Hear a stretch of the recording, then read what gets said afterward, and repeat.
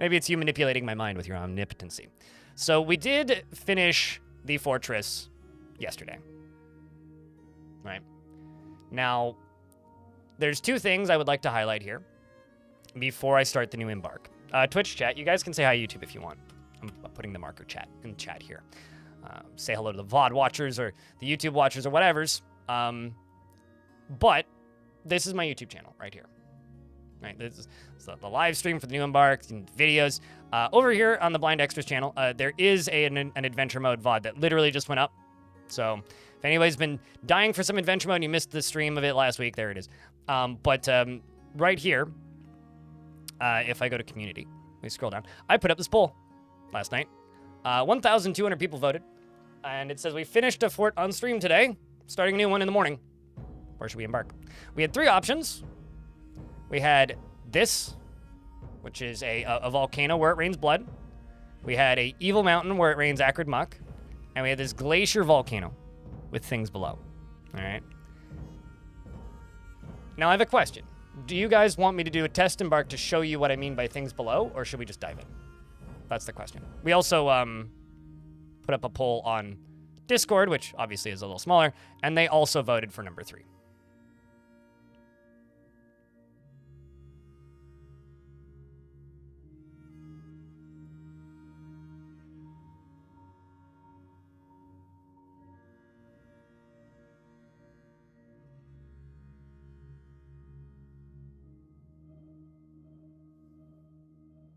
Just dive in, no spoilers, dive in, only one way to find out, just dive in, give us a preview, dive in, just do, okay, so I'm seeing like skip the preview, okay.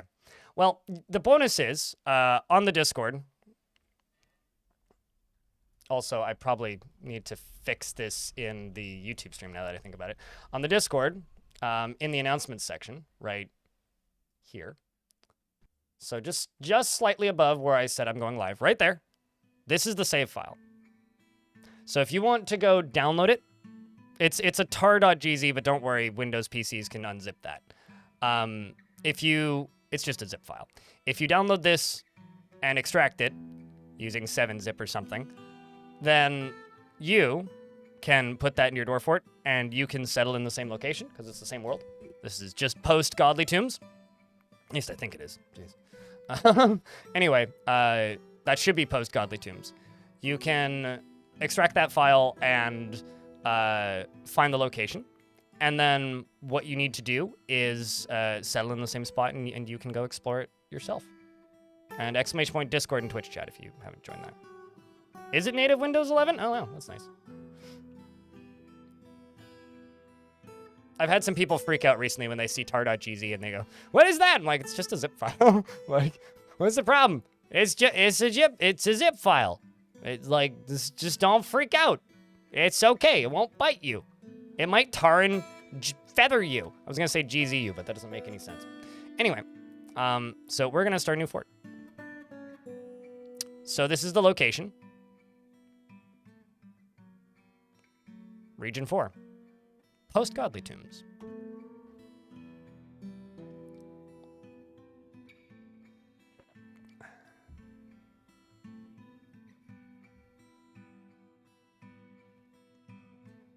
Yeah, 7-zip always supported tar.gz. Yeah. No, I used to always have 7-zip and WinRAR installed. Used to always. It's been a while, though.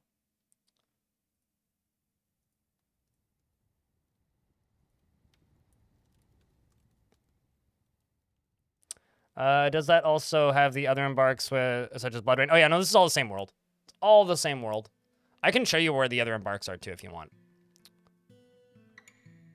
Did I pay for WinRAR? You know, I almost did as part of a joke thing on stream, but instead I just bought stupidskull.com, and it still redirects to my stream. I was drinking on stream one day, and we were just bullshitting about stuff. And then we realized that skull.zone was available and stupidskull.com was also available.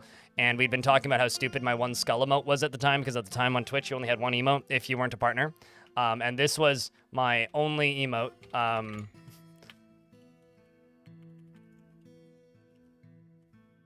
That was my only emote at the time, and it was just some stupid skull, and that's what we referred to it as. And said stupid skull was like just something that we made jokes about and commentated on all the time. And we eventually decided that it would probably be smarter to do that instead of buying WinRAR. So this is the location with the raining blood.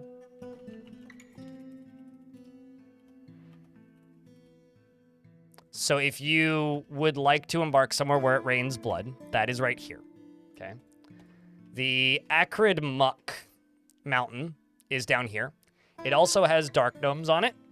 Personally, I think if you want a pretty fun embark, I would recommend right here and like make it a 5x5 because you get a pretty cool little valley there. This side over here is also pretty cool with that little river. The elevation isn't anything to like sneeze at, but this center area has some nice elevation gain. So if you want some nice elevation gain and a haunted and a terrifying mountain, it's that.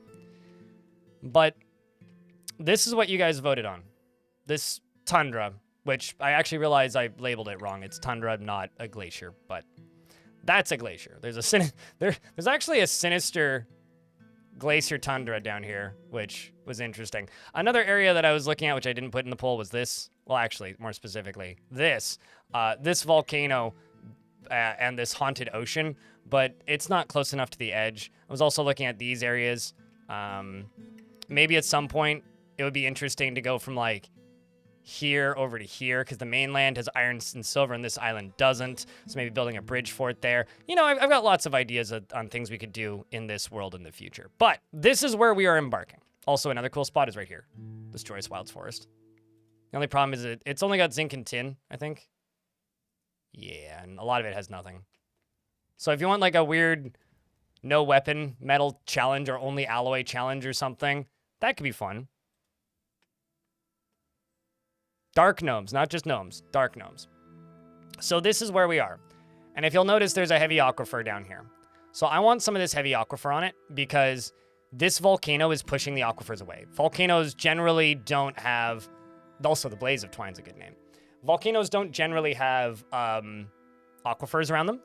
But before we settle here, I want to show you something that I just think is really funny. Okay, up here there's these two volcanoes, right? This is a Untamed Wilds Ocean, which could also be a lot of fun. But look at the name of this volcano.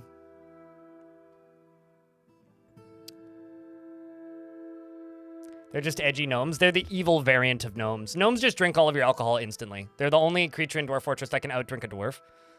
But there's that. And then there's this one. Right, the lower one. Which is the Limp Rages. We literally have the BDSM mountains on the far right. Like, we've got the Limp Rages.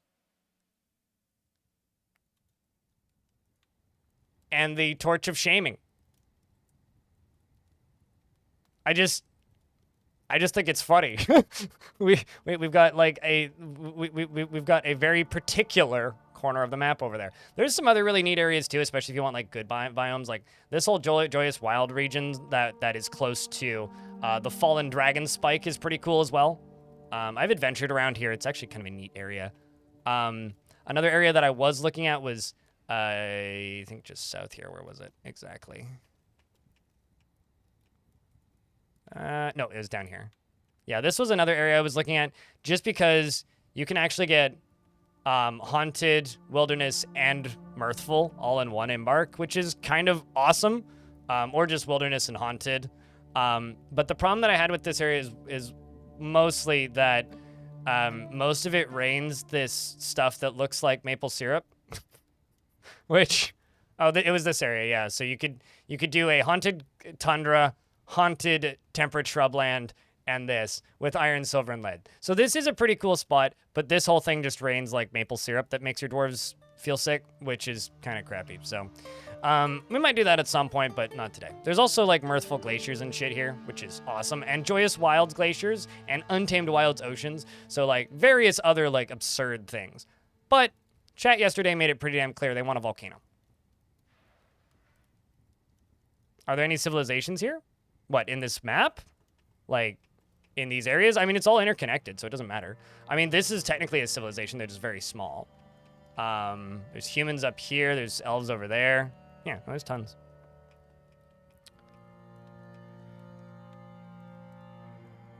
Compared to evil biomes? You mean like more weirdness going on? Yeah, I could see that. I just need to find a faction that's close by to that volcano. Or close-ish. I think these guys, the still mirrors, are in pretty close proximity. These guys are pretty far. Yeah, this area is pretty quiet. I mean, these are probably actually the nearest, which were what, the Iron of Power, right? Nope. Boulders? Nope. These guys? Nope. Which one was it? The Walls of Lotting? Yeah, okay. So it's either the Walls of Lotting or the Crypt of Beaches. We could do the Crypt of Beaches without any trouble if we want to keep as the same person or the same faction. But I think the Walls of Lotting might not be a bad faction to take. They do have a very large population and they're very close. Or close as you're going to get. So we've played as the Walls of Lotting before. Or no, we fought against the Walls of Lotting, if I'm not mistaken.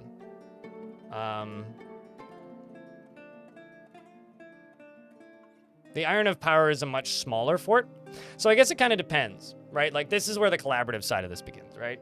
Do we want to play as a faction that is trying to regain stability after losing a lot of it? Because, like, this faction right here, also, this is a pretty cool spot. It's just only Sinister. Although it's kind of less cool because it's all heavy aquifer, which is pretty sinister. But this area, like, they've been largely taken over, right? Like, there's a goblin fortress here. The faction itself is pretty destroyed. I mean, they have what, like a single mountain hall and then a handful of hillixes. Like, this could be an interesting fort to play purely because of, or an interesting faction to play purely because one, I haven't played them, and two, it's very much like refugees running south. And yeah, it's far away, but it's all interconnected, so they'll be able to make it. Whereas I believe that the Crypt of Beaches was the faction we played last, because they were the ones that would most reasonably send somebody or have people stupid enough to go that way. Oh yeah, also another location I was looking at was this, just because it's an absolutely monolithic epic embark, but in order for me to actually do this one, it has to be like a 7x7 embark, or I'd need to use DFAC to actually do the embark. And it doesn't have any metal, and that's the reason I wouldn't do a high embark up here, is because there's literally no metal up here, and the nearest metal is copper and zinc, and it's all the way down in this savanna, so you have to stretch it, and it's like, I don't know if I want to do that. Yeah, anyway. We have to figure out who we're going to play as. If we're going to play as, like, the tiny faction, which is the Iron of Power. I haven't played as these guys. I've started as them as adventurers a good couple times, but I haven't played as them. This could be an interesting one. This is also an interesting embark zone, by the way. Mirthful. Tropical moist broadleaf forest, mirthful, and also Badlands, also mirthful. Which is interesting. I really wish there was a tiny evil speck in here. Because this is all tropical moist broadleaf forest, which means, like, if there was an evil area in here, it would likely have, yeah, because that's a temperate conifer forest. The moist tropical broadleaf forest, if it's evil, is the only area that you can find stranglers, which are practically a cryptid. They're so rare in Dwarf Fortress. Yeah, it's more of a, I just don't want to do that, you know? I don't really want to do the mountain-only embark, so I already have to make it a massive embark, Mareb. And I kind of just did that. I kind of just did a no metals embark, and I don't want to do that again. It's mostly just I don't want to do that 2 times in a row more than anything. But I don't know. It's there for the future, you know. It's not like this mountain's going away. Speaking of other fun spots, tiny little mirthful mountain, cave with God knows what in it, right there. Cerulean mush. Yeah. Anyway, sorry, I'm getting sidetracked here. I kind of like the idea of playing as the Iron of Power. Sits07, thank you very much for the Prime subscription. Appreciate you.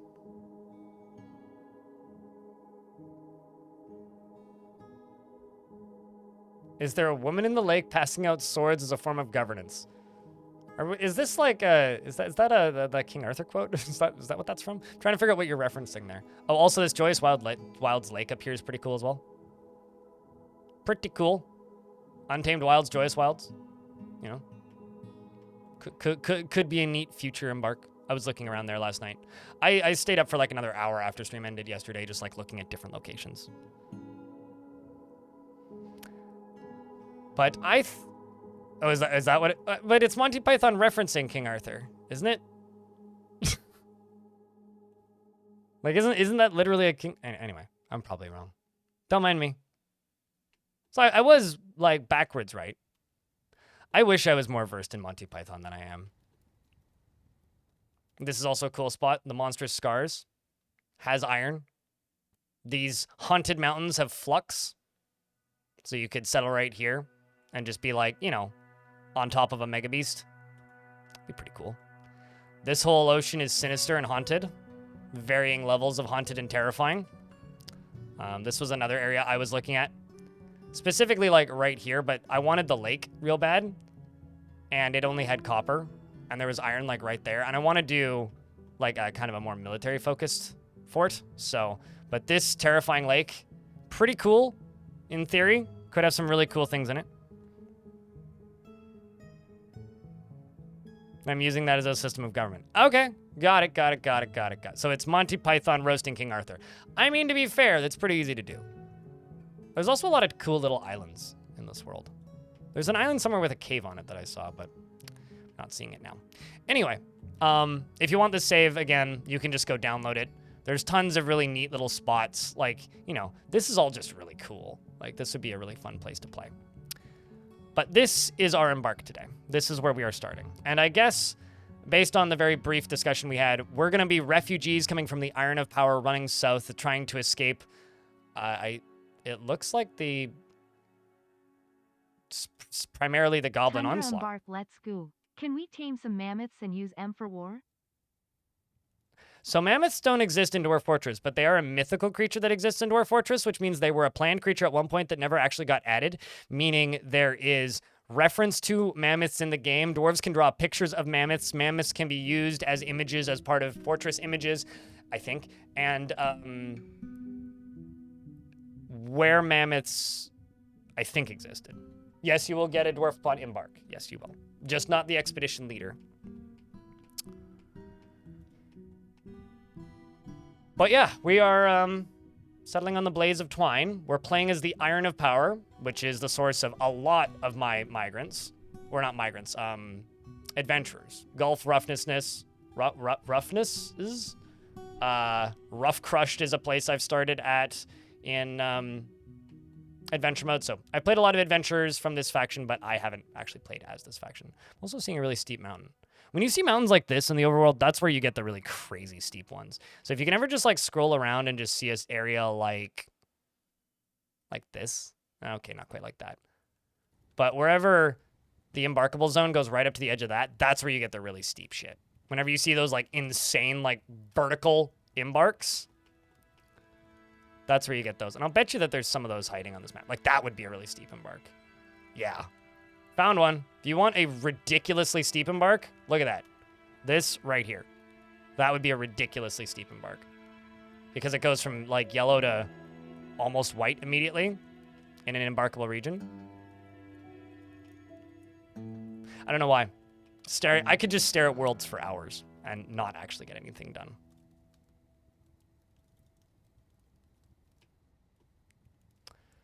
So we can see our cliffs in grade.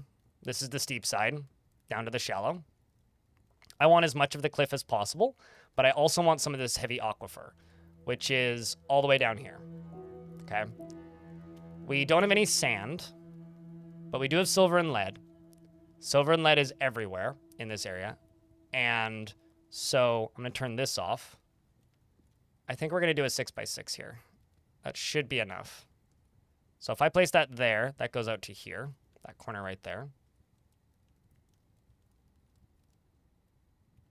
So where exactly is the volcano? It's right there. So that would be our embark. Time for some earthenware flooring. You know, I hadn't even thought of that. But yeah, because we're in a volcano, that would be pretty reasonable, wouldn't it? You have selected a large area. Choose a smaller area if you experience lag. If you have selected an area, with a heavy aquifer, it might be very difficult to obtain stone here. Now, are you wondering, chat? You want to know why I want an area with a heavy aquifer? Out of curiosity, how does what affect gameplay? Because I've been talking about too many different things. Oopsies. So the embark would be right there. I really wish I could turn this on and off.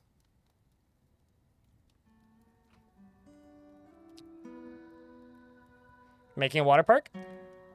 Basically, if you're using a light aquifer, some of you might remember this from last fort. If you're using a light aquifer to get power from water wheels, you need to dig out like a screen's worth of aquifer. For a heavy aquifer, you just need to put a pinprick in it.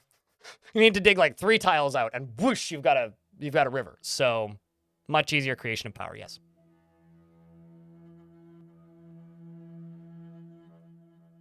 All right, so we're going to prepare for the journey carefully. I don't believe I've played as this faction before in adventure mode, so I'm just going to look at animals real quick. That's what I thought. That is what I thought.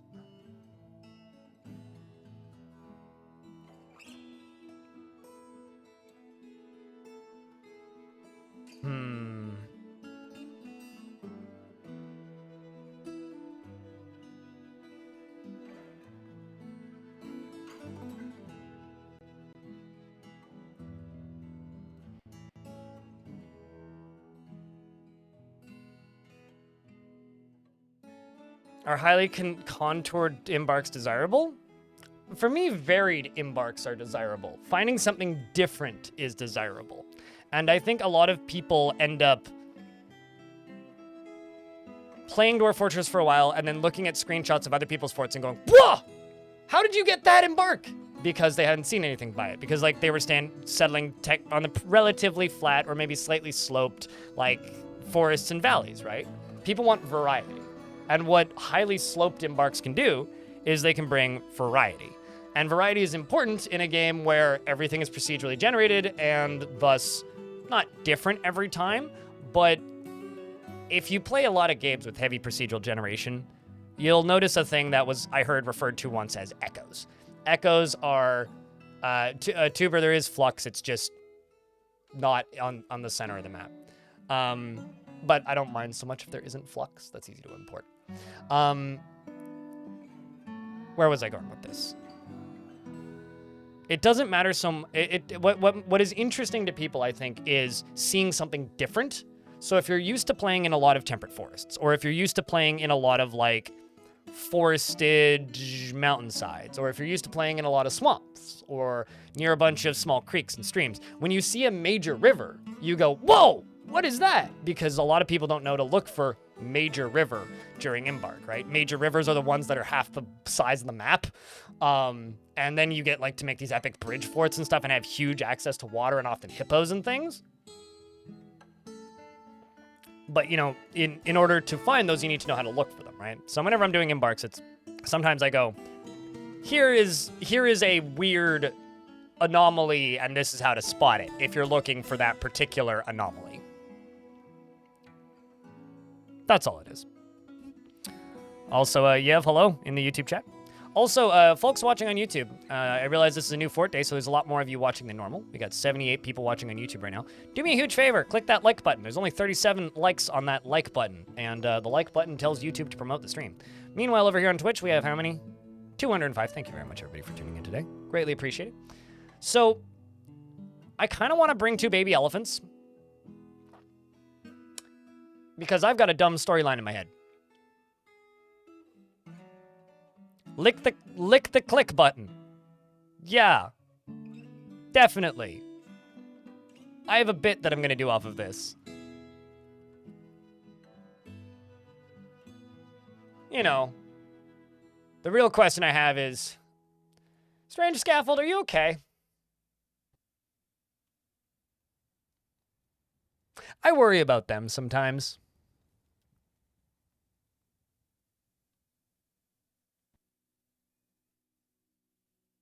Like, actually. I don't know if Elfie's in the chat, but Elfie knows... Elfie's partner knows the guy who runs this studio. This is just as a reminder to everybody. Strange Scaffold, very cool little developer. Very long time ago, they made an airport for dogs, currently run by aliens. Or sorry, an airport for aliens currently run by dogs. Phenomenal little video game I played on itch. Space Warlord Organ Training Simulator, which the developer did a very long interview about how he had to go to therapy after doing the research to make this game. Within the same year. Watch Strandings, which is a very bizarre thing. Purgatory Dungeoneer, which I played on itch as well, and was pretty cool.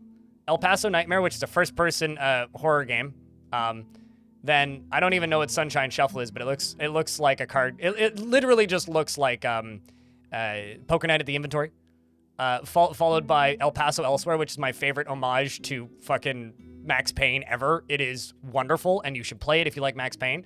Followed by Life Eater, which is a timeline video editing simulator about stalking and murdering people on behalf of an elder god? Anyway, and then Click Holding. Strange Scaffold, are you okay? Do you need help? Like, I love your games, but geez, man. Like,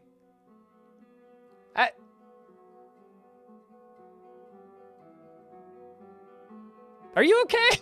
Like, seriously. I love Strange Scaffold, though. I will absolutely be playing Click Holding. Not on stream, though, because I won't let you click hold me, chat. I just had to mention that game once because, like, it's just strangest fucking thing. Strangest fucking thing. But beforehand, I'm pretty sure he's in therapy. I can never remember his name, Elfie, but he is a machine. I think he has a full-time job on top of running that studio. Yeah, dude's prolific. So I've got an idea for a story here, chat. I'm bringing 2 elephant calves.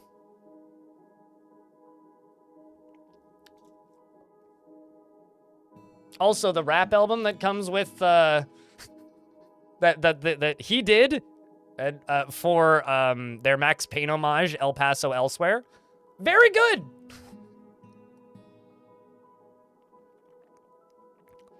Well, they're expensive, right? And because this faction has elephants, that means I can just trade for them and import them, which is what I'm actually going to do. These elephants, however, these 2 elephants, are the fortress goal. I had a hunch that this faction had elephants, by the way, which is why I played as them. Our goal is to keep them alive at all costs. We must protect the baby elephants. And the reason we must protect the baby elephants is these elephants are the pets of a baron who died when goblins took over his fortress in the last 100 years. These are like maybe the babies from the pets. So, that's my kind of story idea here. The last fort, we had main characters. This fort will also have main characters. But I think we need to bring an animal trainer. Salvadaddy, why'd you do that? The hen died. You didn't have to do that. The heck? But thanks for gifting us up to Tic Tac Joe. Cheers, man. Appreciate you.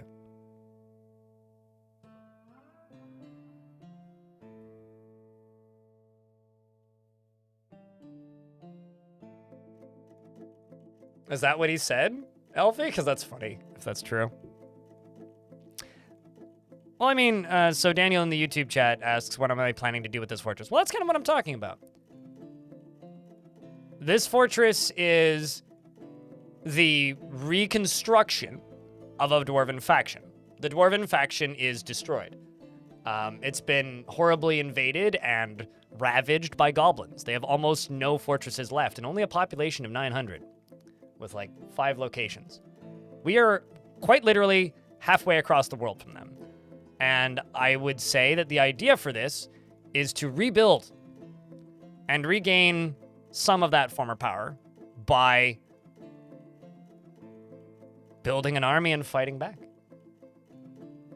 How do you do the beer thing? You type in the word beer, or my beer emote, crypt beer, if you're subscribed, which you are, or the follower emote, crypt burr, or one of many secret emotes around Twitch, or the word beer.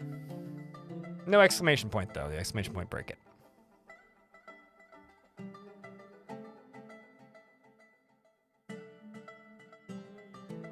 Because the first one of the biggest Dwarf Fortress Let's Plays of all time featured elephants. That's why elephants are famous in Dwarf Fortress, and why they came from Boat Murdered. Did they actually come from Boat Murdered? No. But if it's a volcano fort, it's kind of a rite of passage. You should probably do the Boat Murder. So we need at least one of these dwarves to be an animal trainer. And something else I kind of want to do in this fort, which I haven't done, which I sort of tried to do in the last one, but it was too chaotic and stupid to actually do it. Why don't we catch and tame some small animals? We could actually build some kennels. I mean, like, why not?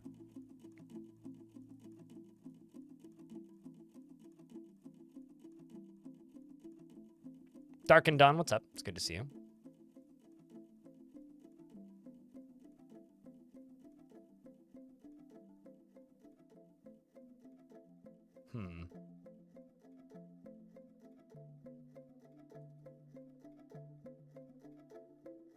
So they're, well, actually, I don't want them to be considered a ranger.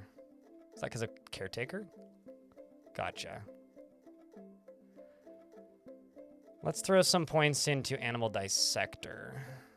That makes them into a ranger again. Okay. So we'll do animal ranger, and let's say they have a side hobby of cooking. So this dwarf, right here, artistically inclined, curious, poor kinesthetic sense, poor intuition. Can I actually type up here yet? No. They haven't fixed that yet. That's a bug I hope they fix at some point. Stinthad oil finds.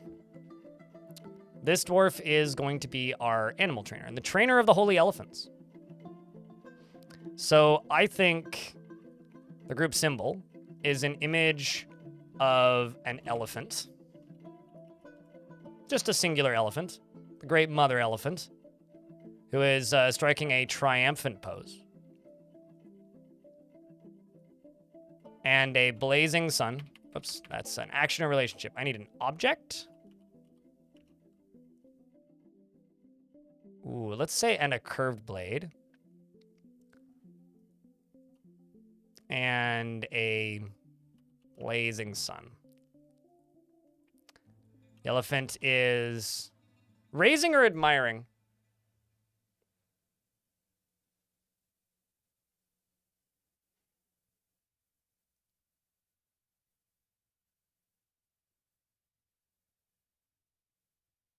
Because for me, it would be holding it with its trunk, just raising it. That's what it would be doing. Okay, so the elephant is raising the curved blade. And the sun is admiring the elephant.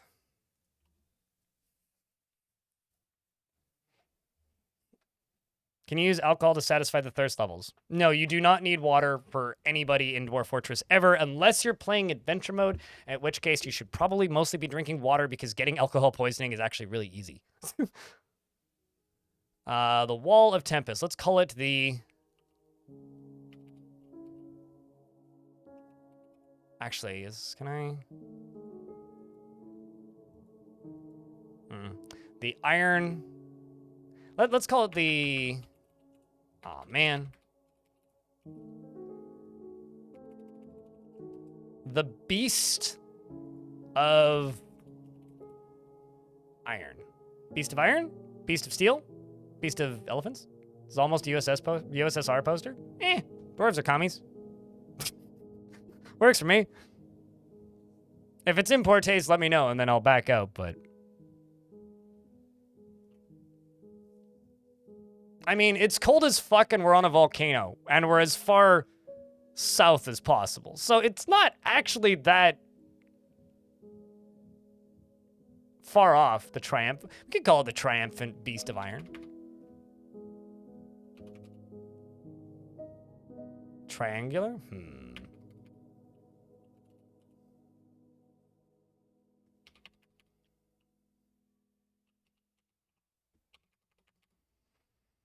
How about we go hyphen compound, maybe? Triumphant isn't a word.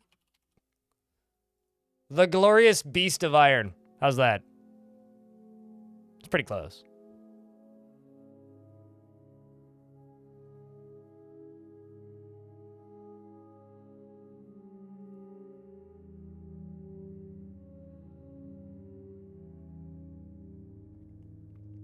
Well, dwarves get free room and board in exchange for labor, so... So the name of our symbol is the glorious beast of iron. The symbol is an image of an elephant and a curved blade and a blazing sun. The elephant is striking a triumphant pose. The elephant is raising the curved blade. And the blazing sun is admiring the elephant. I could make edits, but... The fortress name, Dust Canyon. Wow, wow, wow, wow. No, this is definitely not a dust canyon.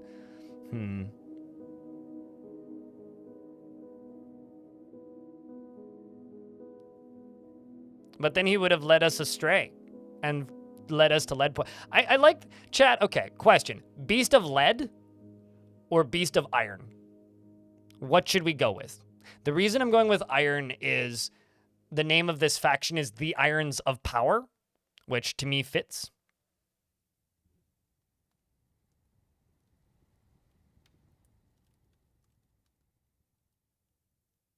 Tusk Spire. Ooh. All right, looks like iron then. Tusk something.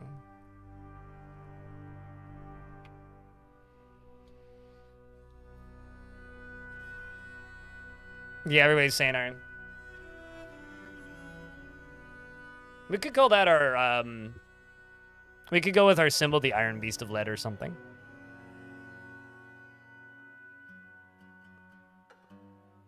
You know, hold on, actually.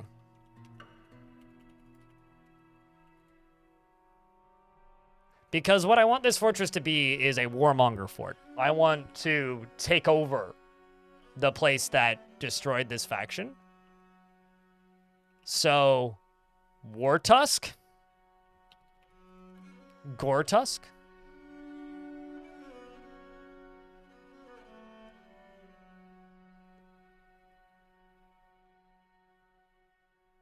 Dedros Bafut.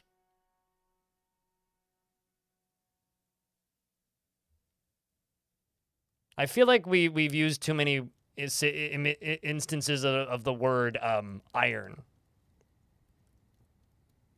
I don't generally... The thing is, when it comes to fortress names, if you look at fortresses in the world, UDK, they never use a adjective or a compound in the name of the fortress. Whereas the faction names do. So to me, it breaks the continuity to suddenly have a fortress that's like, the Goretusk, the bright screaming balls of fire or whatever. It's just weird adding in more when they're not normally there. But for the faction name, yeah, I'm open to that.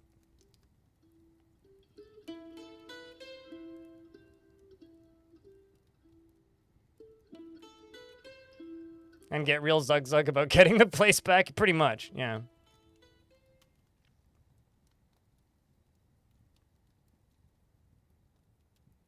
Drifting, thanks for the tier 1 subscription. Get sword gourd.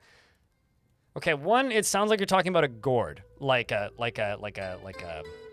squash. When you say that out loud. Chat room, can I get a round of beers for drifting, subscribing at tier 1 here on Twitch? YouTube, you can hit the heart button a bunch if you like.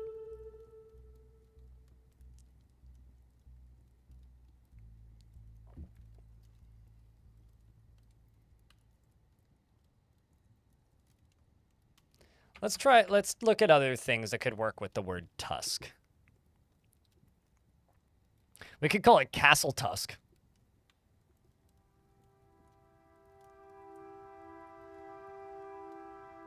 Cinder Tusk. Power Tusk. That just sounds like a band name. It's monstrous tusk for dusk. Frost tusk could be a thing, yeah. Heat tusk. How about tusk flare?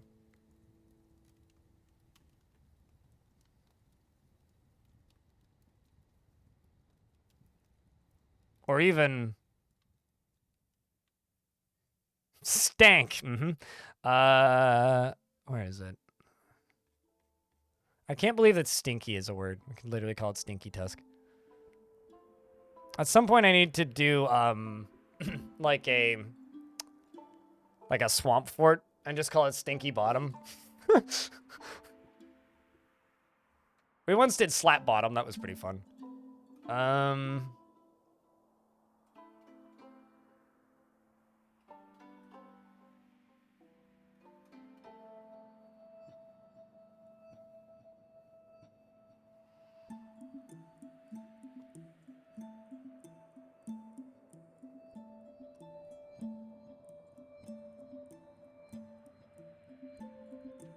This almost sounds like an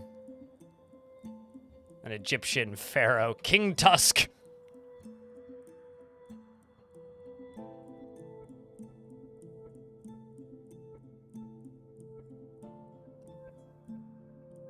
Depressed.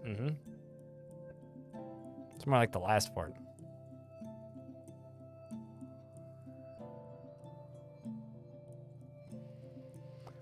Gold tusk? There's no gold here, though. I mean, we could do that. It rolls off the tongue pretty well. Hail tusk.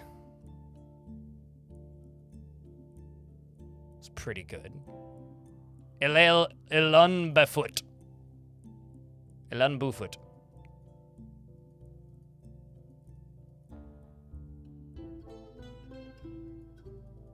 Void tusk? This is true. Oh no, you could have Stinky Moist Bottom. I just wanted to state that out loud. Anyway, pack that one into the back of the brain for future stupidity.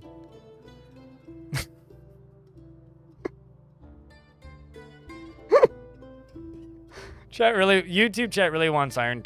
So Black Tusk is a real place. I've been there. Somebody's recommending Black Tusk, and just because of this, hold on. This is me last week, and where's a photo? And this right here, that is Black Tusk. Almost looks like a middle finger emoji. But that right there, that is Black Tusk. Let's go Google it. Black Tusk hike.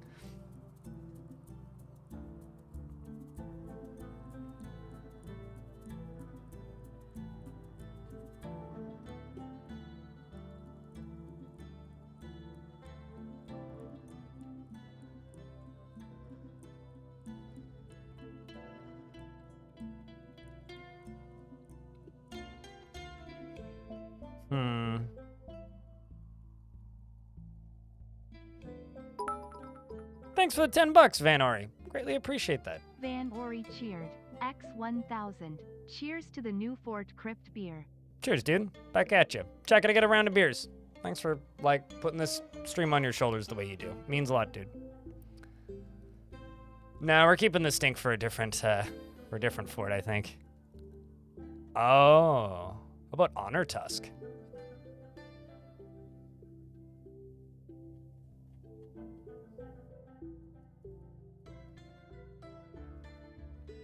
Mortal Tusk is also pretty good. Hold on a second. Is combat a word? I'm scared to search for it because I'm scrolling through. Okay, let's just... You could name a fort Mortal Kombat. Sorry, I needed to say that out loud.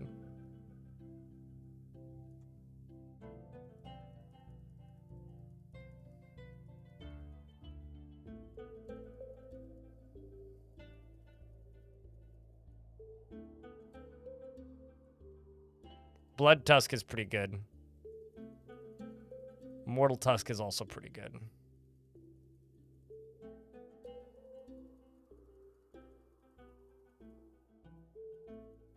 We could be peak Tusk chat. Steam drill, bowel, flat, fleck.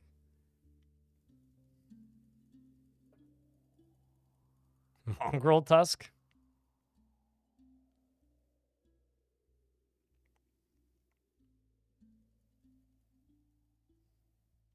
Yeah, no, we're flying past it. Tusk, tusk. Tisk, tisk. You know, I really like Goretusk. Cinder Tusk would also be really good.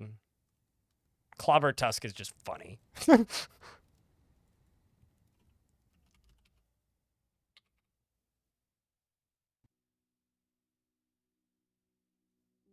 Lucid Tusk, Cinder Tusk. That's what I was looking for. Yeah, I think Goretusk. I think we're going to go with Goretusk. So now the question is, do we go with Dedros, the singular noun, or do we go with the present, Ugzul? So that would be Ugzul Bufut versus Dedros Bufut. I think Dedros does sound better, because it doesn't really matter so much.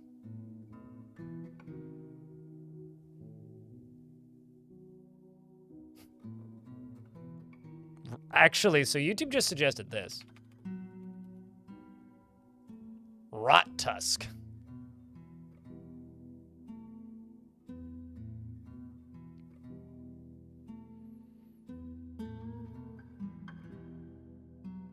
Also, Goretusk sounds like something from Caves of Cud. Chat, Goretusk or Rot Tusk? Because Zodost Bufut sounds pretty fucking cool too.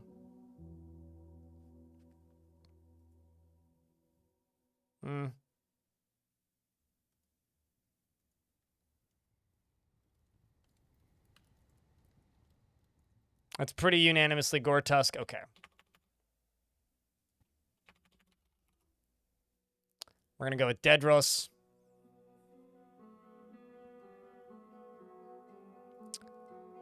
And that's the name of our settlement. That was hard. So the machine... Oh, man, the Machine of Years. That's pretty good, too. Okay, so this is going to be the name of our group, which currently is Stakud Id. Goretusk sound...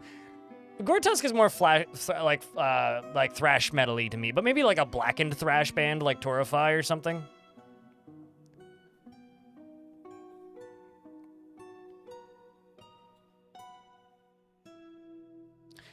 Yeah, exactly. Wait, did Havoc write a song called The Machine of... Oh, no, your username is Havoc, not The Machine of War. Right, sorry. I'm thinking of the band Havoc for a second here. Question, chat. Also, the reason I don't ever make polls is because half the time polls don't work on mobile. So a lot of people are always like, it didn't work for me. It's just easier to type in the word, and I can just stare at it and eyeball it. Yeah. It's because they're... And also for anybody, a lot of people just have them disabled. Because a lot of people use Twitch extensions that, like, contort Twitch, myself included, although I don't disable those, but...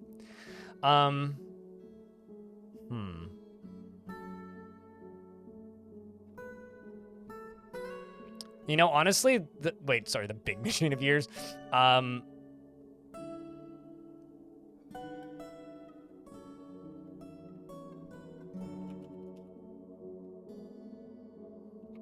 Black Machine of Years, Burning. Furious. You know, the first Machine of Years is actually honestly, the first machine is pretty good. But I don't know if it works all that well. Cinder Machine I can't go with.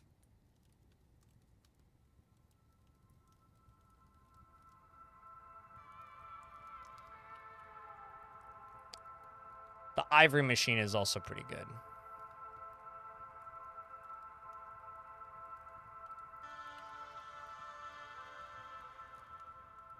I'm sorry you started playing TF2 again, but I hope you're enjoying it.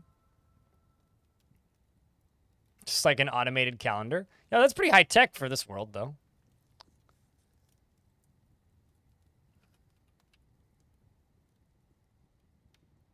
I don't know if I like the Ivory Machine that much, though.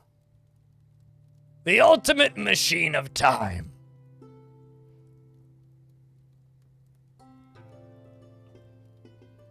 I'm spitballing.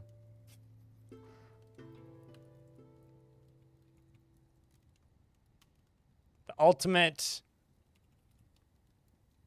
iron machine of time. The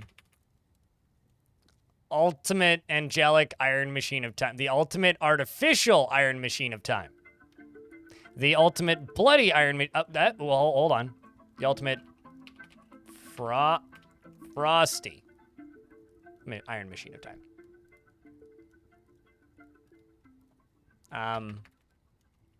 No, damn it, I can't say toasty.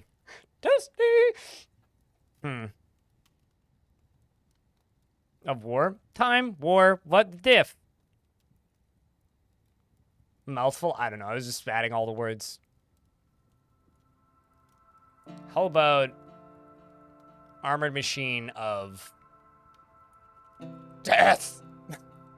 The ultimate armored iron machine of death. Rar. YouTube wants me to say machine of war. Warriors sounds better to me, though.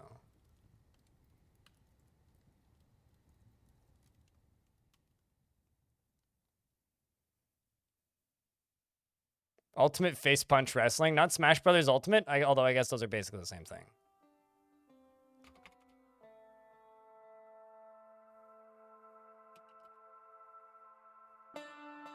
The trampled armored iron machine of death. Eh.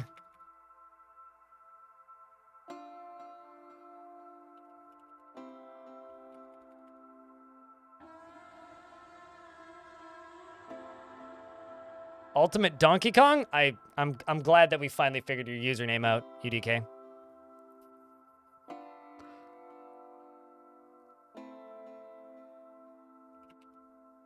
I mean, hold on. The trampled warrior's armored machine of trampled warrior ultimate destiny. Showdown is not a word, unfortunately.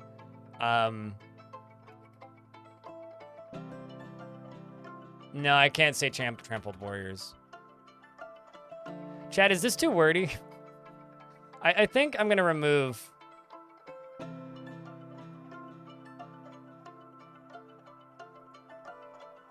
one of these.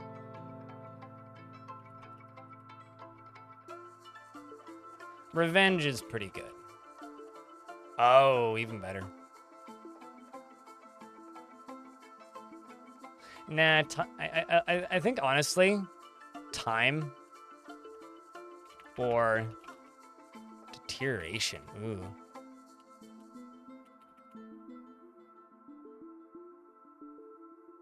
What's up, Renaud?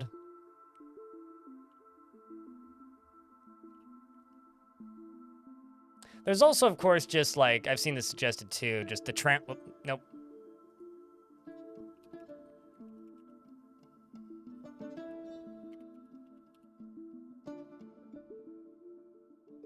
Trampled machine, I think, to me, is the cool one. I know it just makes it sound like the flat machine, but the trampled machine of time, or trampled machine of iron, or the trampled machine of war rolls off the tongue better, first off. And it would imply like a faction that's been taken over by something, right? Or crushed, right? Rhyme, R-I-M-E. I just think of the video game Rhyme. Prime exists. Don't forget your primes. Hold on a second.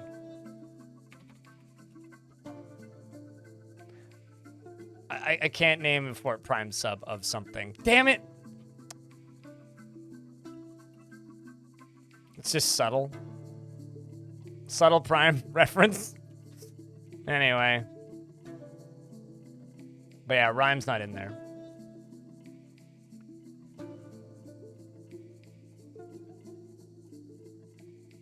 I'm hearing a saw. Hold on a second.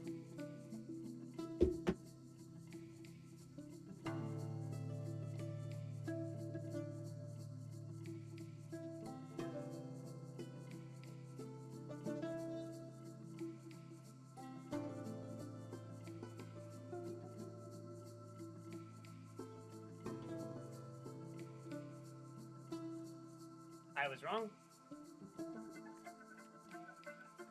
It's a leaf blower, but it's very high-pitched and annoying. Because it's right by my door, which is too close to my apartment. So I wanted to go close it. Yeah, we did subtle scribe once.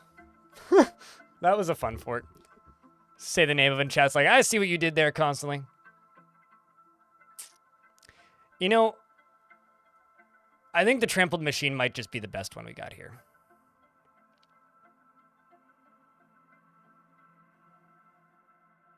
It's a synonym for ice in some languages. Oh, interesting.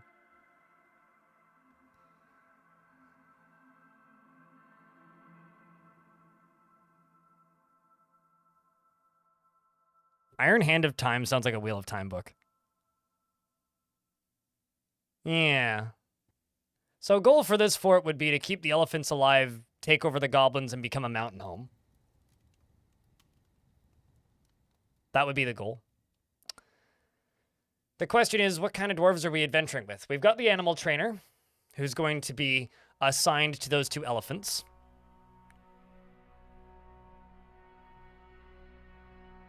Our stupid wants beers, chat, so post beers.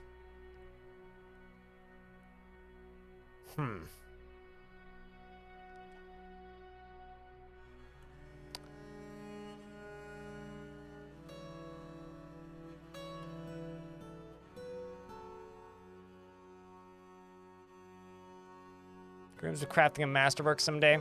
I would say probably...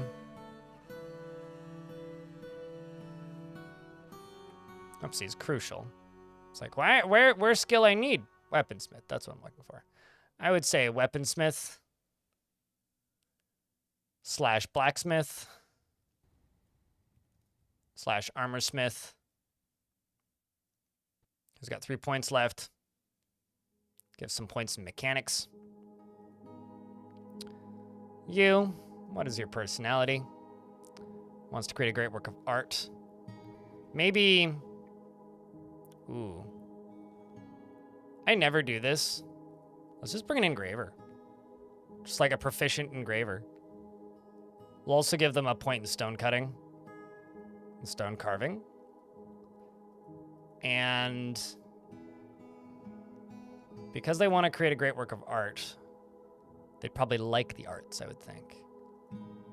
So I'm going to also give them poet.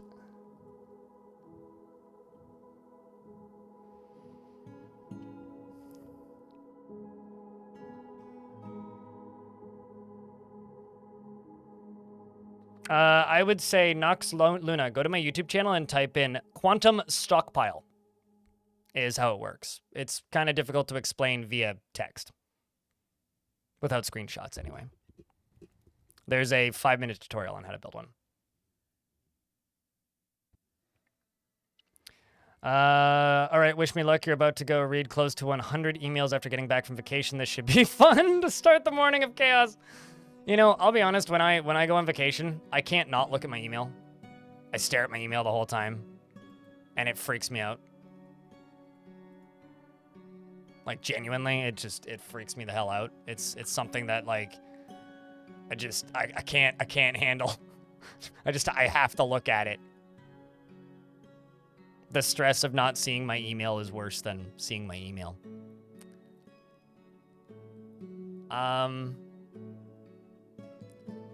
This next one, what's your dream? Personality. Dreams of raising a family, does not respect the law, cooperation value. This person who dreams of raising a family, I'm going to give them some points in student and appraising.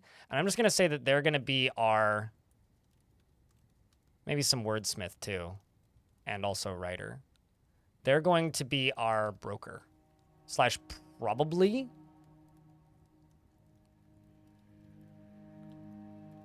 Like, it's likely that this person is going to become our initial person in charge.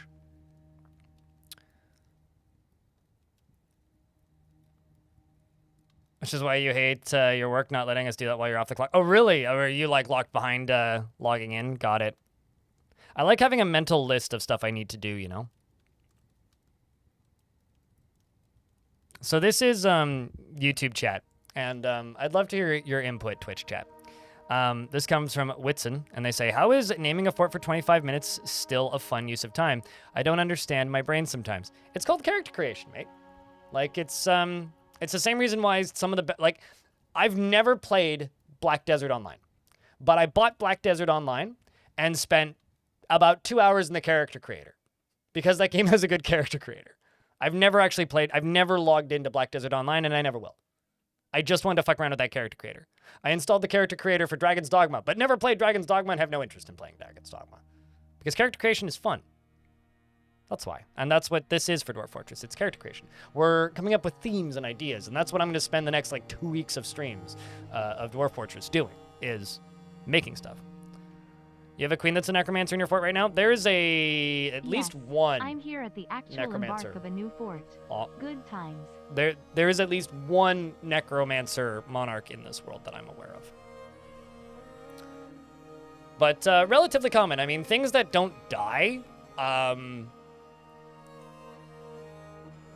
a higher chance of getting elected because they have more time to train and work towards a goal. So if they dream of ruling the world, which often necromancers do, it's a lot easier for them to work towards that end goal of, ruling the world than it would be for somebody who dies of old age, right? That's okay. I'm glad that you got pissed off at those games. Also, can I just remind everybody that the reason everybody hated Spore is because that game launched with the worst DRM of all time, worse than current day DRM, and now everybody's like, oh, that game was wonderful. That game killed itself and deserves to be a martyr for that. You should remember it for what it was. A horrific disappointment. Anyway, I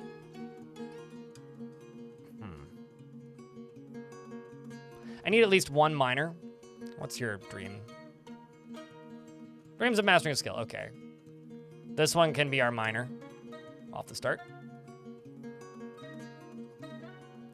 And I'll also give you some points in weaponsmithing, because why not? Need some extras. Maybe we'll also give you a little bit of...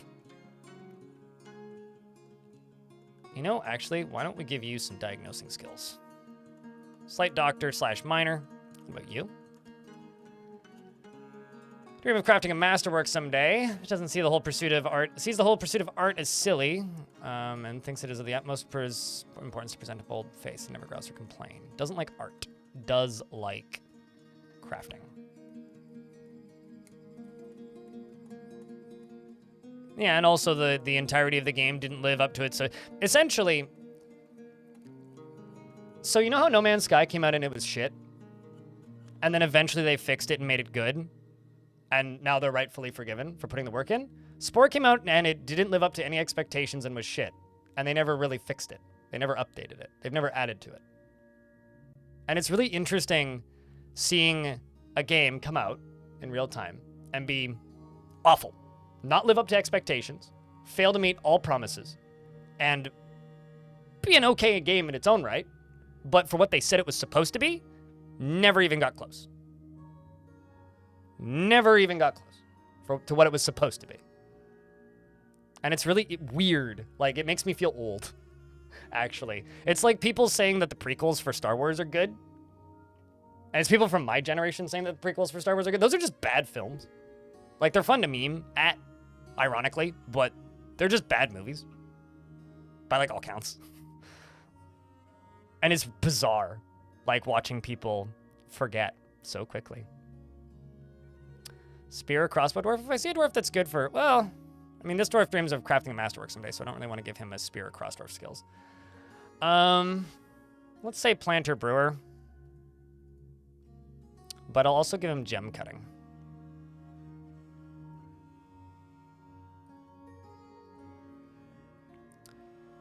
And what about you? Dreams of mastering a skill. Personally has a negative view of those who exercise power over others. Doesn't seek out excitement as a good streak. So comfortable around those that appear unusual or live differently from herself, often feels lustful, and particularly curious about the world, and is moved by art and natural beauty. Is troubled by this since she dislikes the natural world, tends to make a mess with her own possessions, and needs alcohol to get through the working day. This dwarf could be fine. High social awareness, resists sickness, high kinesthetic sense, good with language, disdains power, disdains tradition. This dwarf could be okay in the military.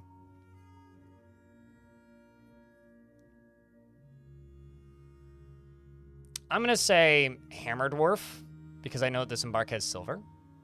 Actually, you know what? Screw the weapons. Let's just say fighter. Skilled fighter.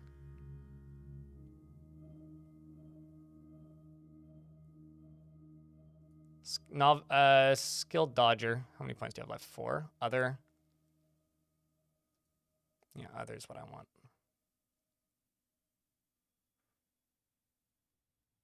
I think.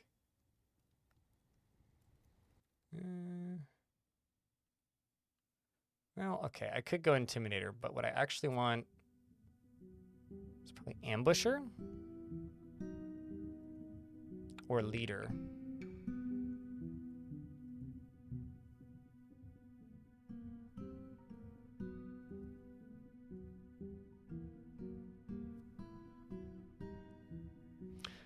I think Leader increases teaching. I'm actually... I know it helps when invading things.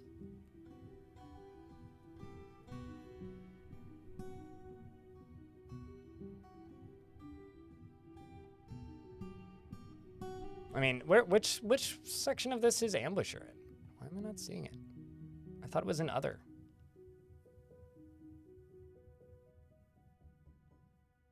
But we could go with Teacher, and it's a she. It's Erish that I'm working on right now.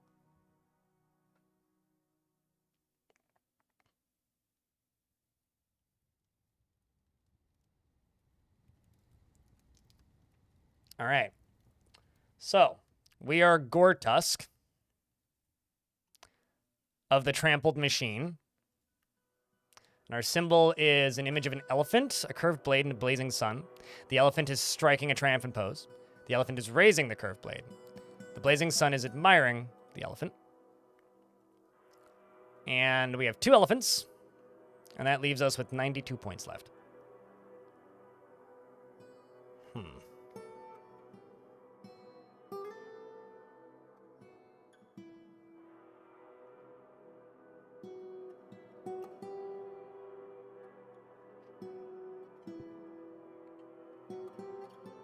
That's all good, K-Dranos.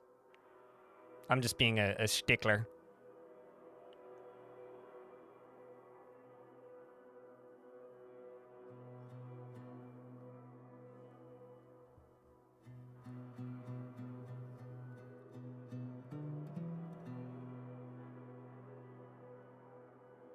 Why would I toss in Quiver as K-Dranos? I think Elfie is currently not allowed to draw much because of her wrists. Repetitive strain stuff. I already removed the step ladders. That's why I have points to begin with, Celesty. Wait, I know it's behind my camera, but here, I'll just shut this off for a sec.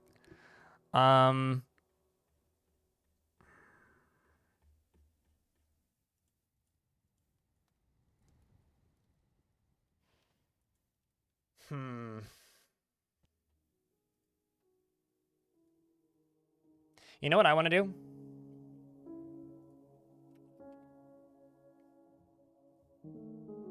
I want to bring some cloth caps. Is what I want to bring.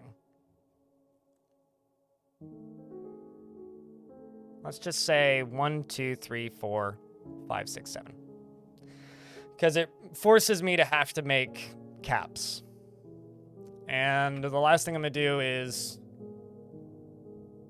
Let's bring 2 sets of llama cheese. And... some extra snacks. A brain. Crundle brain, nonetheless. That's how dumb they are. They make a good meal. And then I'm going to do the thing that I'm sure all of you are waiting for.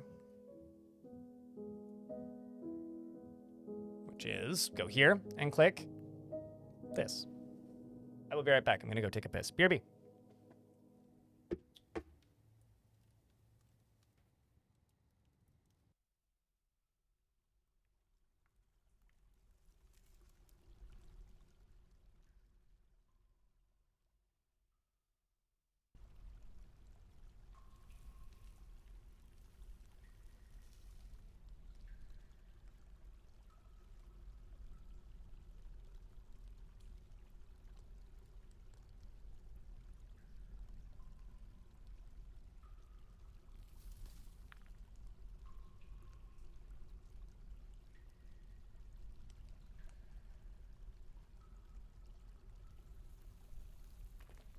You have arrived after a journey from the mountain homes into the forbidding wilderness beyond. Your harsh trek has finally ended, and your party of 7 is to make an outpost for the glory of all Titan Midor. There's almost no supplies left, but with stout labor comes sustenance, whether by bolt, plow, or hook provide for your dwarves. You were expecting a supply caravan just before the winter entombs you. But it is spring now, enough time to delve secure lodgings ere the wolves get hungry. A new chapter of Dwarven history begins here at this place. Strike the earth. So for people who missed the embark, this is, in fact,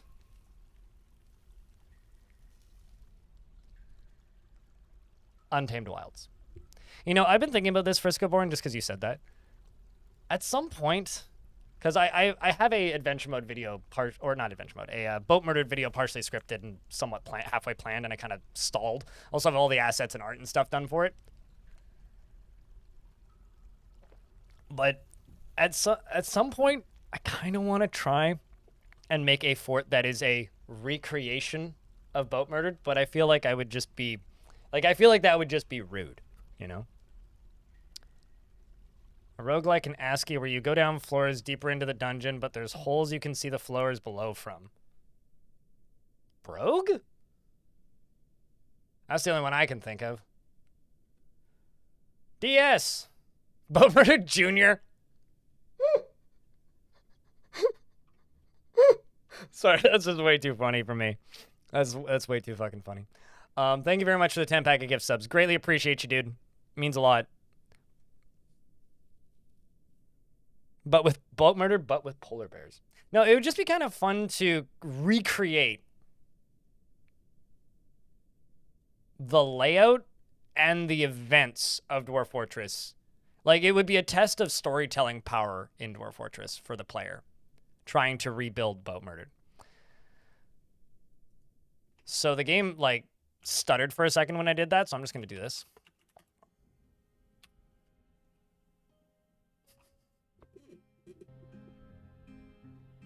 Canoe killed. Kill kayak. Yeah, I don't know. I probably won't do it, but I think it would be an interesting experiment. We're going to make a better Boat Murdered with pandas and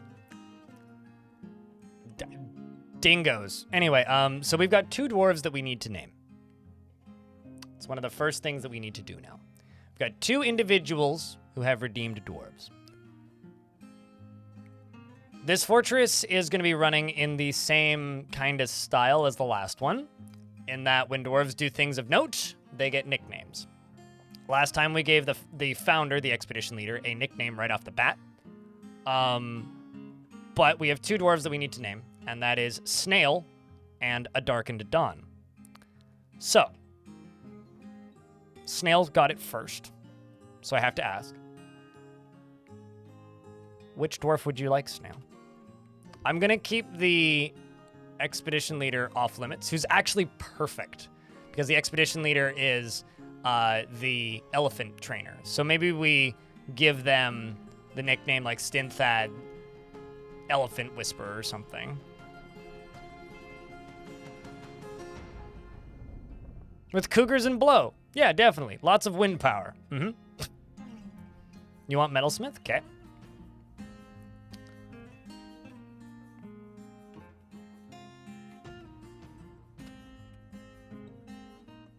And also, Napalm Sideburns would like a dwarf. Chat, you guys can say yes or no based on whether or not Napalm gets a dwarf, because they are trying to elect themselves a dwarf based on their subscription rights. And I'm going to real quick open up the bot. And in the bot, I'm going to go into commands, and I'm going to write down goal. Right click. Chat saying yes. All right. And the goal for this fort is, well, start year first off is 365.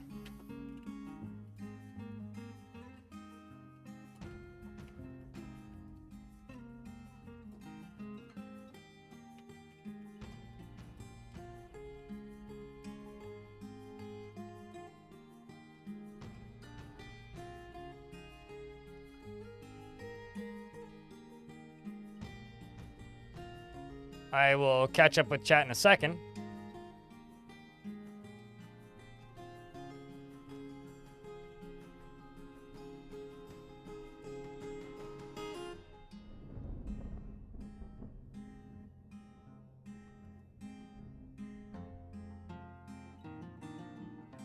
This is confusing me. It's telling me I'm typoing something I'm not typoing.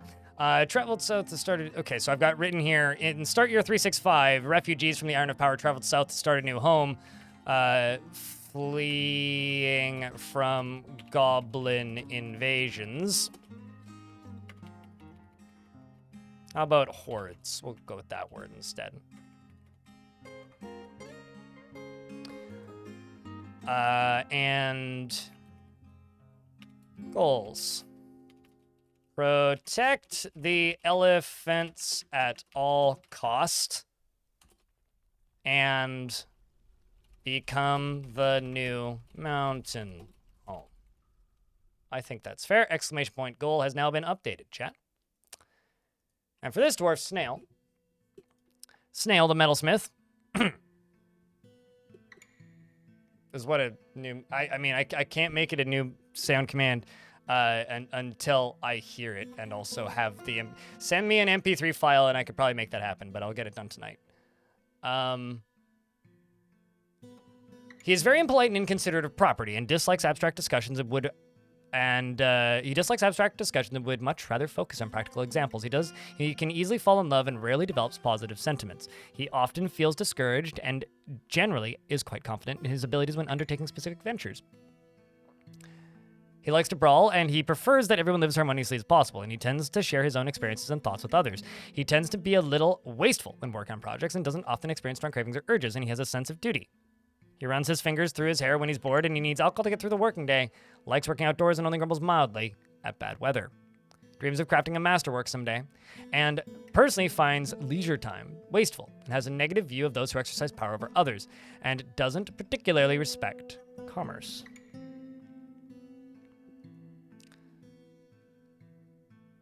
He likes shirts and copper, morganite, and giant giraffe leather. Yaks for their shaggy hair and nightmares for their unfathomably horrifying nature. The words of the diamond of depth and the sight of the sienna sweetness, and when possible prefers to consume sperm whale and carrot wine and chestnuts and absolutely hates hamsters. For Snail, he is friends with everybody and kindred spirits with Stinthad, the expedition leader. He's annoyed when caught in a snowstorm. He's a member of the Lined Coven, of course, a member of the Trampled Machine. I'm curious about who the line... Oh, I thought I did that already. Hide tutorials. There is. Okay. Let's just check who that god is for the Lined Coven, because I'm curious. New temple. For the Lined Coven, it said. The Dead Communion. The god of boundaries. Oh, interesting.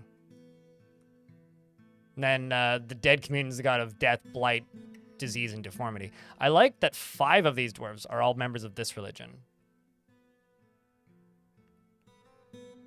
And which god is it? So it's Einod Beach Coasts, god of boundaries. Yeah, we haven't looked at the full map yet, have we? Let's just finish naming everybody, and then we'll do the big zoom scroll. Then we'll explore the map a little bit.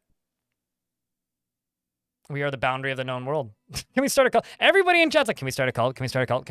So there's a game that's being developed that I really want to play called Cult Game. So there's some light previews on YouTube and Itch. It looks fun. So the next is Darkened. A Darkened.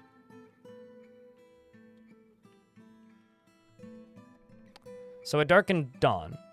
What kind of dwarf would you'd like the engraver? Okay, we can slam you with the engraver.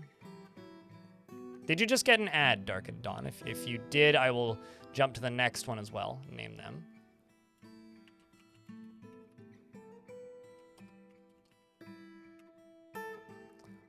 A Darkened Dawn. Nope. Okay, cool. Is dour as a rule and prefers to present herself modestly.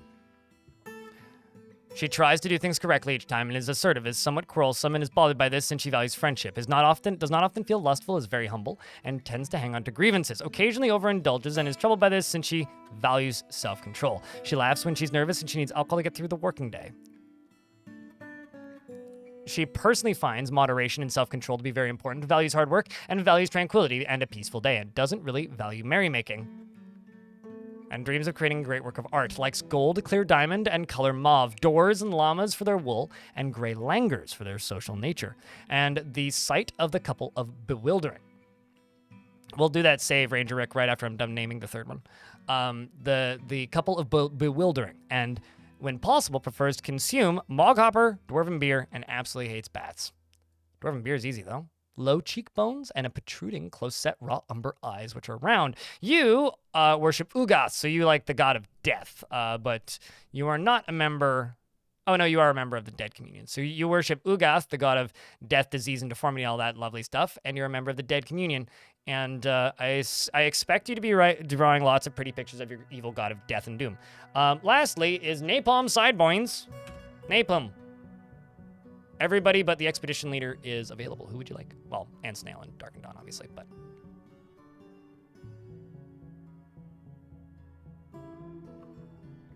Two-month canoe trip to the Arctic. You decided to worship Mount Delthor. To me, that sounds like you had a no parts D&D campaign that you, or a no pieces D&D campaign that you ran with friends for funsies whilst on a roll.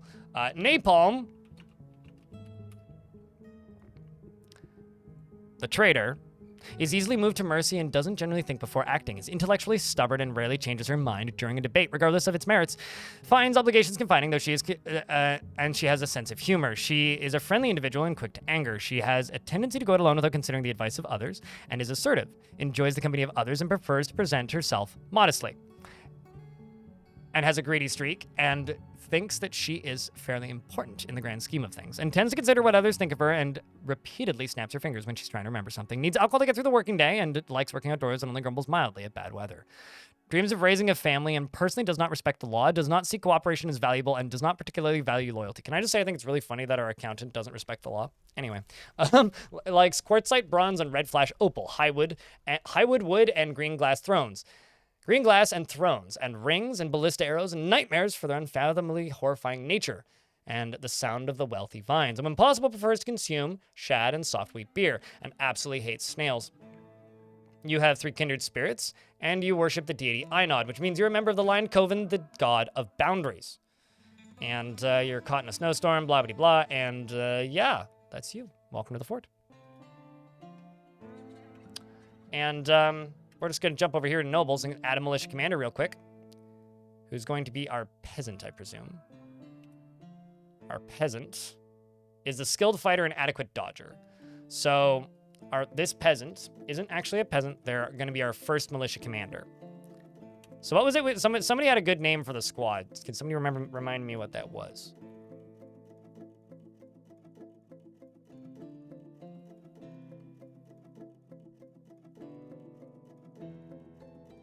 And you know, I kinda... Oh, man. I was gonna say, I kinda want to just make, just immediately make a cap their symbol. Because we just have, a bunch of caps that they're all going for. Actually, no, not all of them are being claimed. The ivory tusks. How about the...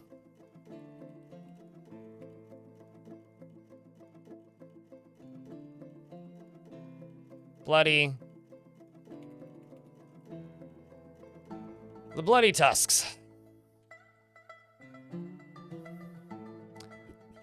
I love how I'm just protect the elephants at all costs, and chat's and they're studded with ivory. Now, I personally think we should... Oh, hey, there's wild muskoxes.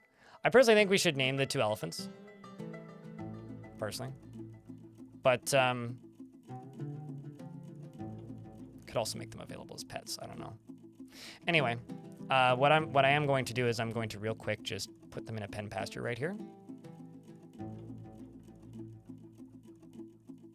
just so they don't run off. And we are going to do that pan around. So this is the map. It is a 6x6. It's quite steep. It goes down to here. This is kind of the bottom layer area. There's no rivers or water on the surface anyways. And this is the actual volcano itself. It goes all the way up, and this is why I like it so much, because it stops here, and then there's a bunch of just open space above it. And I think that's the screenshot I shared. As you can see, there's galena right there. So we're already seeing metal. We've got galena up here on the surface already. So we've got silver. Right, yeah, quick save. We've got silver and lead, which means lead crafts for everybody if you want to be real heavy. Or lead furniture, maybe. Now, this is the hardest part for me with volcano fortresses specifically, is I always want to make a very epic front door and I always fail horribly. Lead statues, lead goblets, lead mugs, lead like jewelry, lead bracelets, you know, rings. The humble hill hole, yes. Since we're currently saving the game, I would like to remind you, if you're watching on YouTube, thanks for liking the stream if you already have, but don't forget to like the stream. We're over 100 likes now, which is good. Big fan. 84 people watching on YouTube, 233 here on Twitch. Thanks for tuning in today, guys. And we got more up here on the very tippy top. This is all just dirt. We got a lot of dacite. Yeah, there's a lot of galena. So there is a heavy aquifer, just not close to the volcano. It's more in kind of this region, or it would be based on the embark location, assuming the embark didn't screw me. Got opals, more galena. I'm not gonna lie, I quite like this chunk right here. That'd make a pretty good front door right there.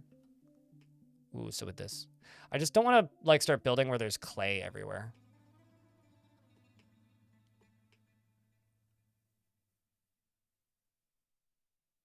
Dwarves do not suffer lead poisoning. I mean, I don't. One of these days, Toady will add lead poisoning to the game. This, you know, maybe this. Chat, what does the map look like to you? Looks like an anglerfish. Does it not? Just needs a little doohickey with the little bobbly doop. Very technical terms. Kind of is cool, actually. The map is pogging. Pog map. I mean, look at it.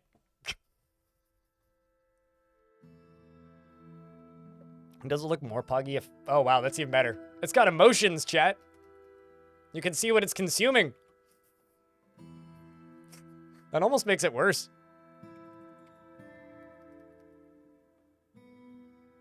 It's a goblin with an overbite. I don't know what that is now. They just like morphs off into the distance. So this map goes all the way up to layer 79 and goes down to layer 58. But, little bit of disclosure here. I cheated when I was scouting this embark.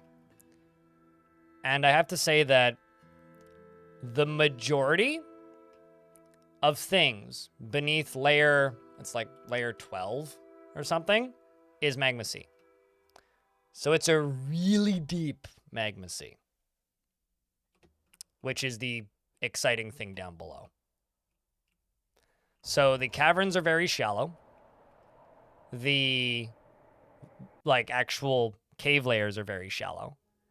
And the embark itself is very deep. Or the magma sea itself is very deep. Skip magma-proof dwarves? I mean, we can try and make the dwarves magma-proof by simply pouring lava on them. I'm sure it'll work eventually.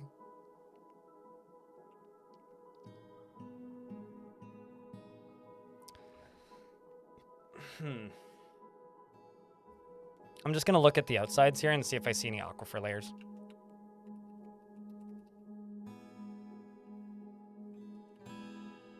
Well, we found the clay.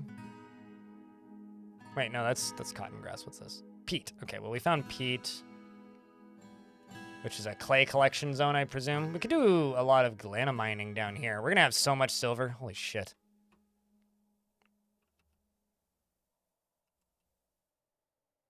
Got dacite down here. Salt loam. Let's also check out our neighbors. So we're right here. It's very lonely and quiet. The nearest thing to us are these human towns down here. But home is all the way up here. These two blue locations are our only locations. Most of this green is a different dwarven faction, and we are running from these guys. I've actually hit news and rumors. We don't know much about what's going on back home, turns out.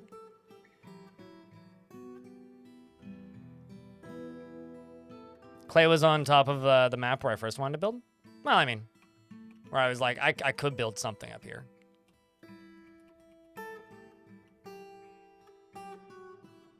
With the salty clay loam wall for clay collection zones. I mean, the area I kind of want to build would be... I mean, that actually ain't bad, but there's a lot of peat right there. This is an Untamed Wilds biome, but I could probably slope this down into a pretty convincing ramp. And this upper area could be carved out. Maybe I channel this up along the edges here. And then channel down one layer in front of it and dig in on this layer.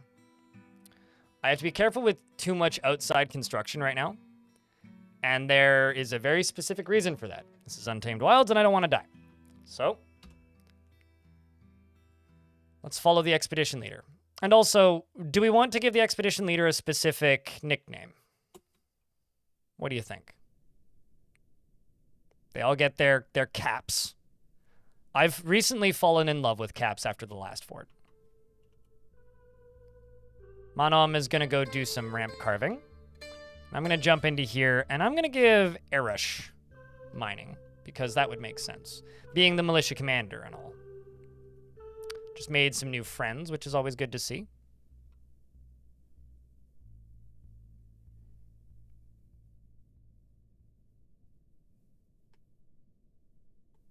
And we begin mining.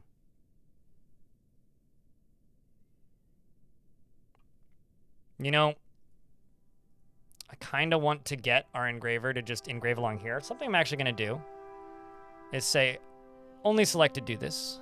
And we got our proficient engraver to work on this. I almost never try to train up engravers. But I think we're going to do that this time. And then we're going to get him to engrave along here.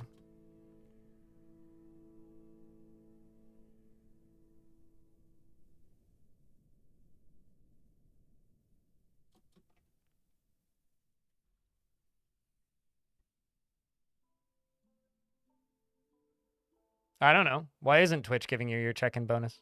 I can't answer questions for you about like what Twitch is doing and what Twitch isn't doing because I'm not Twitch tech support. I wonder why Twitch does a lot of things a lot of time. In your headcanon, they set and reflect the mood of the fort. Yeah, I could see that. Headcanon is interesting, and I think a source of a lot of intrigue in Dwarf Fortress because it's what, you know, it's where a lot of people get their stories from, is headcanon. Get them working on this. I'm going to go down to here. I'm going to tell them to engrave along this. So now the question is, what is our friend going to engrave? Great histories from times long past? Nothing of note? What are we going to get? With masterwork engraving is that they get really depressed when you have to remodel stone walls. Yeah, you have to do it specifically. And like what I like doing for engraving when I do them is I make it the upper area in a multi-level zone. So it's like the second level is usually what I would engrave, not the first level. It's a finely designed image of Erush, the dwarf, and backpacks. So Erush is our captain of the guard. By Darkened Dawn, Erush is admiring backpacks. Erush likes backpacks. Finely designed image of Fiva, the Minotaur, by A Darkened Dawn, is traveling. The artwork relates to the wandering of the Minotaur Fiva in the beloved Frost in the early spring of 93. Finally designed image of Fiva the Minotaur. Okay, is that the same one that I just clicked? An image of Kethutha, the Spurting, the Minotaur, by A Darkened Dawn. It's traveling. It relates to the wandering of the Minotaur, the Spurting in the year 199 here. There's a lot of Minotaurs in the area, I suppose. As finely designed image, another one of it. Another one of it. Okay, so he's drawing a lot of images of Minotaurs. I don't have a commands command, and I never will have a commands command.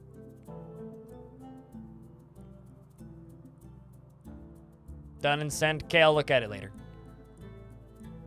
Well-designed image of doors. They're asking me to build a door.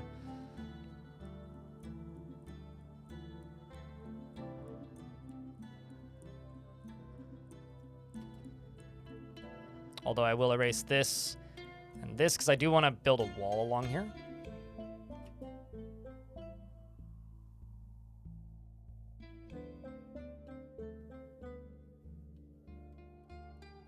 At least he's engraving things with tusks and horns. Yeah. Well, I'm going to actually cancel one of these and specify an image. Say an existing image. Oh, perfect. Our image is a image of an animal trap. So that's oddly fitting. We're gonna say it's the image of our fort. Also, don't do this just now. Just go all the way up to there. Don't want to, stop the artist from being able to finish their masterworks, right? Well, maybe not masterworks, but detailed image. Oh, some of these are pretty high quality, actually.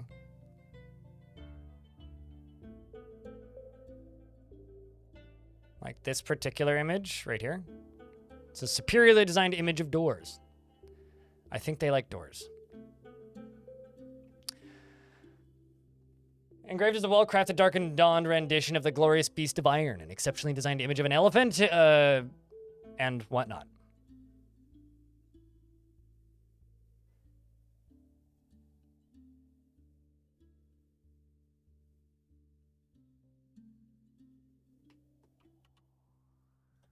All right, so now that's done, we do this.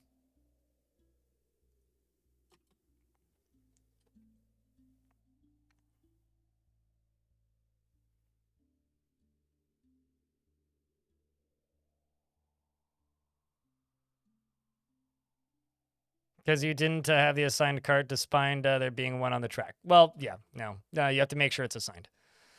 Okay. And then we're going to cut down all this. I would just say begin digging. The question is where do I want to put the fort? There's a lot of... Okay, that's all nice. What's... Down there is peat. Down a few layers, that's a lot of nice.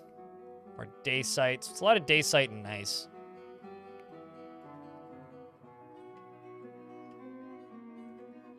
The obsidian is close to the edge of the volcano.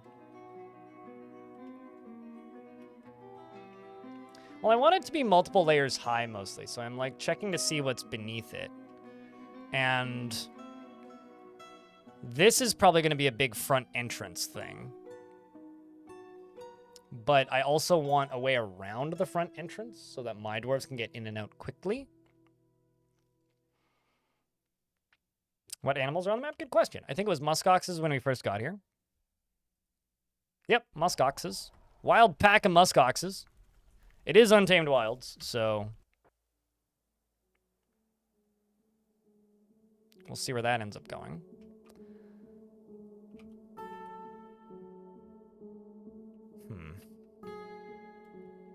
Let's let them remove these ramps. all the way to the end.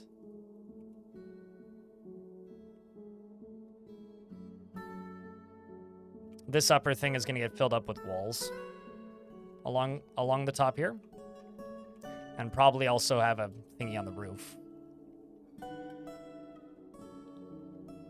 Yeah, no angry wild baboons. I mean, we are pretty far south. It's like kind of far away. I'm kind of surprised there isn't like goats or wolves, because we're pretty far south and it's pretty cold. Also, this place is called the Beloved Frost, by the way, which I really like. That's good.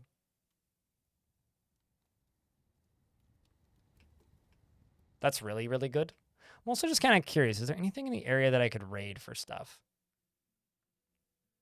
There's plenty of lairs. History of the village. Ooh, spider doomed. Spider doomed. Dude, whatever spider doomed to do. Bust portal got busted. Or, yeah, bust portal. Seems like it. Got busted. There is tons of monasteries and things that we can raid for items.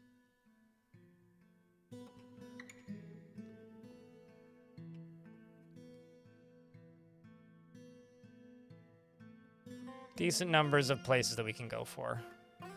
Evil Socket. What a name.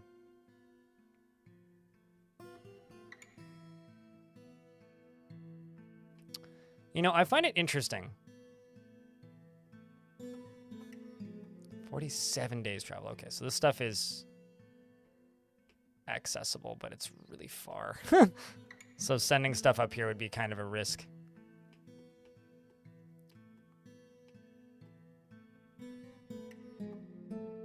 31 days travel. The esteemed clam. Wow.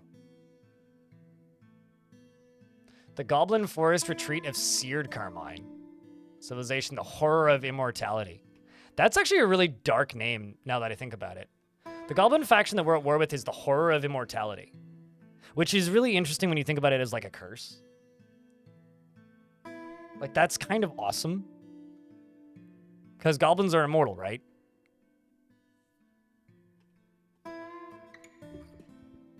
Bastard stole your platinum bar. Well, we'll get more platinum bars then. So yeah, they're pretty far, but like actually attacking these goblins ain't too bad.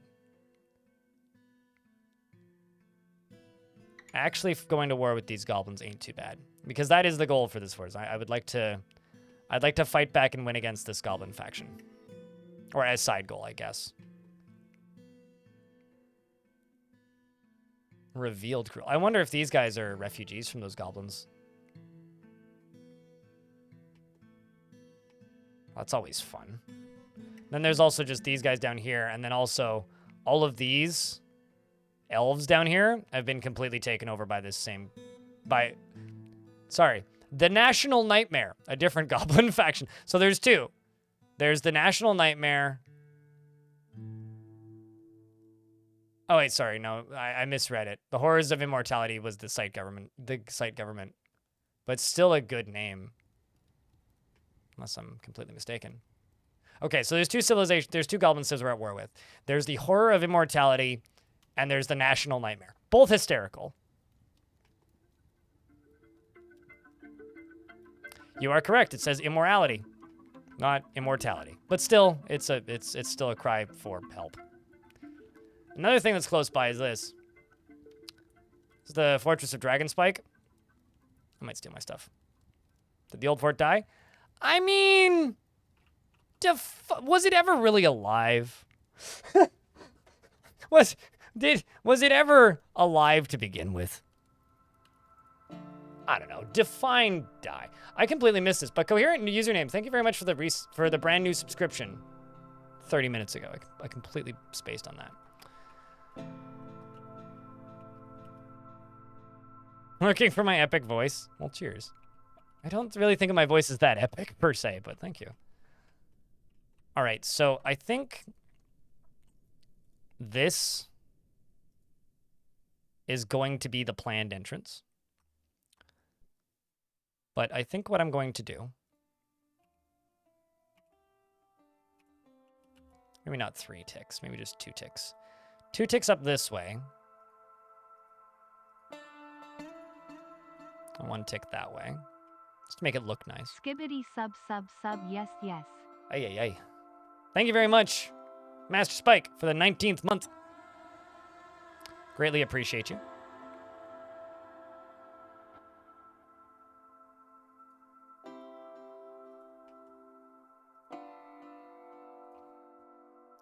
I think that probably be some sort of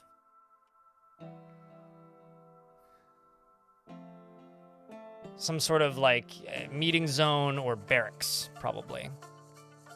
And like I said earlier, something I want to do with this fortress is I want all of the rooms to eventually become 2Z levels high.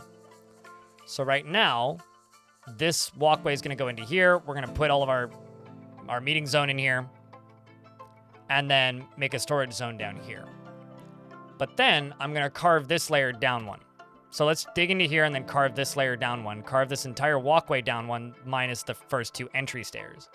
And that's going to be how I build this fort. Everything I want, everything that's heavily trafficked consistently should be 2 levels high.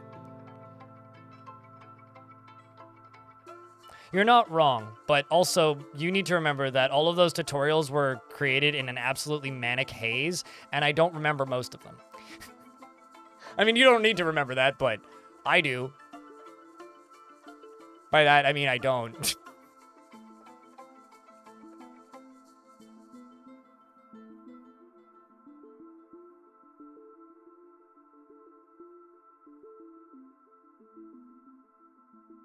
Two Z levels so the elephants can fit. I like that logic.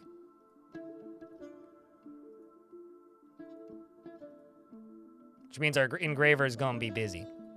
Although I'm not going to engrave these 2.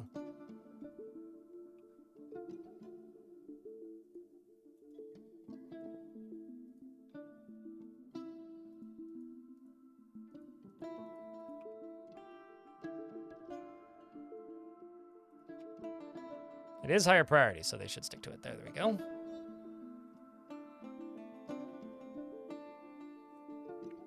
For aesthetics and wealth value. I mean, this is aiming to be a mountain home, right? So because it's aiming to be a mountain home, it's got to be high value.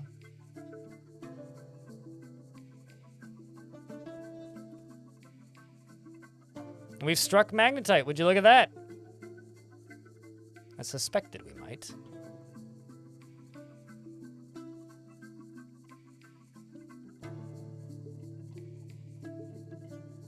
Curious how far that goes, or if it's just a small patch. It's just a small patch, okay.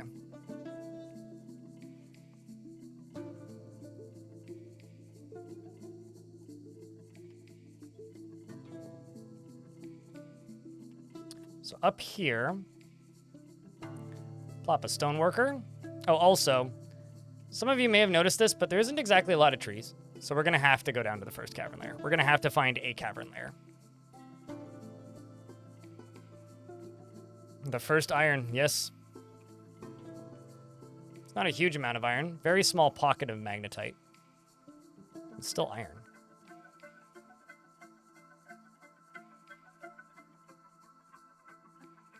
Sorry, crowd strike the what now? Why are we crowd striking Earth?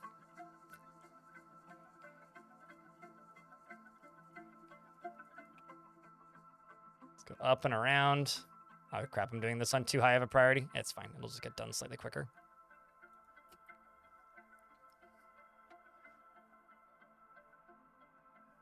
One of the walls needed an engraving job. Yeah, I see. Don't worry. I will click and drag once the smoothing is done. He's got plenty still to go. And this right here is going to make us a rock door. And a rock door. And I'm also going to make a statue. And a statue. But I think that these statues should be specifically of our 2 gods. Because I think that would be a fun way to start this. So it's the dead communion, which is Ugath. I'll just screenshot this so I can see it. Ugath on Maguth Nethgun. 4 to 5 Z levels that had a large stone columns and a floor to ceiling, and then an upper level balconies around the upper level. Ooh. Do the elephants have something to eat? Nope. Well, actually, I think they do, but it will never regrow. Also, magma crabs. Fun! Doesn't feel anything while in conflict. I beg your pardon?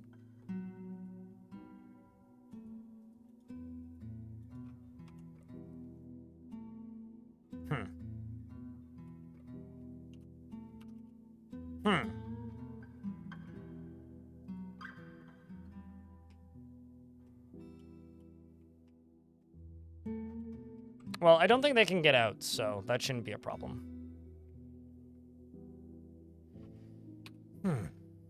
Yeah, Diamond is correct. You can, in fact, post images to the Discord to show off forts that you've built.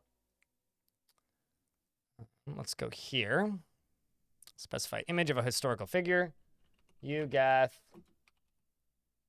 So this deity takes the form of a skeletal female dwarf and is associated with deformity, disease, blight, and death. And some legends even say she was recently summoned back to the earth, known as the Strangler. Anyways, then we need a second one, which is the other god. So not you, not you, you. Inod, M-I-S-H. That one's easier to remember.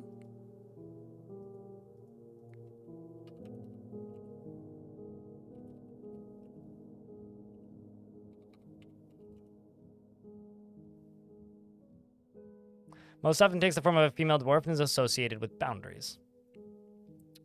So that should be both of those. Let's just make them both out of dacite.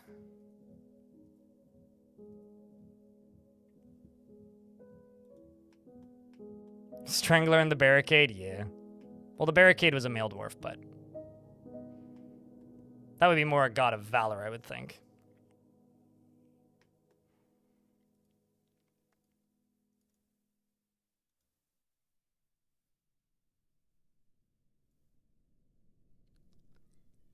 Really likes making images of bats.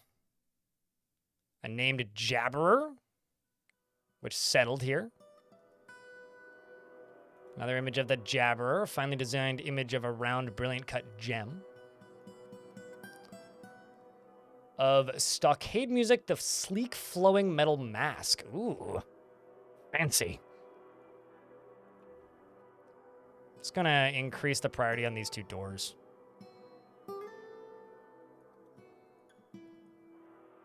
Just so I can get those doors placed here.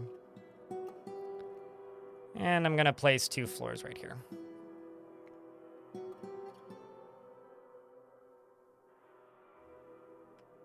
Like a bit of a bummer at a party.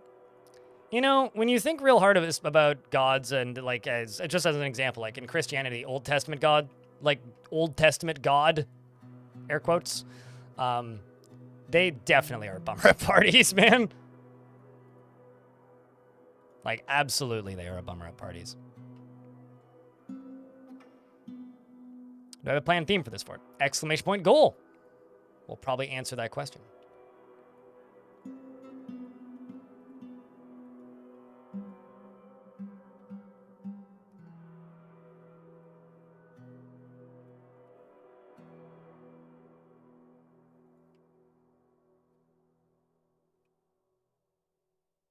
All right, since I'm going to have to mine through that, I think this might actually end up being constructed blocks. So instead, I will just simply do this outside area.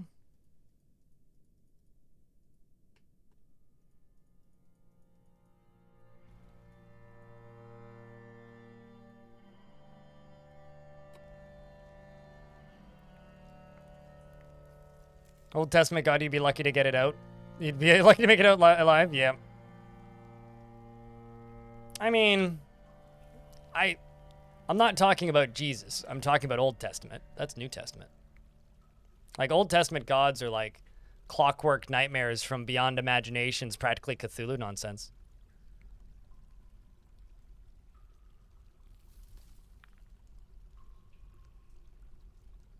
Still a bit of a dickhead. Oh, yeah, no, definitely. God's, of course, a bit of a dickhead. Anything created by people is obviously mean and conniving. All right, let's check on the elephants. We got peregrine falcons, tricell peregrines. Yeah, so 2 years old, not hungry. You know, I really wish I could just give them nicknames, because I don't think I can I? I think I have to give them a custom species. Let's test. Yeah, no, see, like, they don't stick. They themselves have to be named. So I'm just going to call them First Elephant. Or maybe Royal Elephant?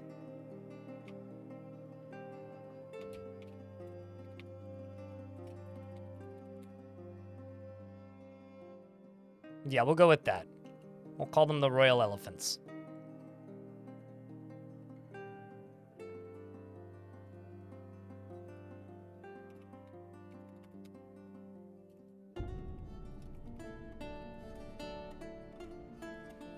Name them after the gods? Oh man, that's a good idea. But until they get, like, pet owner names, their names won't show up. But that's not a bad idea. It could be the pink elephants. Okay, so just checking. So there is dense hair grass, right? So there is stuff for them to eat on the surface. Also lots of pebbles. But there is stuff for them to eat, but they can only eat it once because it won't grow back on mountains.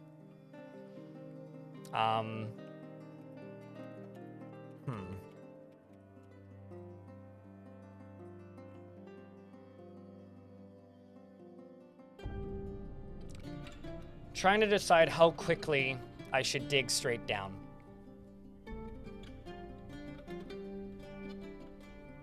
It's like way too difficult a decision for me right now for some reason. Should just dig down, shouldn't I? Make this a meeting zone and then just dig down? While they're digging, get this making blocks.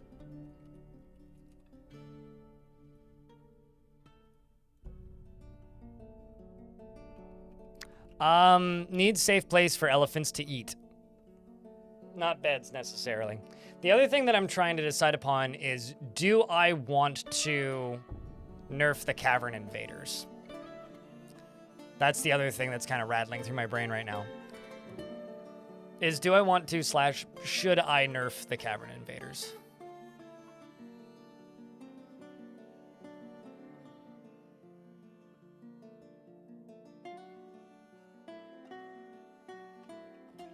You did it right. Anybody but the expedition leader is nameable. That doesn't already have a name. So Manom, Erush, or Udil are the available dwarves.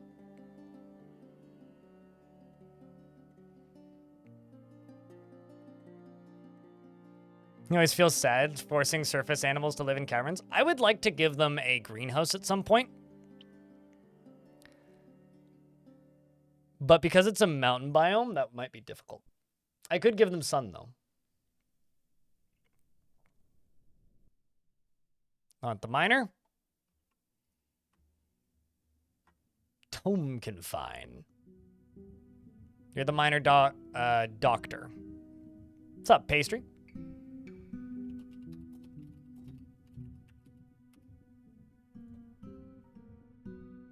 This particular dwarf does have 2 kindred spirits and 2 close friends from the initial group. Getting along well with them. Doesn't really like the snowstorms, though.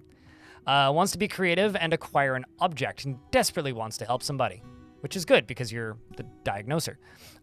Never feels discouraged and does not enjoy participating in physical confrontations. Works to square this natural tendency with her respect of martial prowess. Strongly prefers discussions and ideas of abstract concepts over handling specific practical issues. She is often cheerful and finds helping others to be emotionally rewarding. Is assertive and has little interest in joking around. I feel bad making them stand in the rain. They're supposed to do that, though. The snow, however, is I feel worse about that. She has a tendency to go it alone without considering the advice of others. She has a greedy streak, and she is moved by art and natural beauty, and she is troubled by this as she dislikes the natural world.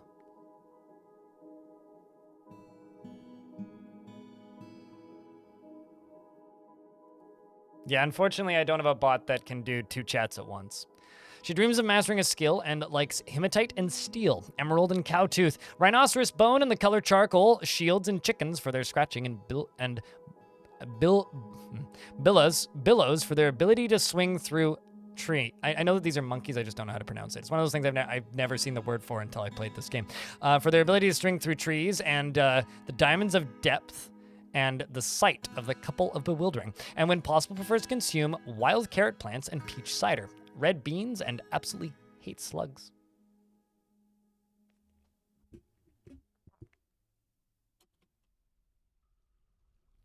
This particular dwarf is a member of the Lined Coven, the god of boundaries, worships Einod, of course, and is a talented miner. You know, I'm thinking we should just make this a temple. Maybe a split temple.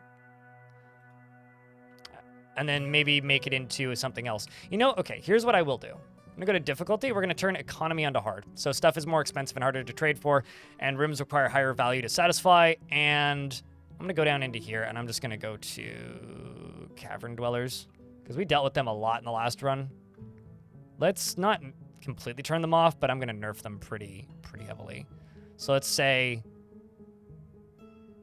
5, let's say 3 and 12. So there won't be nothing. There definitely will be cavern dwellers, but it's gonna be a lot less.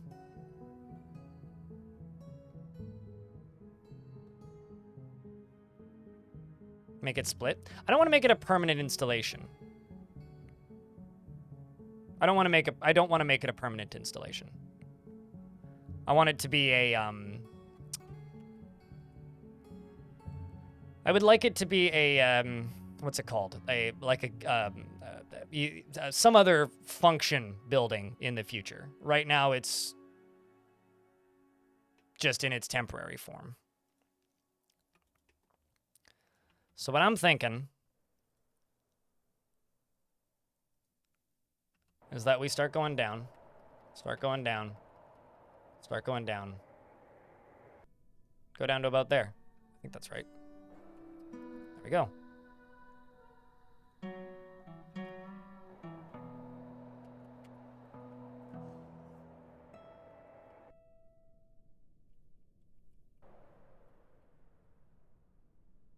Make it on the surface out of ice. I don't want them standing in the snowstorms. Like, that's worse.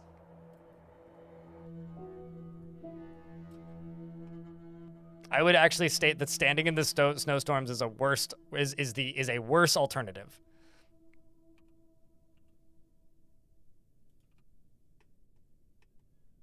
Like this dwarf right now, who should move inside ASAP.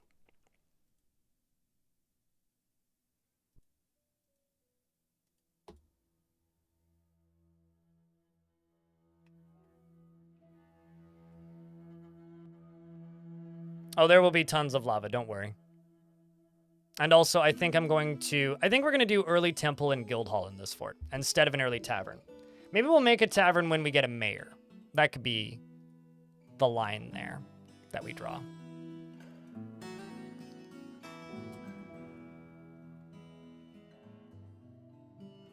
And also, let's check on the elephants. Not hungry yet, sweet, we're doing okay.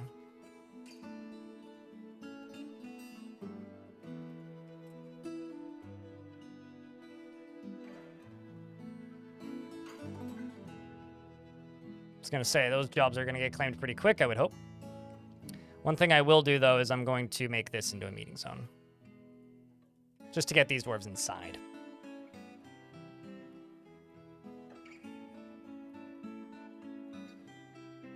What's that? Oh, right, yeah. I was like, what live stream link are you linking? Is that mine or somebody? I really wish that YouTube links were more consistent. It would make embedding them so much easier.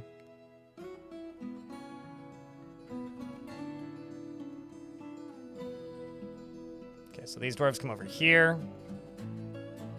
and over here.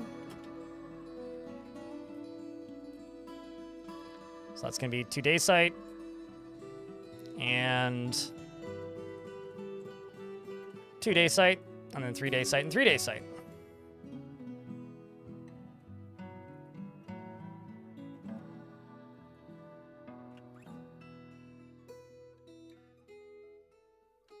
They should include the channel name. I mean, they got the power. Oh, geez. No, those are walls. I wanted those to be floors.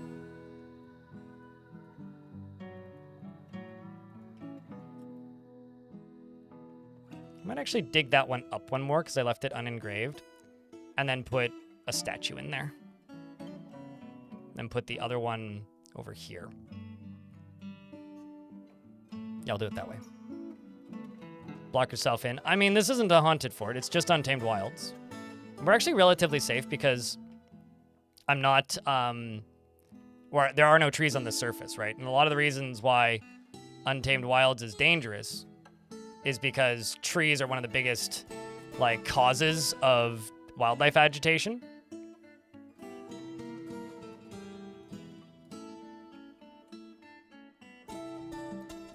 He'd block the elephants out. Yeah, and then we must protect the elephants at all costs. I'm not sure what everybody's doing. Probably eating.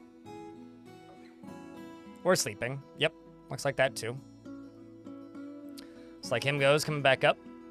Keep working on things.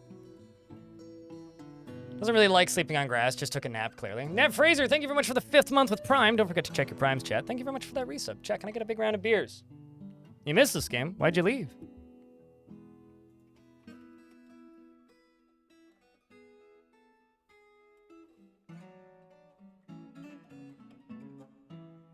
All right. Also, investments are open for those of you who care in the Twitch chat.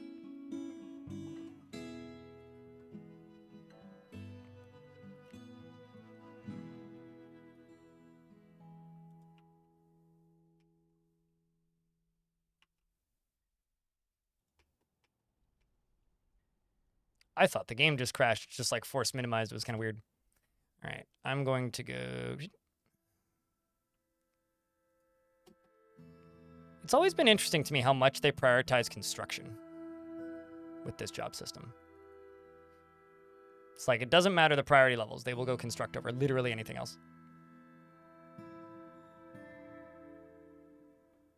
It's almost like if you just look at what other people are doing, Nox, like you wouldn't have to curse or get upset. You just look. Very simple. Read before cursing. Would get a lot of people a lot of places in life.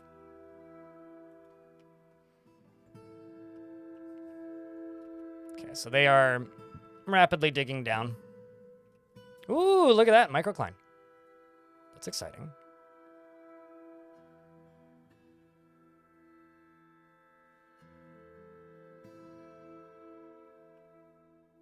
Ah, well, it is a sign of immaturity then.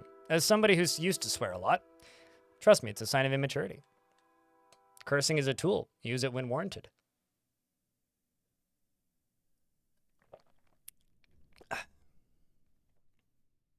I curse a lot when I'm drunk and around friends. In public spaces, though, I'm quite concise and polite. So did Dwarf hit bottom? Dwarf did, in fact, hit bottom. I'm gonna go 1, 2, 3, 4 more layers deeper.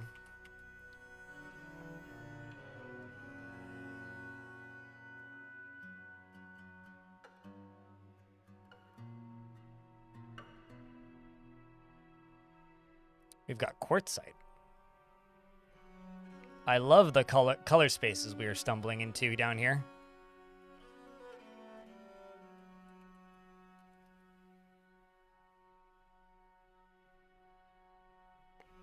I'm really curious about which one we discover first, though. Ah, hematite.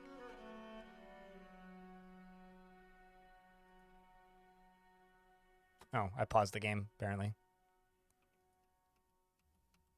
Muscle response.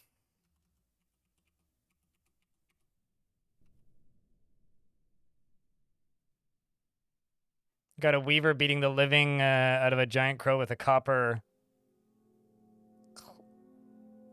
What, sorry, with a copper figurine. Well, there you go. Someone's got that lovely miscellaneous object combat skill.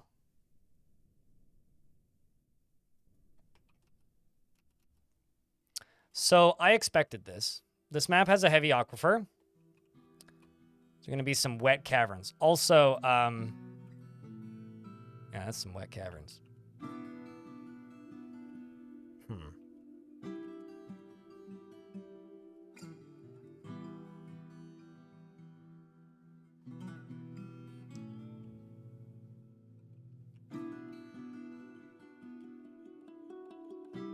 It's a lot of cool colors. Got microcline, quartzite, obviously the obsidian, just a normal ass olm.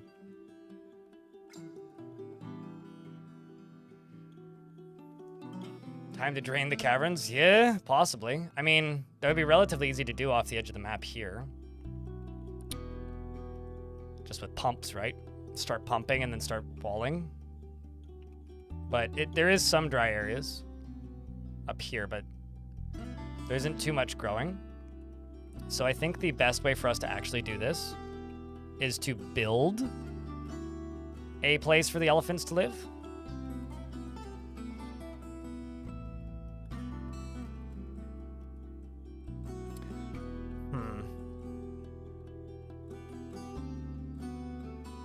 I think I might just build stairs down to right here. Because I can do that, because this stairwell goes up to here, right? So I could just do this. To right there. Construct stairs from here down to here, and all the way up. Build walls around, and then just use a little area in here as a well. And then from there, what I think we're going to do is build a space for my elephants.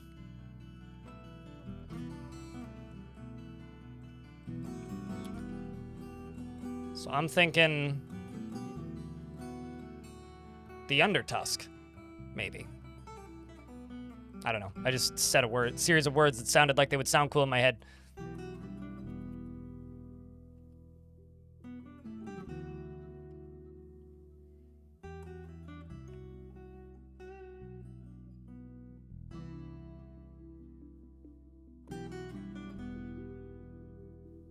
It's like natural glass in some regions. Yeah, mica's a cool looking little rock.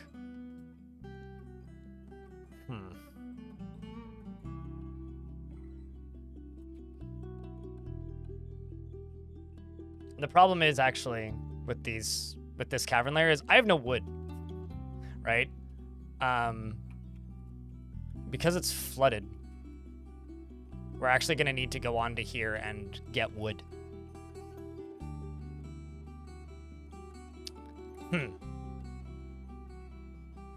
It's a little annoying. Actually, no, the easier way to seal this off would be to cave in up here, which wouldn't be too difficult to do. Probably even make it enough Z levels high. Cave in across here. Again, wouldn't be that difficult to do. And cave in across there. Cave in project? Anybody? And then that would give us this region completely separated from everything. And we can pump it out.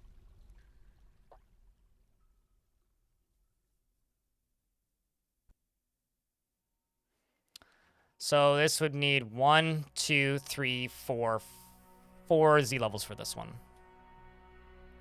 So just for marker's sake. Okay, so 1, 2, 3, 4, 5 Z levels, we'll just say.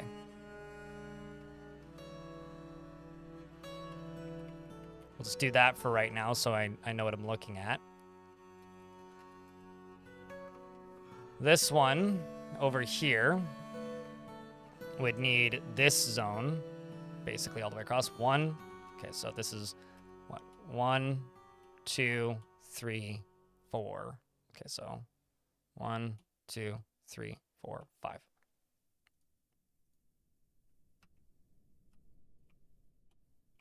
Because it needs to go 5 up, because I have to channel out the entirety of the bottom, right? Well, actually, no, I don't. It's just more dangerous if I do it that way.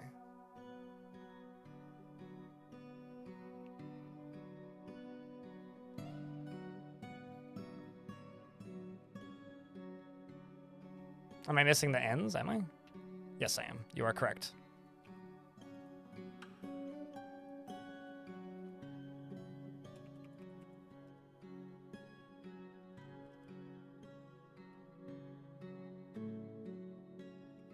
These long ones always throw me off.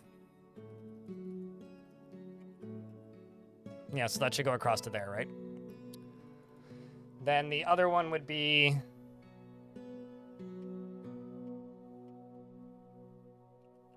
this lower area right here.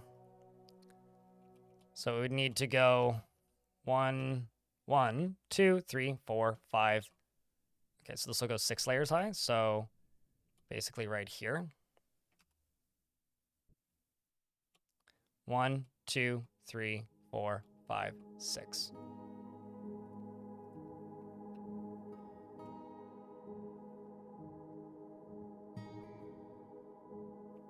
It's very dwarfy, yeah. So I've got the construction cave-in stuff completed. That's what I'm going to be doing, yes, potpourri. That is absolutely what we're going to be doing. Because if I'm not mistaken, my elephants aren't hungry yet. And I can give them a bigger zone for right now.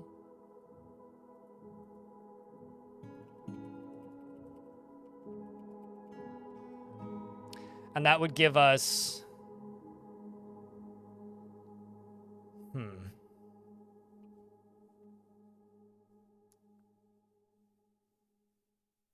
Just trying to think what we can do with that area down there. It would give me an area... Because once the controlled cave-ins are done, right?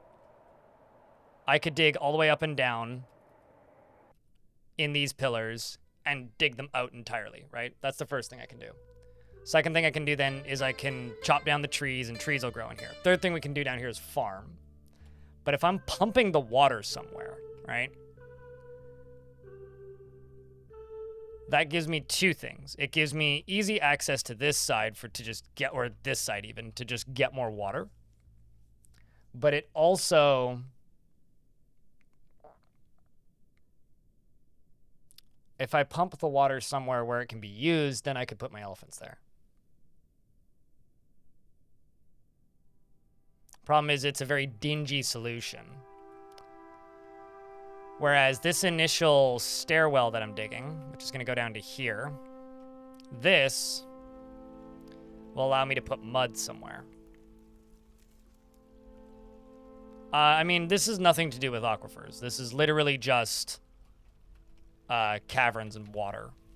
Aquifers, I mean, there is a heavy aquifer on this map, but because it's a volcano map, it's not on the tile with the volcano, so the heavy aquifer is around here somewhere. So we will be using the heavy aquifers for stuff in this fort. No. If it wasn't from a failed artifact, unlikely but possible is what I would say. I'm just going to make this into a no specific deity temple right now. The lauded rapidity. Okay. And I'm going to make the other side of this into a meeting zone as well. And this meeting zone is going to be a guild hall.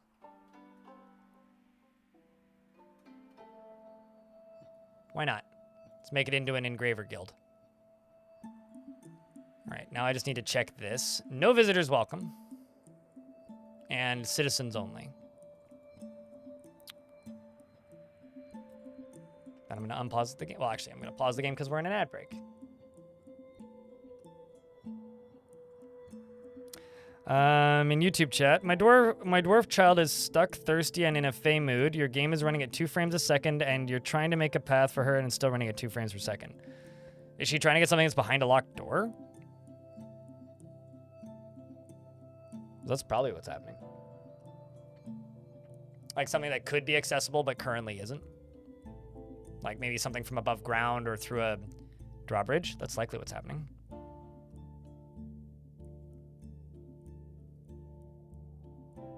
I've never had somebody get over being haggard, but I've heard it's possible. It's one of those things where it's like, is it possible? I shrug? I don't know. Is it? You tell me. But I don't know. I know that if they've made an artifact, it's impossible for them to be permanently haggard. They will always snap out of it when they get hungry. Which I think is really cool, actually. One of my favorite features of artifacts, actually.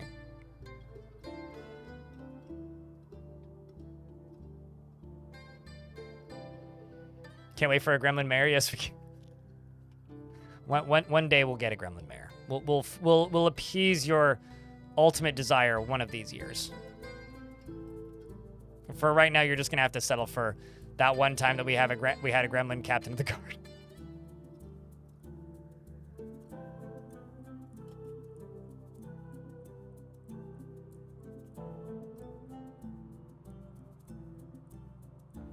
Okay, let's just deconstruct this for right now because that's plenty. Actually, before I deconstruct this, let's just make a throne and a table and a throne and, of course, a table. I'm going to go into statues and make those 2 statues. I'm going to follow our expedition leader. You mean ban on mechanism exports? Okay, so I'm gonna call the expedition leader the elephant tender. Unless you guys have a better name. And they're going to be the first named character in this fortress.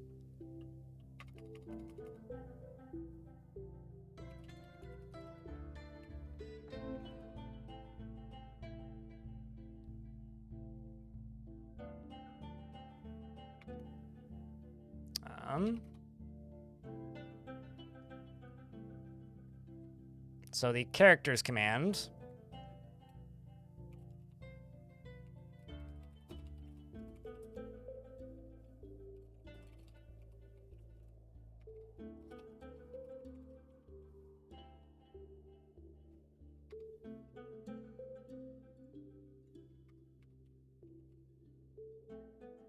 and there we go.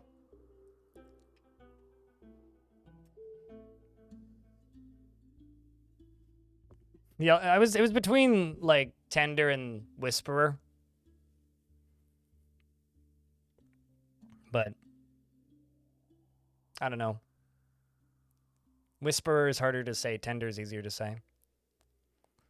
I mean, that would be a great ban because I can't export levers. It would be more like a ban on lever deconstruction.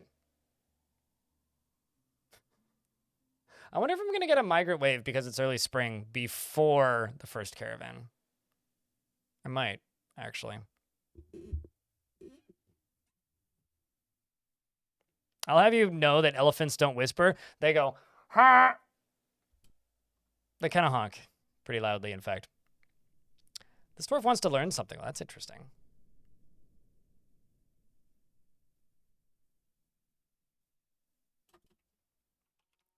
Let's check on the elephants. Speaking of the elephants. Think of the elephants! Still not hungry. But they are. This one is 3. Are they both 3? Oh, wow. This one's 5. Shit. The lady is older.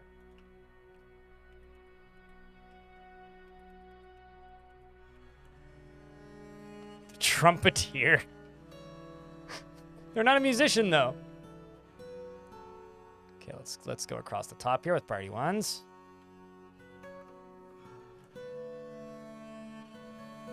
as there is digging down.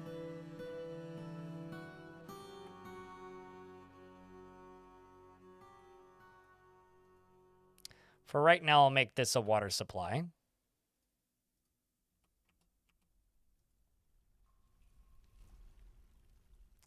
Only takes 8 blocks. I'll have plenty of day sight.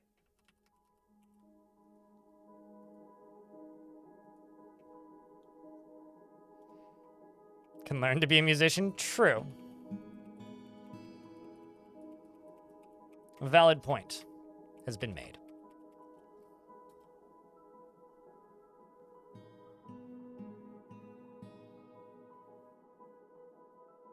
You know, also something else that's going to happen with these with this cave-in project is because I'm caving it in on a liquid, when it actually drops, if I make it 1 layer higher than it currently is, I'll end up with little water pockets. So I might actually just intentionally make them slightly higher than they need to be.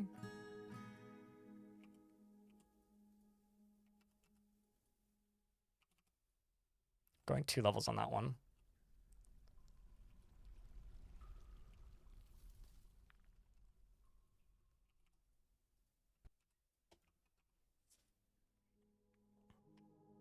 Trunk lovers? Are you saying that this fortress is going to be very truncated?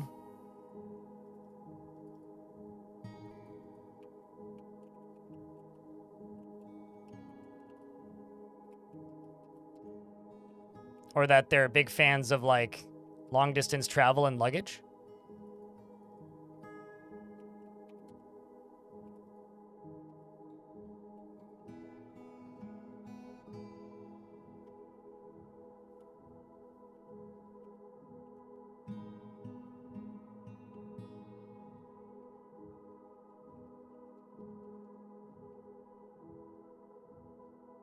All right.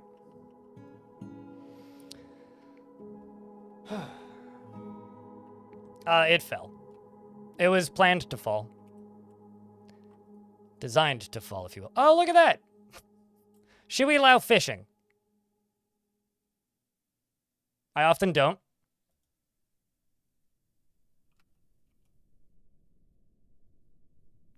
And also, we've had our first engraved masterpiece. Oh, there it is. Superiorly designed image of Moppy Tar Controls the Mulmarian by a darkened dawn. Moppy is laboring. The artwork relates to the settling of the Mulmarian Moppy in the beloved frost.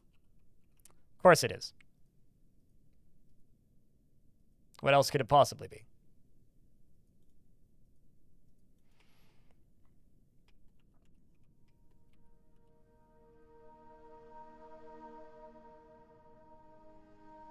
And we'll work on that later.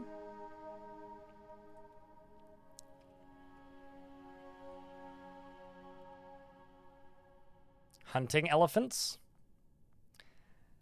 I have a question. It's more of a question statement. Elephants need to graze, yes? A hunting elephant will not leave its grazing pasture. Yes? Or am I wrong?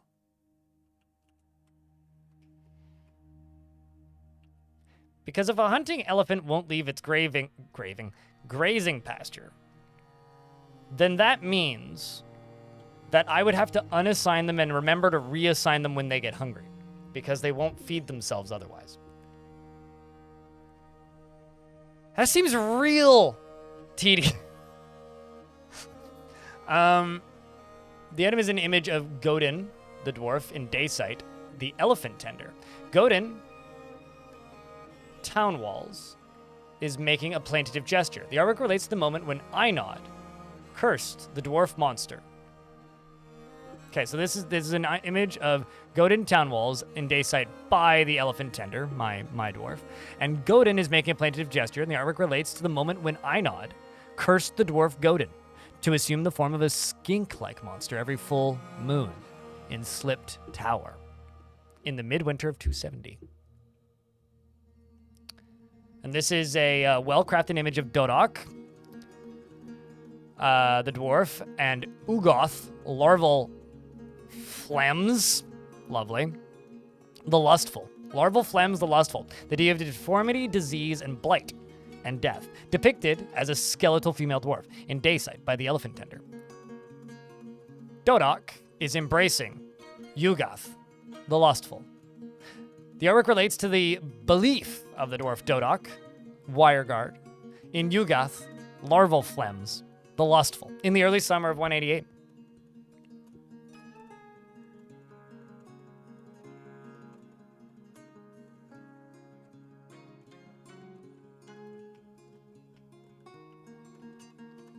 The hunter, if it's assigned to hunting, if it's an assigned hunting animal, the hunter will feed it. Really? Oh, I didn't know that. Huh. I could maybe look into that, but like Untamed Wilds would actually make that quite a dangerous job for both the elephant and the dwarf. But I could look into that. But I just learned something. I didn't know they did that. Well, I knew that they fed them, but it just didn't occur to me that they would be counted as a pet. Let's make blocks. Okay, so let's double check the elephant status. Pray to Einod. Meditate on boundaries. Okay, so they're doing fine right now. None of them are getting hungry, which is good.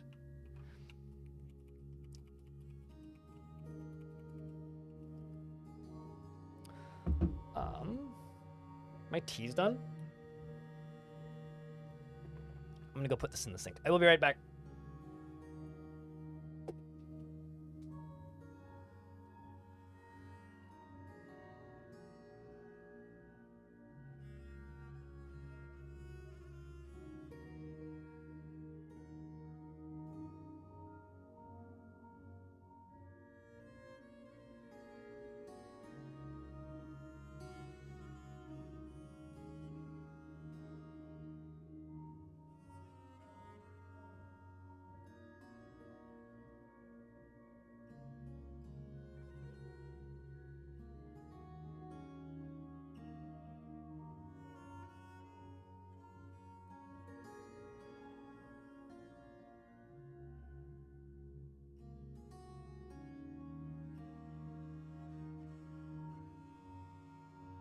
All right. I returneth. I don't know what that means, UDK. They're gonna have to translate to idiot here.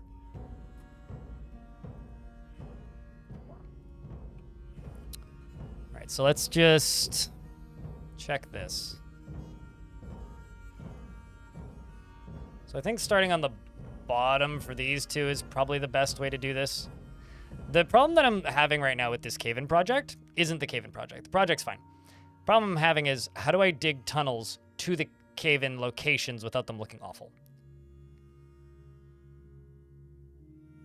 Because I'm going to need a staircase going all the way up for each of them. You know, why don't we start it up here?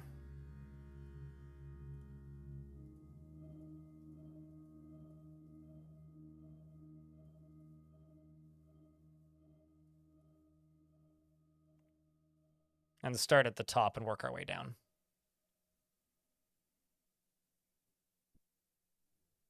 Oh, you're thinking of stupid elephant-related cult names. What is with the internet and cults? I mean, they're fun. I get it, but...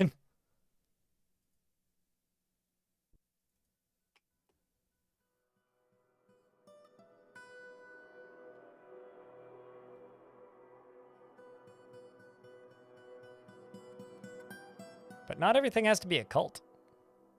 Okay, this one needs 2 levels up.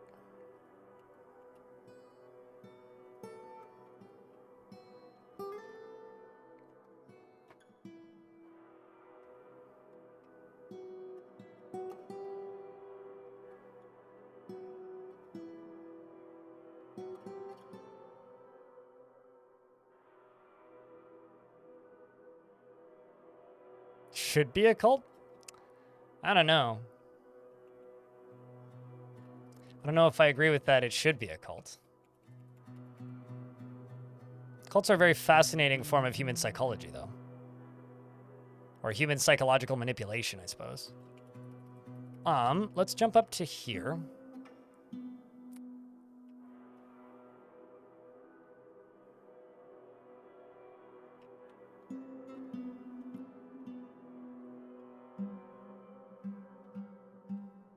I mean, I find horror movies fascinating, so it's like a morbid fascination is probably the best way to put it.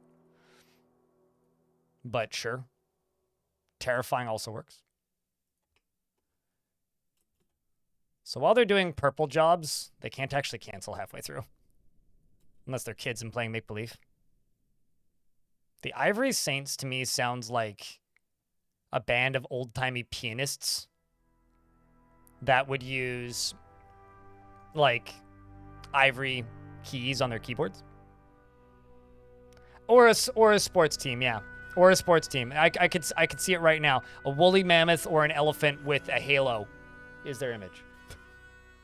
That's the logo. That's it. Ship it. So I don't think I have any dirt layers, do I? So if I want dirt, I have to go over to here. So I could go over to this sandy clay loam and farm the elephants on the sandy clay loam, because we'll get...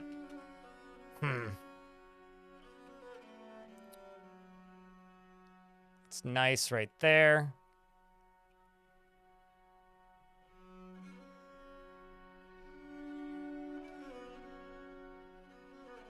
What, a sports team?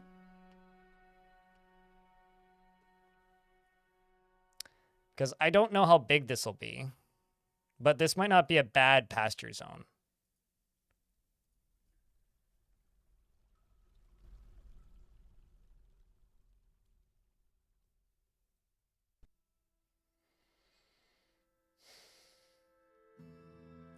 Because I'm Canadian, my brain is just going to hockey teams, so I'm just imagining like a walrus, like Ilmirin just said here, with a halo and a hockey stick, wearing a hockey jersey.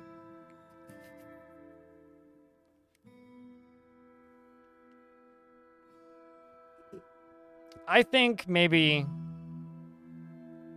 the Bloody Tusks is the name of a squad here. I'm just going to make another squad that nobody's assigned to, and this one can be the where is it? The Ivory. No, that's not a word.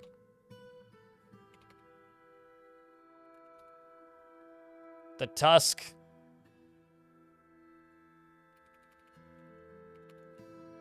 Priests. The Tusk surprise! The Tusks of Boots. The Priest Tusk. It's about as close as I can get. Because I can't do ivory, apparently. Wait, no I can. Okay, so then the Ivory Tusk is also pretty good. So the Ivory... Priest. Maybe that can be a wrestling squad or something. Just a big guy in a mammoth suit. I mean, it works.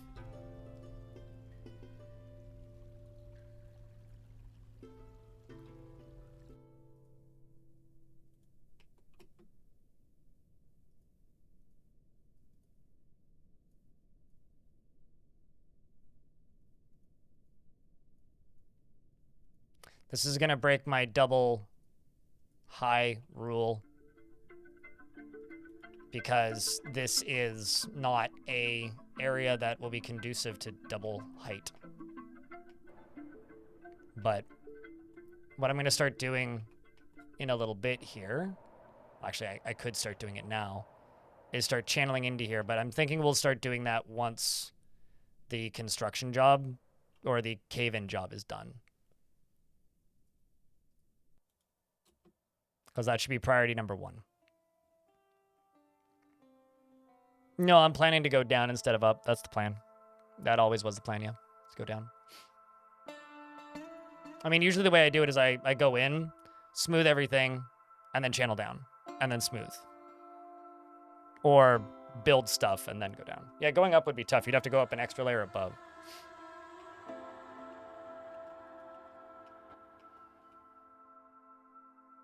So when they get up to here... What's on the map?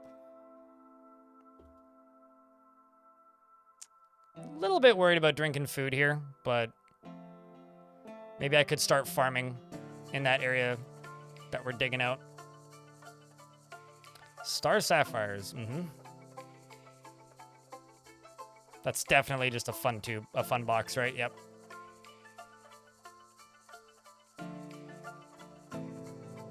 You know, I only just realized I didn't check the depth of this. I was like, uh-oh, if this is actually really deep, Get those plump helmets growing. Yeah, just like my tomatoes, yeah.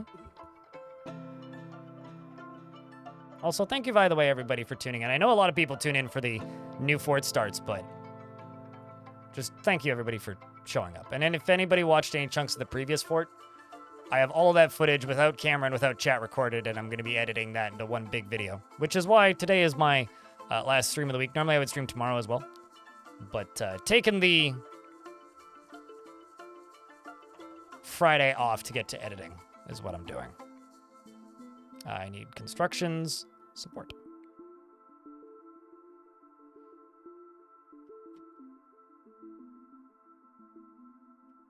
So what I think I'm going to do is channel down around, with the exception of a corner.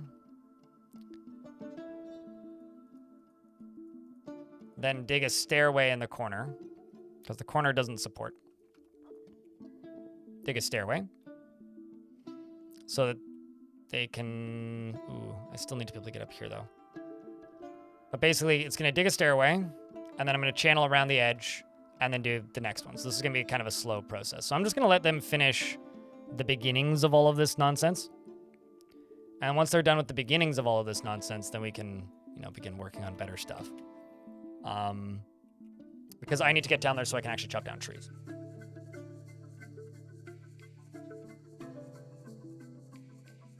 I have a headcanon of what the closest approximation for plump helmets would be.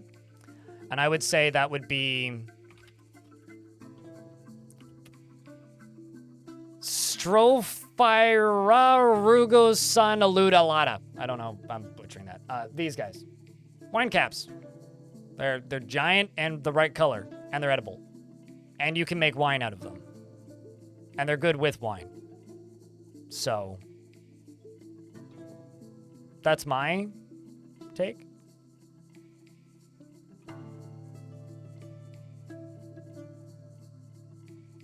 Why would there be something messed with specifying images for statues? Have you had a weird effect?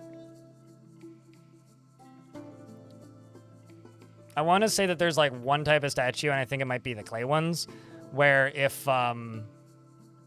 you try and specify an image, if you don't do it in the workshop specifically, it doesn't have the right image on it. That's the only thing I can think of, but outside of that, I don't know really what you're referring to, so then I'll have to put one here and one there. Wait, no, I'm supposed to go one further back, aren't I?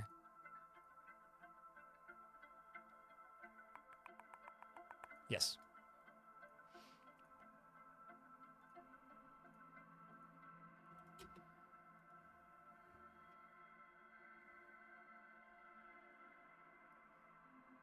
What material are you trying to modify, Bone? Because if I would try doing it directly through, I would try and do it directly through the workshop, like one at a time. See if it works there.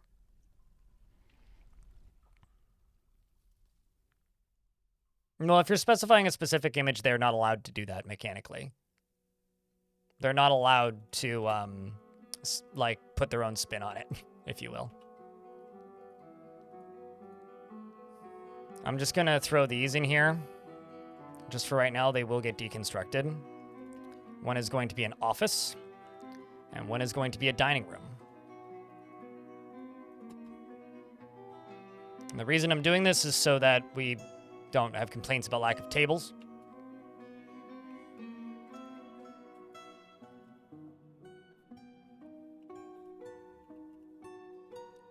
Currently, where are we at in the digging front? Yeah, ways to go.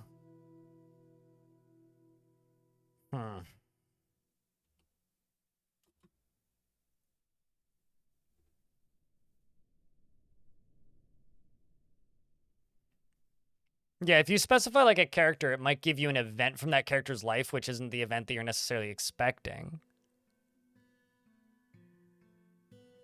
Did not work at one time. Weird. It might be a deity-specific thing. I would say try doing it directly one at a time through the forge that you're trying to make it in. And if that works, then put it on repeat. But it might just be the deity. What you could also do is specify a specific image.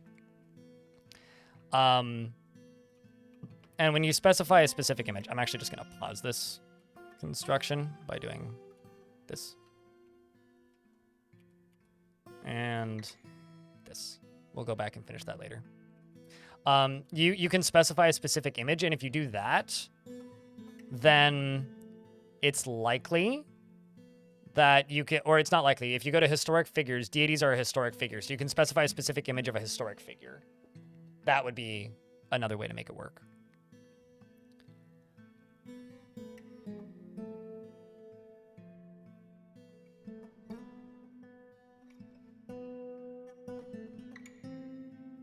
I like how in this fort we have the designation to make a statue of a god, but make one of their believers. Yeah, totally. I mean, I'm okay with them making one of their believers because it's an image about the god. It's just not specifically an image of the god, if that makes any sense. Means wrinkly ringed stratosphere.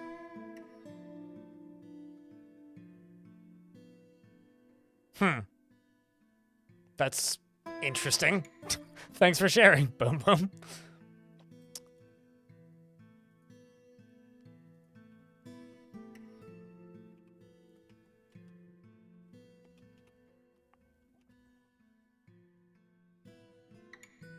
Okay, well, this dwarf down here is just carving ramps. We'll follow them.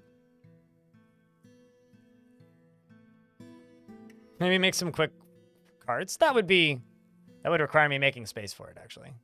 But that would be smart. I'm trying to think what I could do with this pink area in the future. There's a bunch of iron ore down here. Maybe make it into a prison. Are you ever not in time? Heavy risk? I need an area that I want to designate as a stockpile first, just because it's only untamed wilds, right? There's no trees on the surface, so I'm not really doing anything to agitate the untamed wilds. So we are relatively safe here right now. I think maybe we could put a little stockpile here in the corner. Just a little everything stockpile, you know? Just so we can get rid of that and wait for grass to start growing up here. I think I know I'm going to put a seed stockpile in here. But, you know.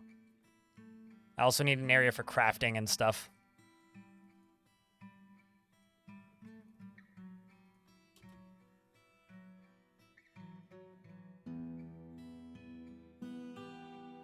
Seems correct.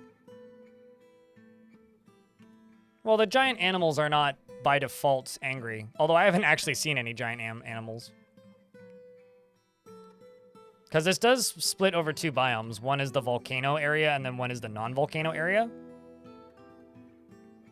And the non-volcano area, if I recall correctly, is wilderness. Like, it's a mix of wilderness and untamed wilds, but I'm not too concerned. I think we'll be fine.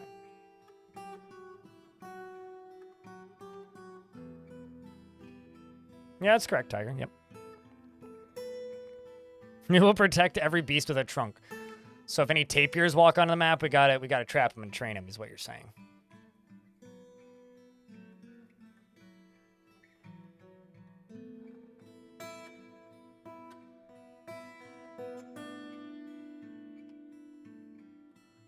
This has you honking. Mm-hmm.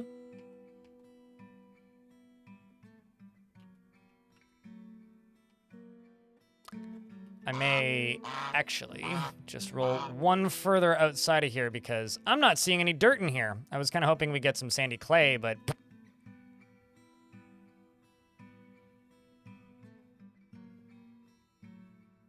I don't get the joke, Elmiran. And, fuck NDA. Or Funk NDA. Thank you very much for the 10th month. Welcome back with Prime. Check, can I get a round of beers for the brand new Prime subscription? Well, not brand new, but continued Prime subscription. Don't forget to check your Primes. Appreciate you guys.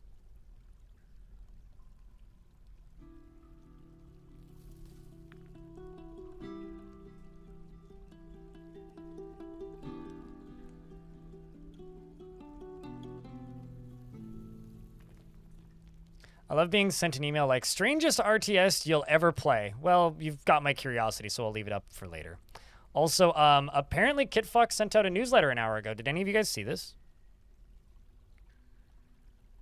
This is, we are back to the new seasonal update video from Tarn for summer 2024, which we are now calling Tarn Time.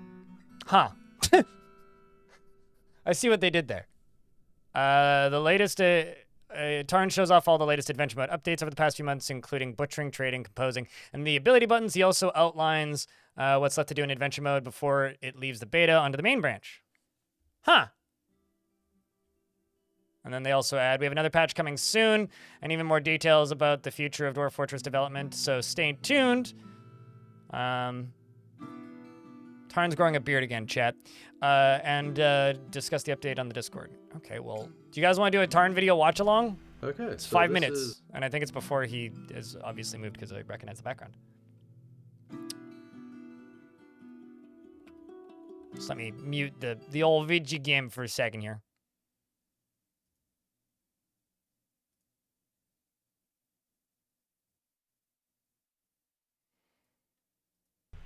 Okay, so this is a How's volume? another one of our sort of seasonal update videos. So it's summer 2024. And what's been going on? So we released Adventure Mode as a beta on April 17th.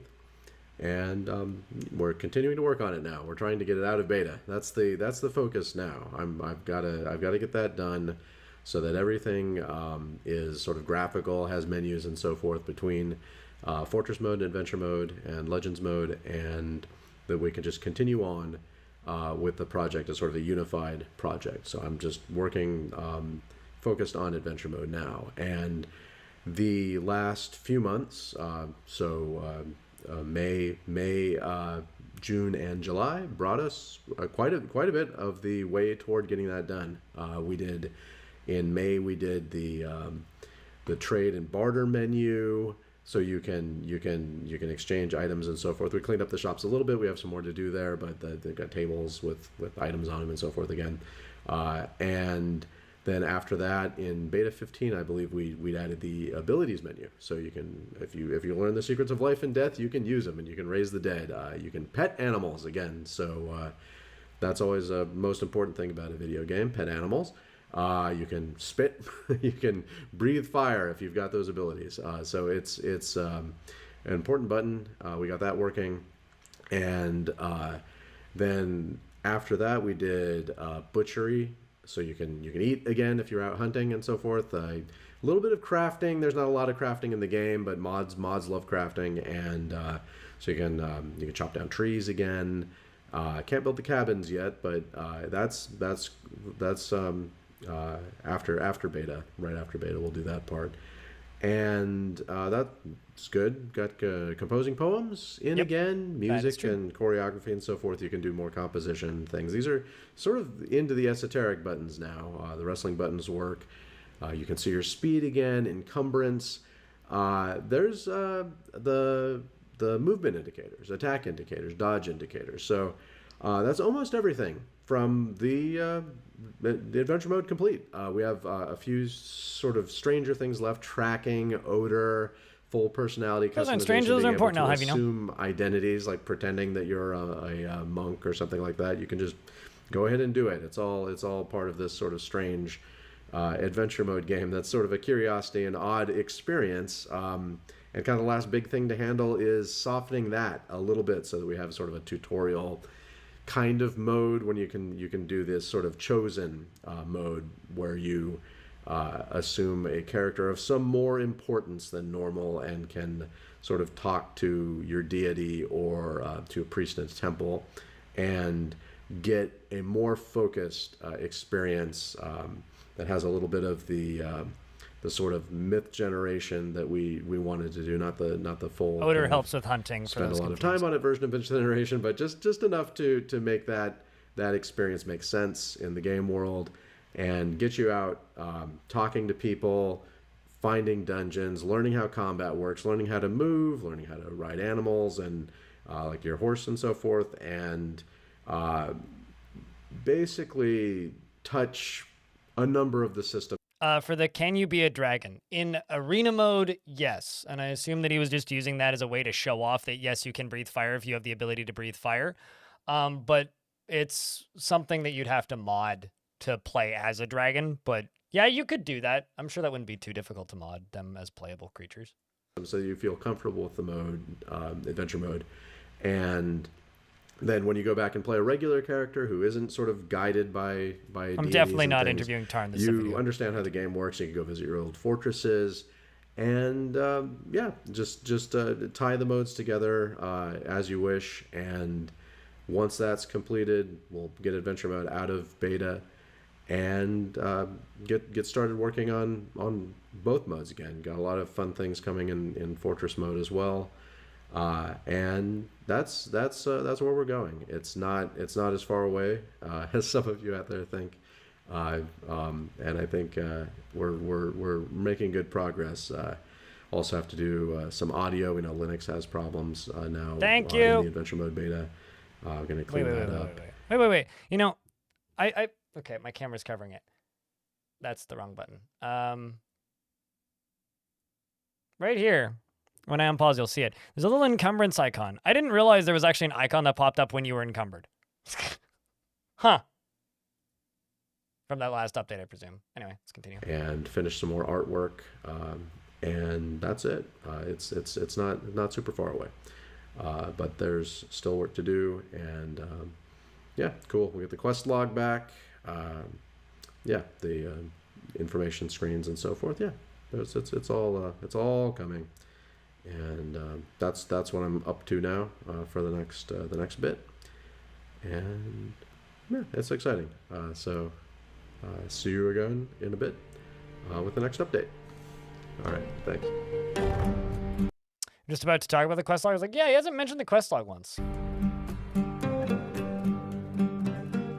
Sorry, that song fucking slaps. Interesting.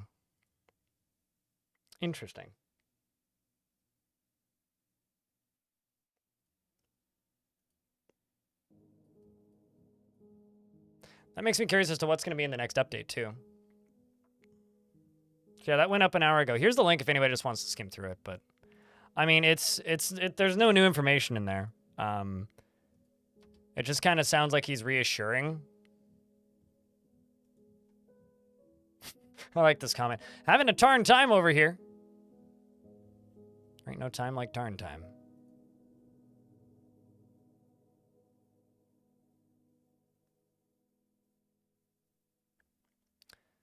I, on one hand, feel really bad for those people who just keep saying, still waiting for Mac support. But at the same time, I don't, because, like, you can make it run on Mac. It's not impossible.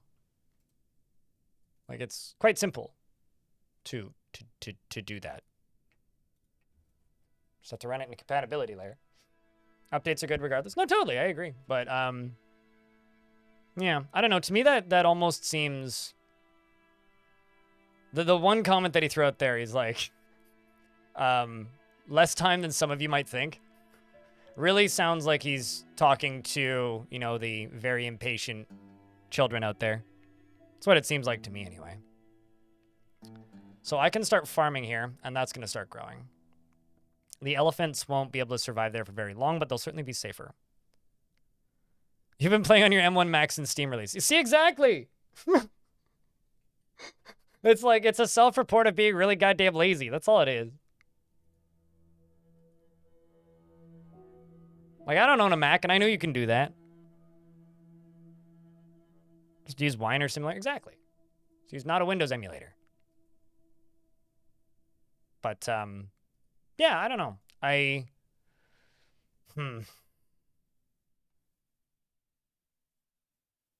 Yeah, I don't know. I can make it work on Linux, and as he says, it crashes a lot. And so if I can make it work on Linux, I'm sure you can make it work on Mac. By that, I specifically mean adventure mode. Fortress mode runs just fine. Oh, that's not what I wanted. That's what I wanted.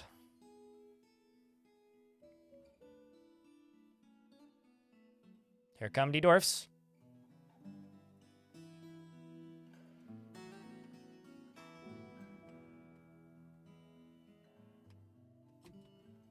And I'm going to make a very little stockpile right here, Leo. This is literally just going to be for underground crop seeds. So seeds, it'll be for plumps. It'll be for cave wheat, sweet pods, and pigtails.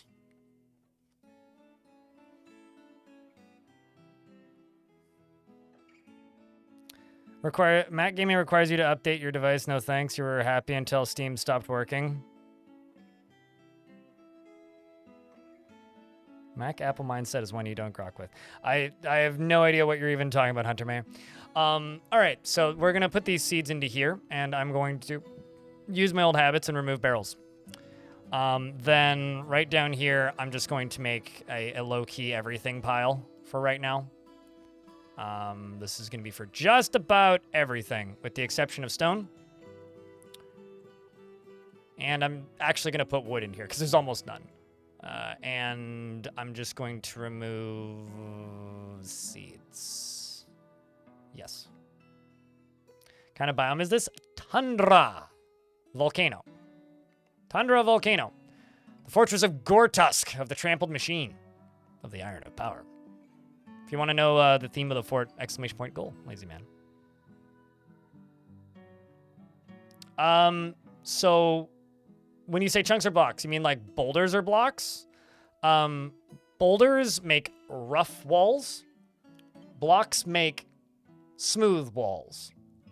Rough walls cannot be smoothed if made out of boulders. Rough walls are easier to climb, which is something you'd only know if you played Adventure Mode a lot. Also that, and you get more per block. So it's more efficient and better for defense. And I think they, are just better. Should probably give it a little bit of extra space here.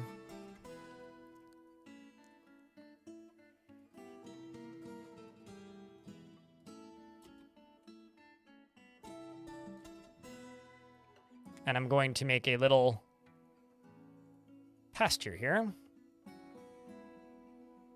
Oh, that's a meeting hall. I'm going to make a pasture here without that tiny corner bit. And this is going to be for my 2 elephants. We'll leave the other 2 outside. Were elephants added to the embark? Elephants were an option for embarkable animals, so we brought elephants with. Because this faction has them domesticated.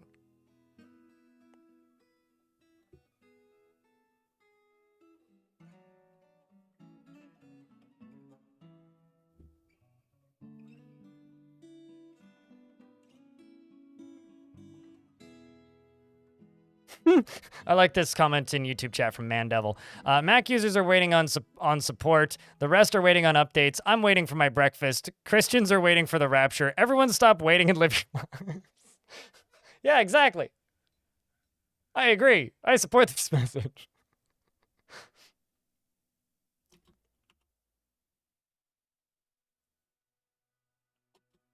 George R. R. Martin is waiting for his fans to forget that he was an author to begin with, so he can just go direct movies or some shit. Or live on his yacht. Probably mostly the latter, actually.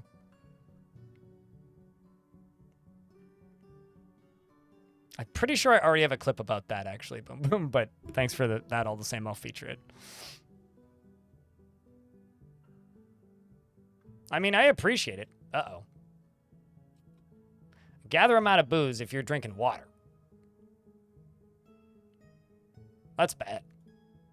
It says I have drink left. That or it must all be getting hauled at this exact second. Which is actually very likely. Plant barrel, tunnel tube. Okay, so I'm going to go right here. I'm going to build. Farming. Zoop. Baby elephants are getting brought over.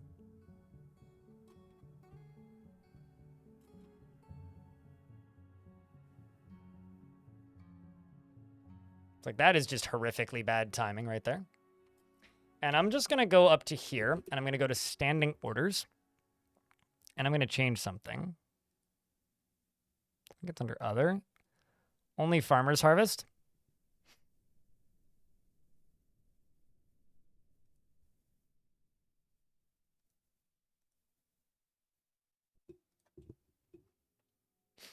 And we're going to go with that.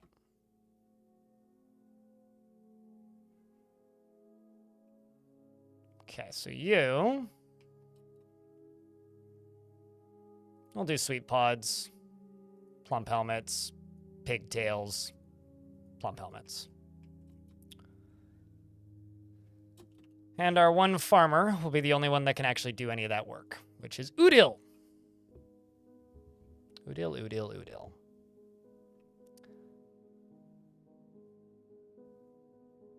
The end is nigh. We got like half of it left. We started with 40.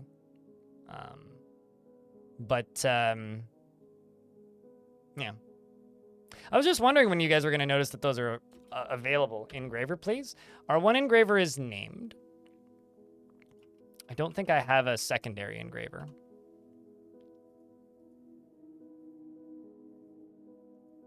Yeah, I don't have anybody else with engraving skill. So we've got Udil the farmer, and I've got Irish the militia commander, are the two options I have.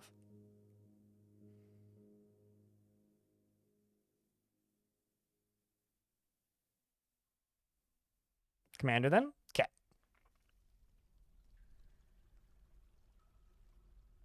Although actually...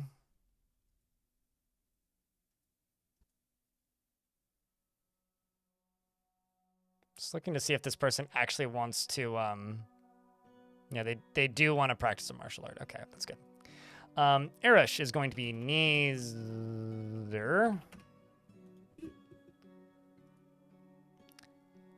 Everything's good, she says. She doesn't seek out excitement and is polite. She has a greedy streak and she likes to keep things practical without delving deeply into the abstract. She's somewhat uncomfortable around those that appear unusual or live differently from herself, and she isn't particularly curious about the world. She is moved by art and natural beauty, and she is troubled by this since she dislikes the natural world.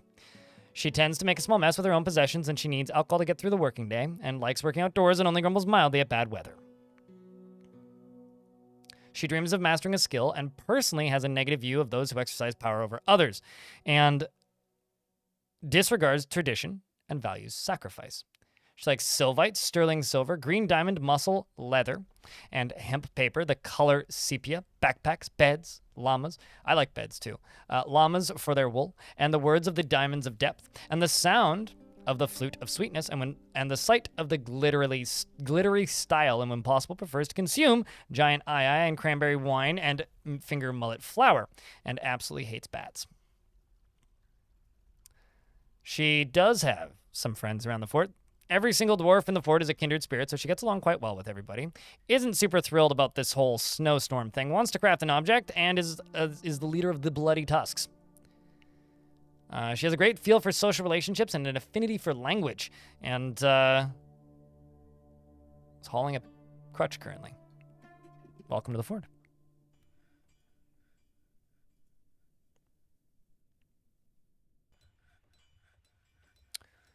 But yeah, I mean, it's hard to tell exactly how much of the good stuff we're running out of. Also, because we didn't start at the designated starting date for this fort, I'm actually kind of curious as to whether or not, or when we're gonna get the first migrants, because sometimes it takes a while if you didn't start at the designated starting date. Okay, so since all this is up here, I'm gonna pause the game and just fly down here to this layer. We're gonna continue this stuff.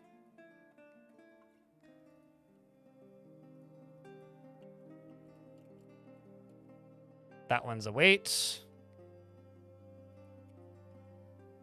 This one we can continue. Oops, nope, just this. All right.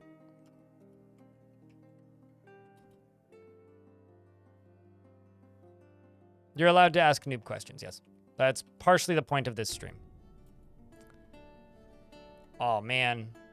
So I just kind of want to dig out a little square here, put a mechanics shop in it, build the lever to drop all this, and then drop everything at once from the mechanics shop from right here. And then rebuild this area into something else later. Maybe just like a quarry crafting zone or something. Because that just looks too cool to not. It's funny. There's one like layer of zoom. It's like there, where everything just like falls out of focus completely. It's kind of funny.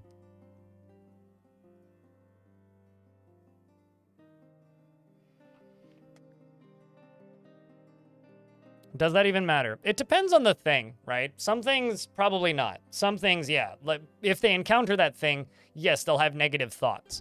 However, if a dwarf doesn't like hamsters, the odds they're going to see a hamster is very unlikely. It's much more likely that they will simply go around drawing pictures of hamsters because they hate hamsters. Or other people will draw pictures of them screaming when they see a hamster and stuff like that.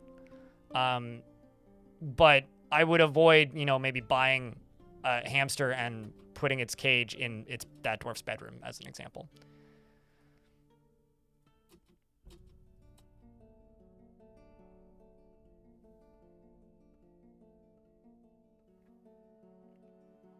That leaves a trail of fire behind. It sounds like it's made of fire.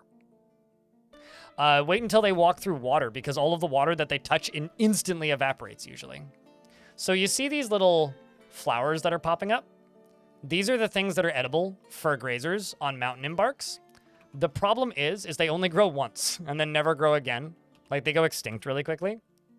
So you'll slowly and inevitably run out of space for them to graze.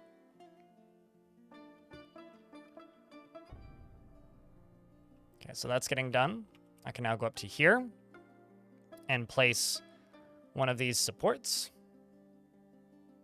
I'll just use a quartzite boulder, it's fine. Let's use something close by. This right here is just going to get a mechanic shop in it for right now.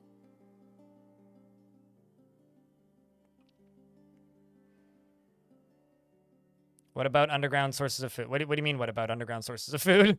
You're going to need to elaborate on that a little bit more. Do you mean farming? Because, yeah, we could farm down there. Or do you mean, like, hunting? Because, well, I mean, then you're combating with the cavern creatures. So I guess it highly depends on what you're, like, implying, I suppose.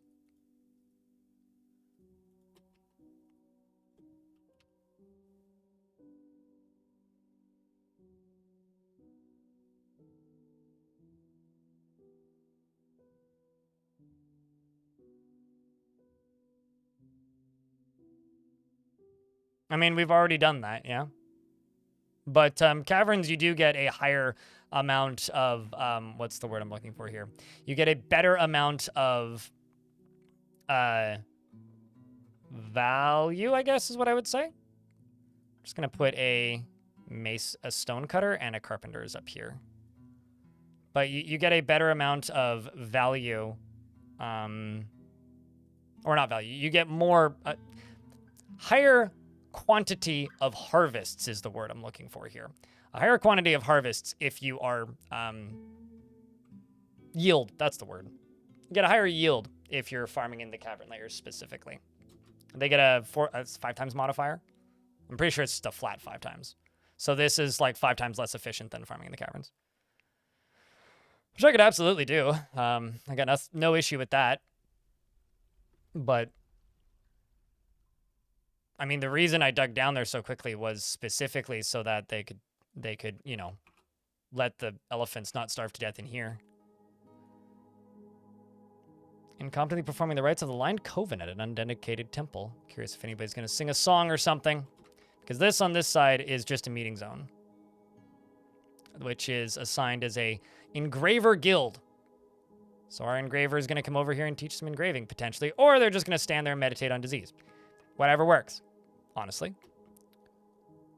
I'm going to assign Napalm as our manager and bookkeeper and broker. I'm also noticing that Napalm is slightly upset. They don't like sleeping on a rough cave floor. So I'm going to go to here. I'm just looking at what's in here still. Yeah, makes sense. Bunch of pigtail stuff. Deconstruct that, and then I'm going to make 3 beds. I'm going to make a little dormitory. Just so that they don't need to, you know, keep sleeping in there. Oh, no, I need a craft store shop. Well, I can do that at a craft store shop later. Also, I'm going to remove bars and blocks from this stockpile.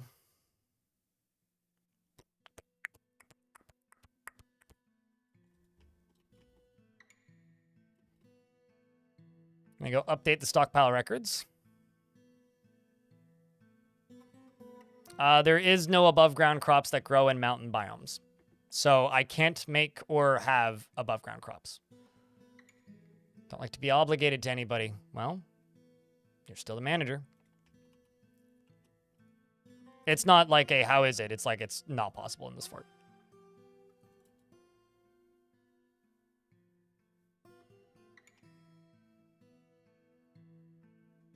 I don't think so unless it's been changed, Molly. Because a friend of mine, when this version of the game released, did some extensive testing streams.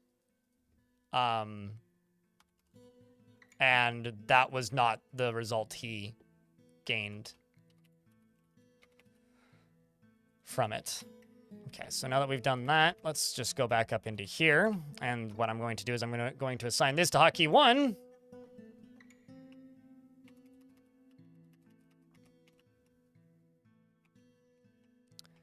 And this here can make bed repeat. Absolutely, sandbag. You just enable overlay. Like you literally just install DF hack, and then it just does that. I don't need to make a video on it. It's all right there. Just go download it and start the game. That's all you need to do. I have all of DF hack's overlays disabled because I don't like the quality of life features. And I'm not even saying that as like they're bad necessarily. It's just I personally don't feel them necessary. It automates too much of the game, and I don't like.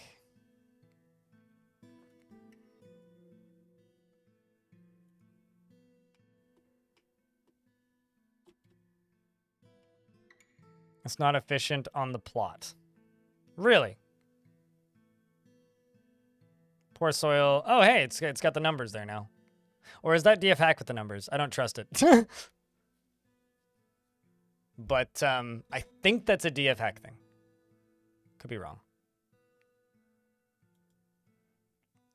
Okay, so what digging to a skylight does, Ranger Rick, is it converts the dirt below to the surface biome. That's what it does. Nothing grows on mountains. There are no surface crops that can grow on mountains. So, all it would do is make this unusable to grow surface crops. I'm pretty sure that moss would still grow, but no, it wouldn't be. That would be redundant.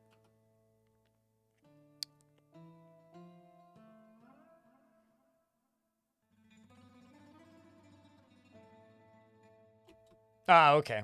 Well, you weren't adding anybody, so. Surface crops still need light in the biome even when planted in the ground, right? Yes, but only if stuff grows on that biome, basically. If you're in a biome like this one, nothing will grow here, so it doesn't matter to begin with. All right, so now I need to figure out where I'm putting a sleeping zone. Honestly, I could just plop them right here. Dormitory. You know what? Let's just put a dormitory like right here.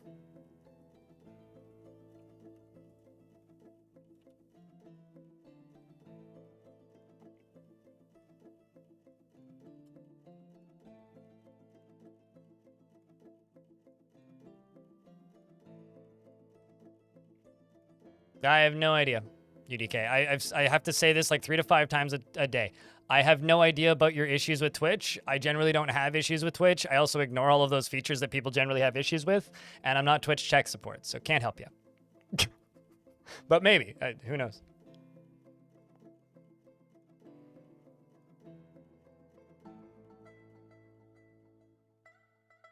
Recently found your channel, Dwarf Fortress of Love Bows. Thanks for the content. Sorry for your English. Your English is better than most native English speakers. Your English is totally fine. You're off to bed. We'll see you when we see you, dude. I'm just going to leave the game paused because we're in an ad break. Yeah, no, I know. It's just, I mean, what I would do... Honestly, what I would do is if you have a computer around, just pop up the desktop site and then just let it run. Another thing I'd recommend, though, is if you are having issues with Twitch stuff, just, like, Google it. Because, oddly enough, the Twitch, like... help and answers forum is generally pretty accurate, and if you don't find that, then you'll find it on either the subreddit or the user voice almost immediately, which generally means that it hasn't been fixed if it's a known issue. So that's generally how I try and track down problems with Twitch when I do run into them. Why not view on computer? I mean, some people like sit on sofa. I mean, I agree. I'm always a little bit surprised when I hear people watch Twitch on not a computer, but native language is German. Okay, well, I mean, your English is totally fine.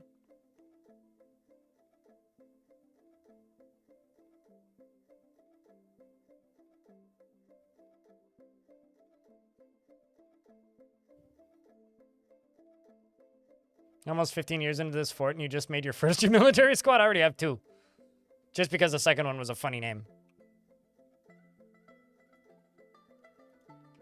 I mean, we're 2.5 seasons in, and I just made beds, so.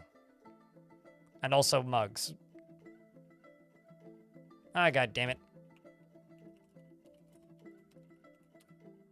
Go away, DFhack.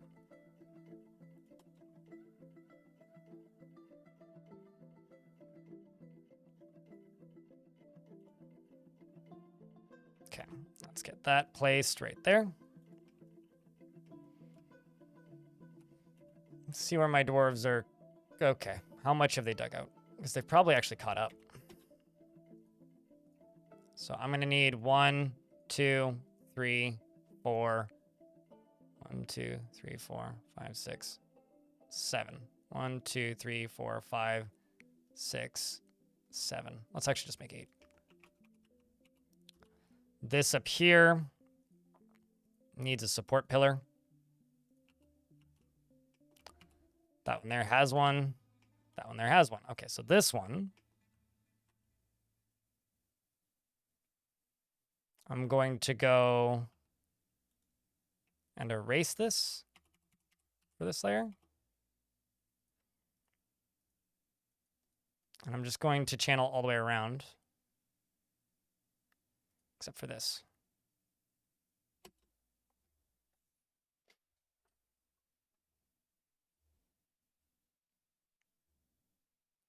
And then I'm going to build a staircase right here that goes all the way to the bottom. But I'll do that as I dig.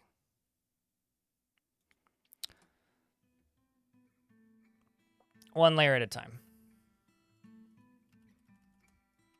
So I can just erase these now and just start digging.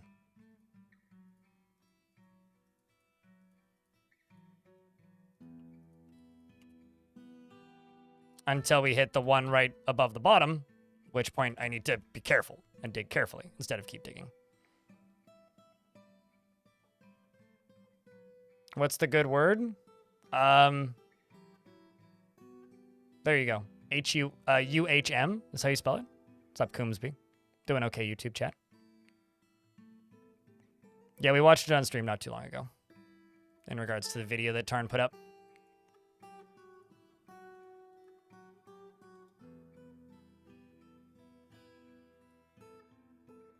Why so serious?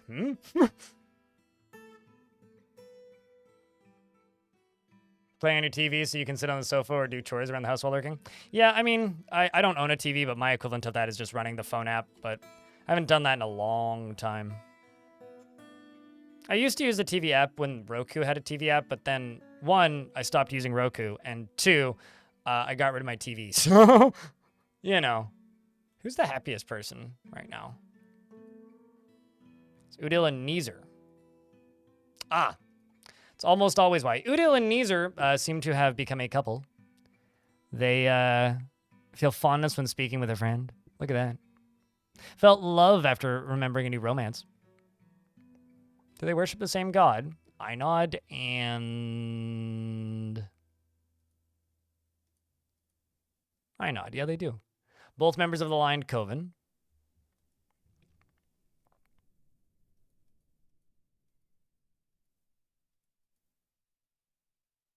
Also felt satisfied work. Is still embarrassed about sleeping without a proper bedroom, but you know, we'll get you nicer beds once I have more space for, you know, beds.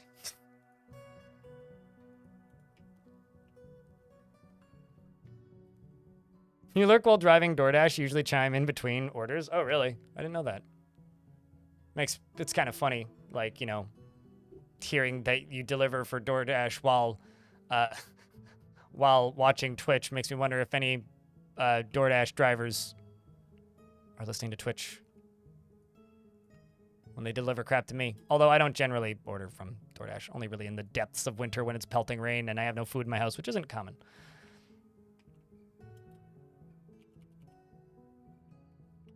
Okay, so right here, I'm going to build a lever.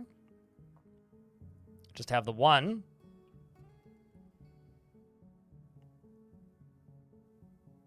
After your work days, you generally avoid the computer. Yeah, it's about the same for me. Like, I used to watch a lot of streams in between streams on Twitch, and now I watch basically none. And my theory as to the reason why is I used to not be burnt out and tired all the time and used to have less gray hair. Now I'm pretty tired all the time, I gotta admit. Pretty bloody tired. You lurk while working until 5 p.m. Eastern USA. And then you lurk while playing Dwarf. How many hours are you up to, Solsty?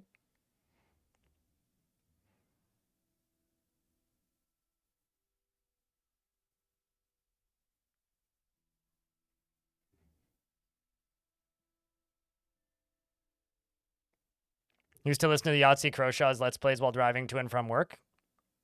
Yeah, I mean, listening, it's not quite the same thing. I have listened to, or okay, there was a point up until episode 500 or something of the Giant Bombcast where I'd listened to every single episode of the Giant Bombcast twice. Because when I would catch up, I'd then jump back like 5 years. So whenever a new episode would come out, I'd listen to that and then jump back. And I had like dozens of other podcasts, but that was the only one I ever did that with. And when I was working night shift for a while, I ended up working night shift alone for a bit. And I would load up the streamer Cat on Mars because he lives in... oops, that's not the right button. Because he lives in Hawaii. So the time zone works pretty well if you work on night shift and just need something to listen to. So I would just sit there and listen to him talk while working. And there was a while there where I even would patch him into the sound system around the place I worked when there was nobody else there.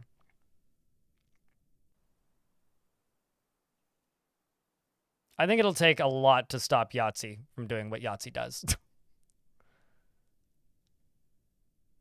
I don't listen... I'm sure everybody has a thing like this for a lot of people, but I have a hard time listening to Yahtzee. Not because he's a bad person. It's totally fine. I just have an issue listening to not Yahtzee because he has really poorly reviewed a couple of games I like, and not by the fault of the game. Like, straight up got things wrong. Like, he criticized a game that I really like for not having controller support. It has controller support. Just have to enable it in the menu. Also criticized it for not having mouse support. It had mouse support. You just had to enable it in the menu. So stuff like that. Like, I've seen enough errors in his reviews that it's like... Because the turnaround time on those is pretty quick. There's Last Fort and Goal are the two commands. Alien Slayer. Yeah, he is funny. I do agree he's funny. It's nice to just lay on the couch and watch TV. Yeah, generally, I don't know what you guys do after work chat, but these days, if I didn't do it before work, like if I didn't do it before I turn stream on, I get on my bicycle and I ride to the garden, and I go and I harvest gardens, like vegetables, or I am, you know, how do I word this? Planting stuff, or weeding, or doing stuff like that. Like, I finish streaming and then do physical labor in the summer. In the winter, it's a lot more, I finish work. That, I disagree with that Wiz. He writes comedic, opinionated reviews. which is informational. And so if you get something that's factually wrong about a game and your video gets 500,000 views, that could quite literally stop somebody from buying it that would have otherwise. So I don't disagree with you. He is definitely comedy, but he's comedy that is used as an informational review. So you kind of have to be careful when you're doing stuff like that. Touching grass. I mean, if you have to put it like that, I suppose.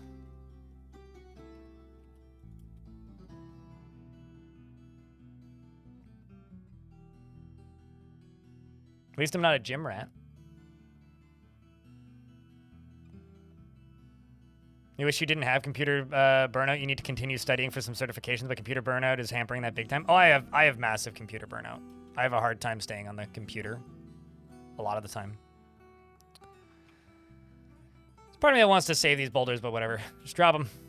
Send them down to hell. Actually, no, we'll do this. We'll do these chunks last, actually. You're not hooked up yet. There's the lever. Link lever. Boop. Dunk. On to the next one. So I need stairs. So I did that one like this. Let's do this one like this.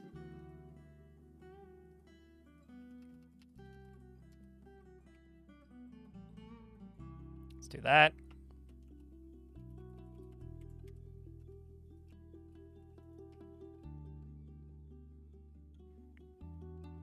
No, I completely agree with you, Wiz the God. That being said, they do. So just because they shouldn't doesn't mean they don't. Okay, so we're going to leave this corner, but I'm going to go around the rest of it.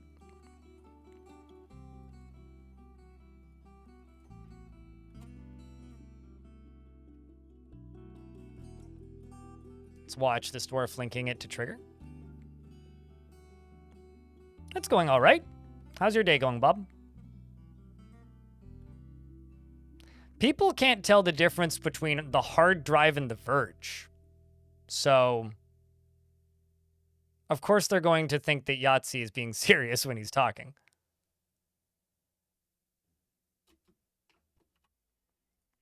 I'm just going to quickly whip up a still here. This is not a good spot for it, and it won't be the spot for it, but...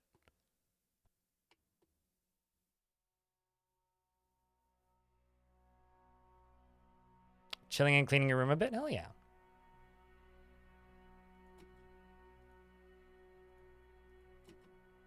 There we go. Let's just get brewing going. And Udil, who's the lover of Neezer, is a skilled brewer. Immediately gets to work.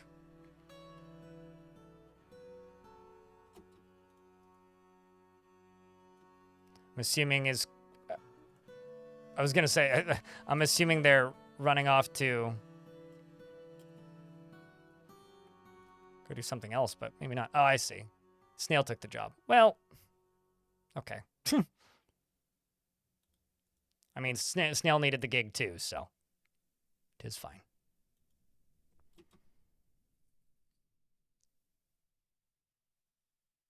Oh, lots of people have quoted the Onion as fact. I mean, over here in Canada, we have the Beaverton, and they get that too. So, yeah, I don't know. I don't dislike Yahtzee. I think he's quite funny, and I'm quite happy that Second Wind is doing as well as it is.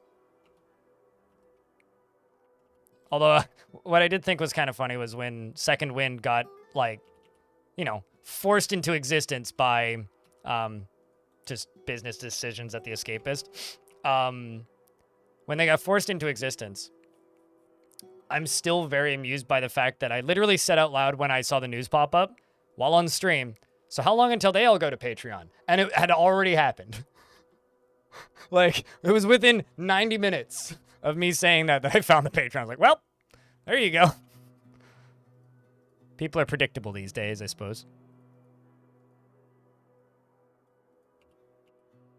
Okay, so this one needs to get hooked up. Link lever.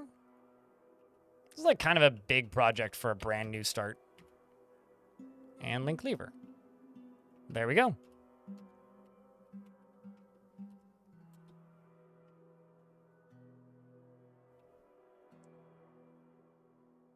a good name for one, isn't it, Molly? Also, how are you doing, Shadow? And also Wiz, it's good to see you as well. There's also, you know, like an argument to be made that like comedy can also be informational, right? Like I watch some more news on YouTube. They're absolutely comedy, like sketch comedy straight up with puppets and shit. But like they're informational commentary news show. Or like Mad Magazine kind of deal. Crit beer? I've never crit a beer in my life. Now I'll let you know the next time I roll a nat 20 when I go to sip and what happens. These are dams. I'm damming off the caverns because this cavern is very flooded. And I'm also being like unreasonably cautious about the caverns. But basically, I'm going to dam this floor to ceiling, or I guess ground to ceiling, with these dams. And the goal with that would be so that I can, you know, just have this as a farming safety area, essentially. Nat 20 sip. Yeah! Nat 20. Roll a nat 20 on that sippy cup.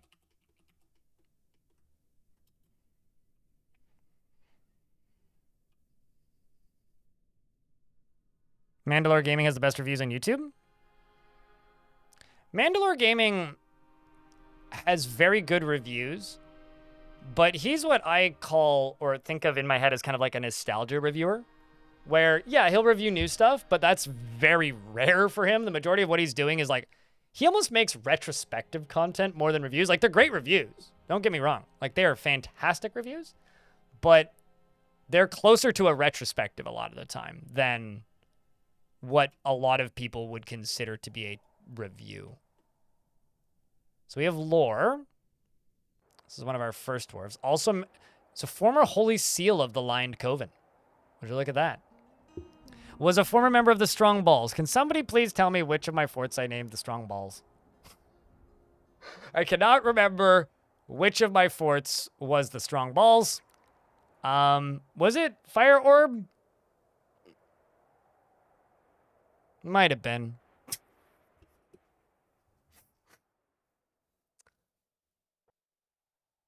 Do you have dreams? Tell me a story, he says. He's a dabbling wrestler. How old are you, Dwarf? 121 years old.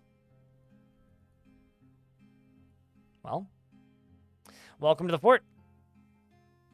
I can't remember which of the, I think, I want to say it was Fire Orb.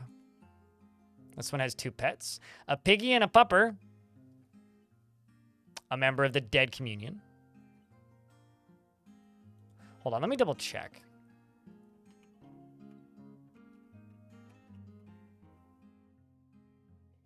No, that was the Hot Sparks.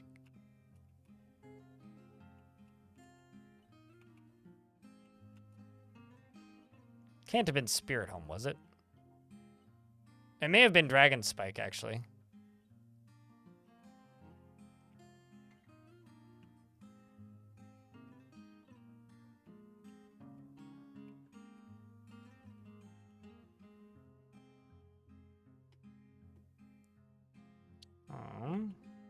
Where was Spirit Home? It was around here somewhere, wasn't it?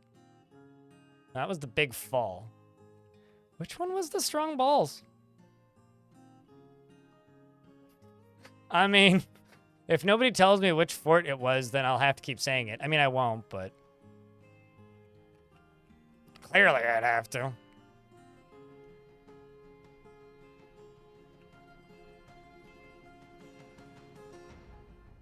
I'm just trying to figure out where I put another fort, because clearly there's a fort that I've forgotten about in this world. I mean, I have made 13 forts in this world, so I've definitely forgot more than one of them. Or it's like 8 forts or something now.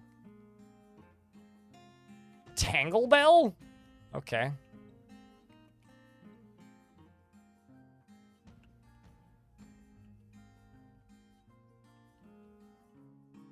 Yeah, I don't know.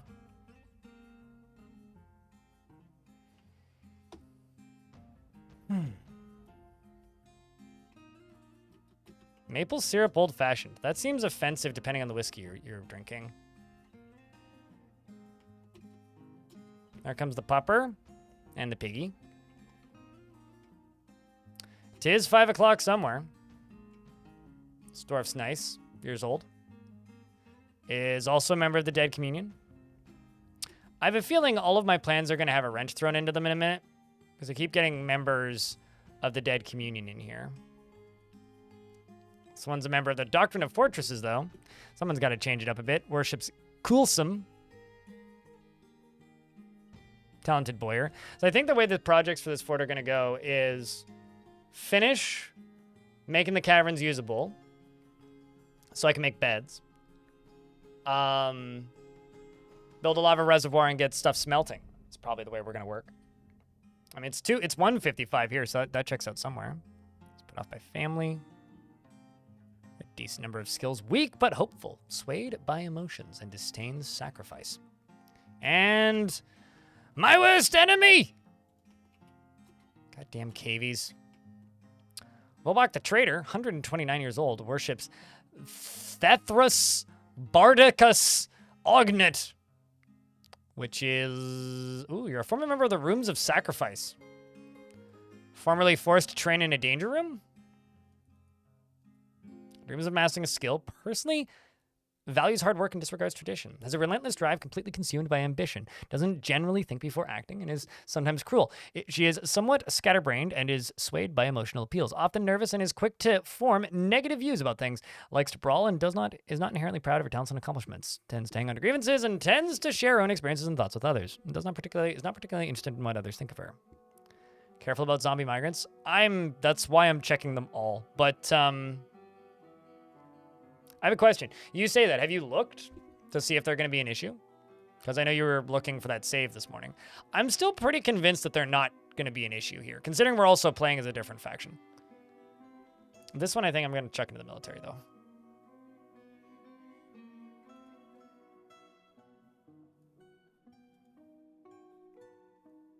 But yeah, I mean, it would say that they have health problems with, like... So we're good. They'll be pretty obvious. It's a bourbon that's finished in maple syrup barrels. You know, I'm not a big bourbon guy. I find bourbon to be a little dull. I'm much more of a scotch drinker if I'm drinking whiskey. But that sounds fascinating. Look at this dwarf. Competent doctor. Mesh gems.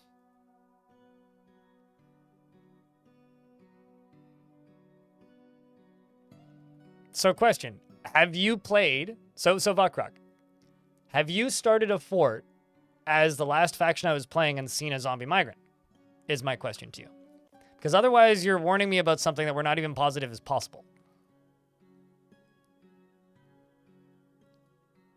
Dreams of crafting a masterwork someday.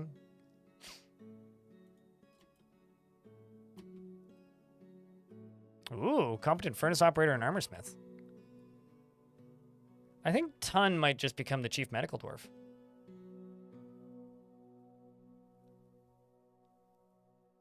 I think we're going to do that. We'll also worship Einod. Because if that is a thing that can actually happen, I'd love to see your proof. Because I've never seen that happen myself. Oh, shit! Anybody recognize this, laddie? Also came... I'm pretty sure this was Dragon Spike, actually.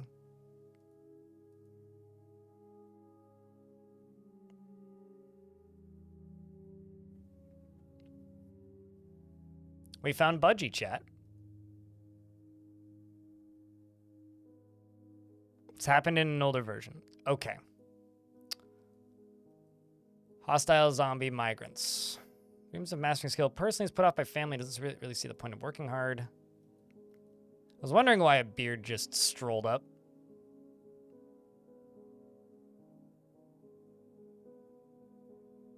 No, I'm good, Molly.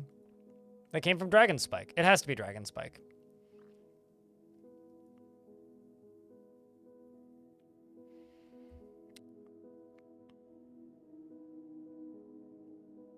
I once had a world that I had done about almost 40 forts in, V. But that was in version 47.05. All right, so we're up to 15 dwarves, and we did have one named arrival, who's Budgie. Budgie, what are your skills? Skilled Intimidator. And Persuader. Competent Dancer. Huh. What religion are you a part of? Kilson? Oh, you're also a member of the Oily Wraith. Okay, that's curious. Budgie is haggard, yes. Budgie is indeed haggard. Feeling optimistic about the future, he says, which is kind of ironic. Yeah, it has to be Dragon Spike because Dragon Spike was the first fortress I did in this world. So the last log memories he has is from like 60 plus years ago. And his first notable memory was being haunted by the dead. Great. Awesome. At least he had a very good bedroom. He was afraid after experiencing trauma.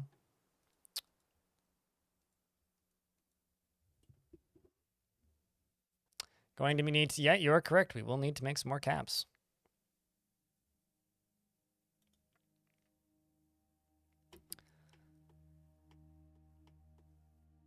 But first here, I think that the priority, just making sure my elephants ain't hungry. First here, I think the priority is alcohol and food. Because as you can see, we're actually running low on food. And alcohol just got paused, which is good. And we've got a bunch of new dwarves in here praying. I should also like to remind you guys, if you're subscribed to the Twitch channel at Tier 2, you can request yourself or somebody else to be nominated to have a dwarf. Just saying. Because we did just get a bunch of migrants. There are some dwarves available.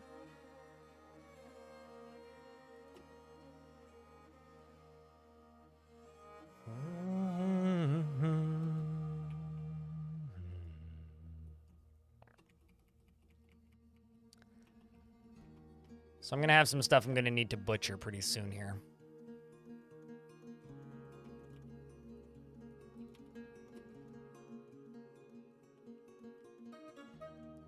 And also, this is a guild. And this is the lauded rapidity, which I think I'm going to let Budgie be a performer here. Could you select somebody for me, or do you want me to pick somebody, Creed? I mean, of course, chat's slow. It's summertime. Sad, nah. Although we've got a lovely large number of people here because new fort. It's great. 67 people watching on YouTube and 223 on Twitch. Twitch still winning, but thanks for hanging out, YouTube. So it's up to you, Creed. Am I picking somebody, or are you picking somebody?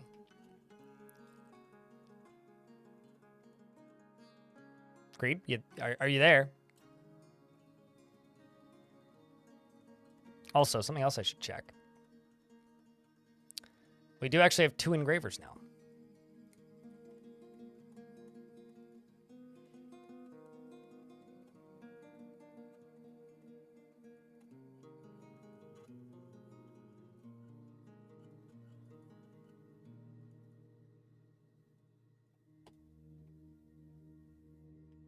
You're looking through names? Gotcha.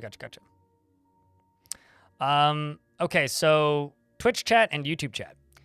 Creed would like to give Hunter Meyer in the Dwarf Fortress YouTube chat a name. You guys can vote yes or no. Do they get them? Elfie, you might want to let Budgie know that their dwarf from, I think, Dragon Spike showed up here. He's kind of annoyed and old, but he'll be okay. He wants to acquire something. Yeah, we do need to make more hats, actually.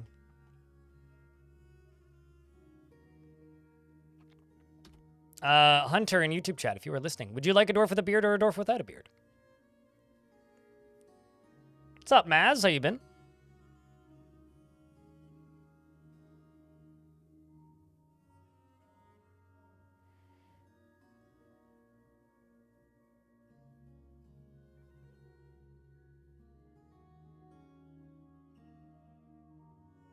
Okay, I'm going to lead with beard then, if they're not here.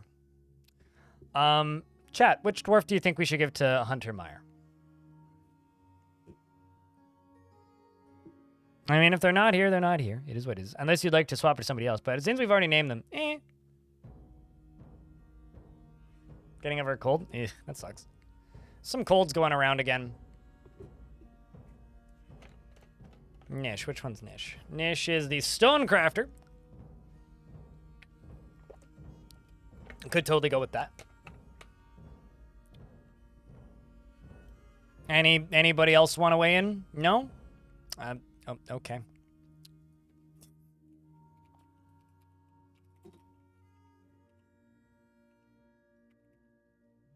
Is it M-A-Y-E-R? I need to scroll up. M-A-Y-E-R, yes.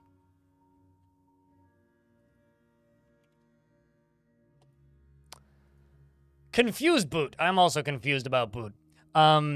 He tries to keep his things orderly, tends to be a little wasteful when working on projects, has little interest in joking around, and isn't particularly curious about the world. Keep an eye on that redemption chat. It's about to come up. He isn't particularly curious about the world. He does not easily hate or develop negative feelings, tends to not reveal personal information, and is comfortable with others that have a different appearance or culture. He is quite ambitious. He is stubborn. He tends to be passive in discussions. He doesn't mind wearing something special now and again, and he likes a little excitement now and again. And he has an active imagination, begins speaking in monotone whenever he's angered, and he needs alcohol to get through the working day. He dreams of raising a family, and personally doesn't care about art one way or another. He has one passing acquaintance who's Irel the Boyer in the fort. He likes schist, nickel, silver, fortification agate, and skunk leather. Giant emu bone, giant vulture parchment, picks, breastplates, statues, and cows for their hunting moose, and magpies for their fondness of shiny objects. And the sound of the wealthy vines and the sight of the sienna sweetness, when possible, prefers to consume lungfish, radish plants, and custard apple cider. And garden cress leaves. Absolutely hates brown recluse spiders. I also hate those. They bite bad. Is a member of the Dead Communion, and is a talented stonecrafter, and has good intuition, developed empathy, and high willpower, but a bad kinesthetic sense and a good spatial sense, but he's clumsy. It's a little bit contradictory. And he's talking with an acquaintance and learned about engraving and is very satisfied. He's now a dabbling engraver. But how was your extended break, Elfie? Hope was good. Once all of this up here is engraved, then we can start digging down up there. So this, all the way down to here.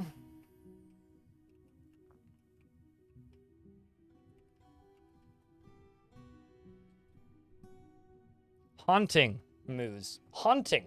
Like spooky, yes. I mean, don't you find, like, I would say that a loon's call is kind of haunting. Like the bird, a loon. Oh yeah, it's still a thing to get towards the channel points. I mean, theoretically, they should be up right now.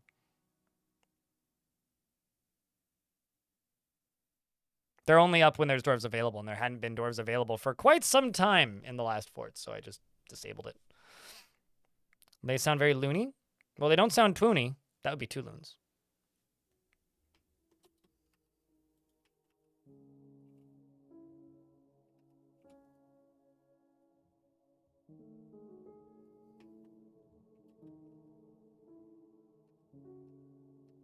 Man, quite a bit further to go still.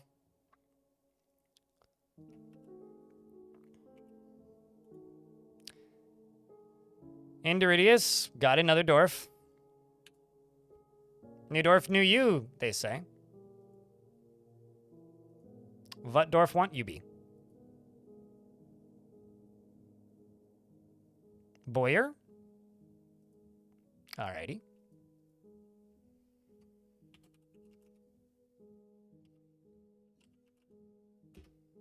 Indiridius wants to drink all and pray to the superior. Oh, man. Apparently, Kulsim is the superior of the doctrine of fortresses. And he's prone to strong feelings of jealousy. And generally finds himself to be quite hopeful about the future. He tends to be swayed by the emotions of others and finds obligations confining. Though he is conflicted by this for more than one reason, he is often nervous. He tends to feel lustful, and he tends to be a little tight with resources when working on projects. He is pleased by his own appearance and talents, and occasionally can overindulge. He does not have a great aesthetic sensitivity. He's conflicted by this as he values artwork and its creation, and he needs alcohol to get through the working day. Dreams of creating a great work of art and personally is put off by family. Sees sacrifice as wasteful and foolish, and it does not really value skills related to fighting. Like sandstone, fine pewter, and blue diamond, leech leather, short swords, and male shirts and statues, and ballista arrows, alpacas for their long necks, and when possible prefers to consume banded knife fish, passion fruit wine, and kangaroo's milk, and hates moon snails. You're a appraiser and of various other things, and what else can I check? You have several passing acquaintances.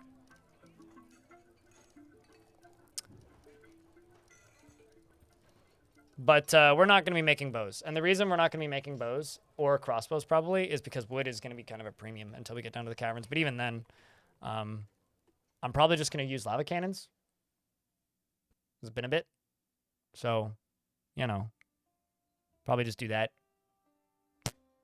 That are like drown things. Lava cannons and drown things. So if the lava don't kill them, the water will. Although something I've wanted to try for a while is if I have a waterfall, right? If I have a waterfall, right? And I shoot lava through the waterfall, do lava become obsidian block? Because I doubt it, but I want to know. So, flying obsidian blocks, I mean, you know, pretty cool. I don't think that works when you're in the streak, Raphael. A lot of those things break my bot. You are satisfied after learning about engraving. Well, at least everybody's learning about engraving. Sounds like a good science project? Yeah, at the very least, we'll just have an aesthetically interesting science project. Even if it's not particularly useful.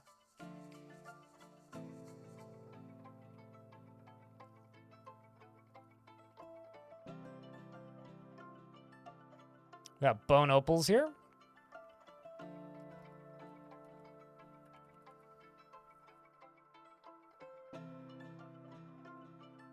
Project goal, what? Lava shooting through water? See what happened?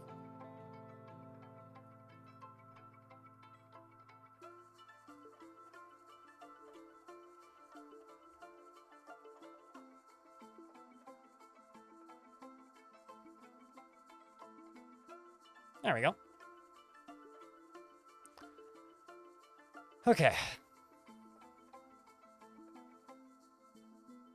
We can airmail boulders to couples in the humans. I mean, if it doesn't work, we can just shoot boulders out of them. So, you know. When's the next stream day? Because I'm taking tomorrow to work on the video of the last fort, the next stream will be Tuesday. Although I also should probably figure out something to do with Tarn's chit-chat video that was just uploaded. Might do like, I don't know, like going through their roadmap of everything they were going to do and just saying, this is what's left video. Probably is what I'll do.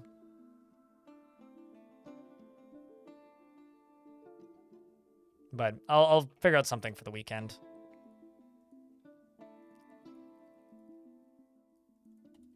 It's just weird not uploading to YouTube as much as I used to.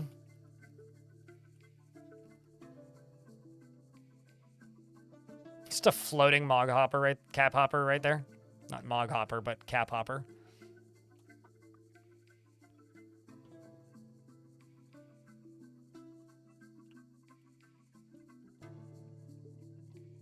I think the last one is the tallest one. It's a slow project, but hey. It'll be pretty cool when I get to drop all three of these and then have an already sealed off cavern that I can then just pump off the map.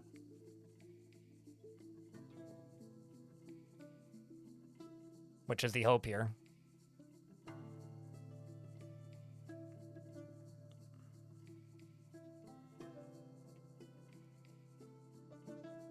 Shall be glorious. Well, here's hoping. So, chat, since today is my last stream of the week, do you have any plans for the weekend?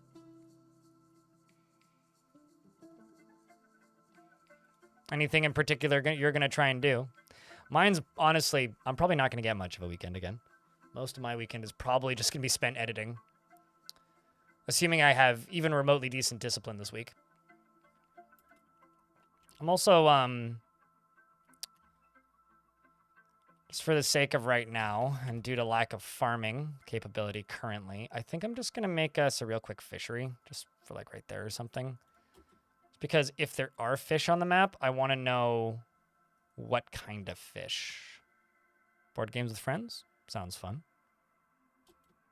Pontoon. Seems kind of intense.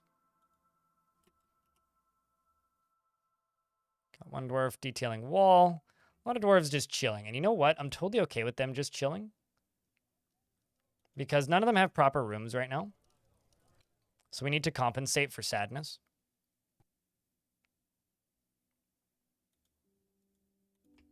Although Budgie really wants to practice a craft. Uh-oh. Just noticing that my elephants don't actually have any food currently. Gotta keep an eye on that.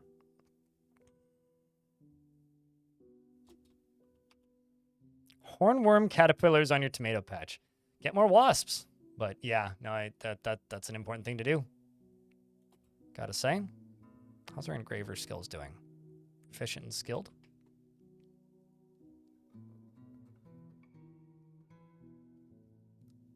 Delighted remembering watching a performance. It really seems like this dwarf needs... Oh shit, you made a friend! Seems that Budgie, our performer who migrated over, has made friends with not one, but 3 people, including a close friend, Dumont. Dumont is less than half his age, but they're good friends. Which is good. Maybe we can recover Budgie.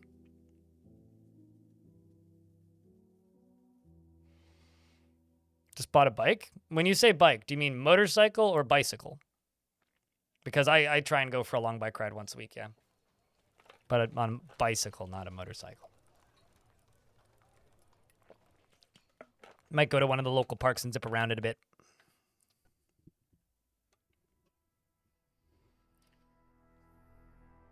I played the digital version of Scythe once. It was okay. I don't really like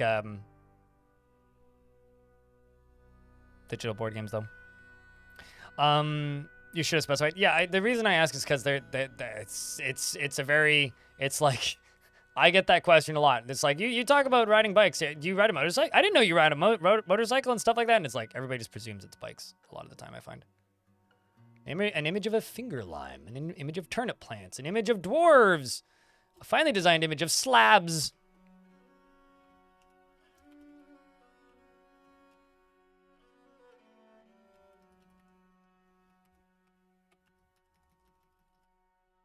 Okay, so this one is all the way down. Now it'd be just this one.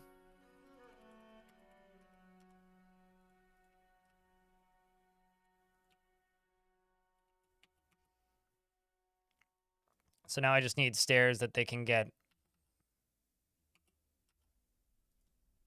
out with. Well, okay, let's just go right here, maybe.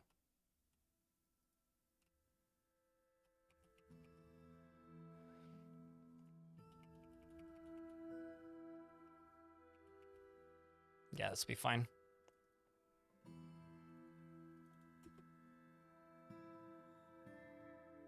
Oh, I don't like digital board games very much.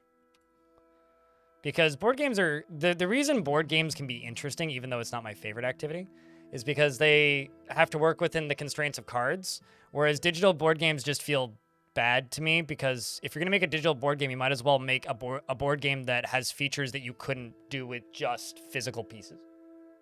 You know? Like,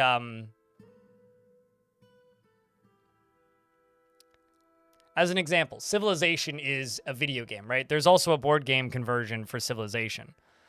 There is no situation where I would rather play the board game of Civilization more than the video game version, purely because the video game versions of Civilization do way more than the board game ever could.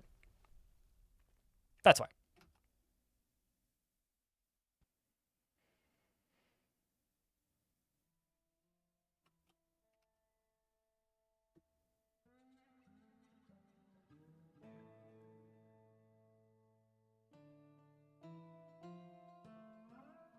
about D&D computer games?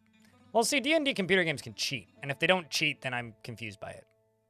Or they're just for antisocial weirdos like me. Got lots of iron ore again.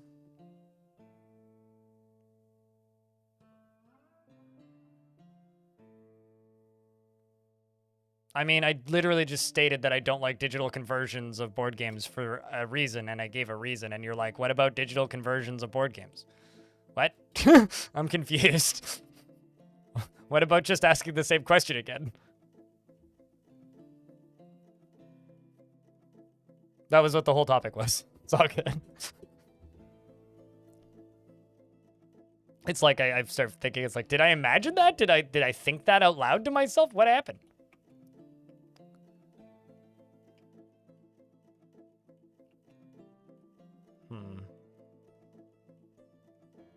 Don't really want to lose that iron ore.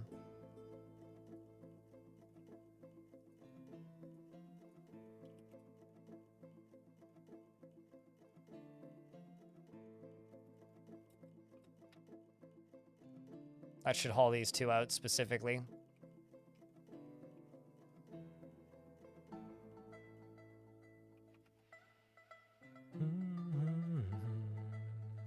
Because there's two right there. Ah, here comes the wheelbarrow. Dwarf go yoink. And thunk. Drop wheelbarrow off. Come on, Dwarf. Get the other one. You know you wanna. Why don't I just turn this off so anybody can just go haul. Grr, come on.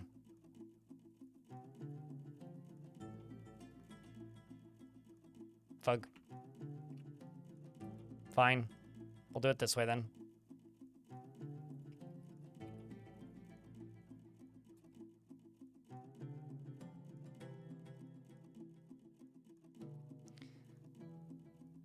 Also, I just realized I've screwed this up. I have to go all the way down on this side too.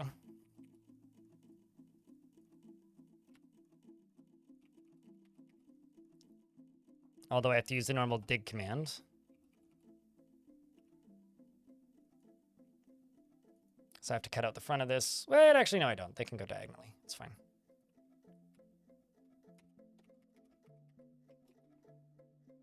I really don't want to dig out more than I need to. Snail's coming to dump the item. By that I mean move it.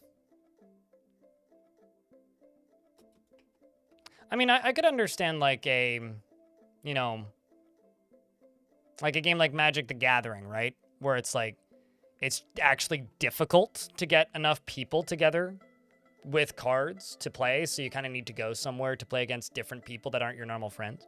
That makes sense to me.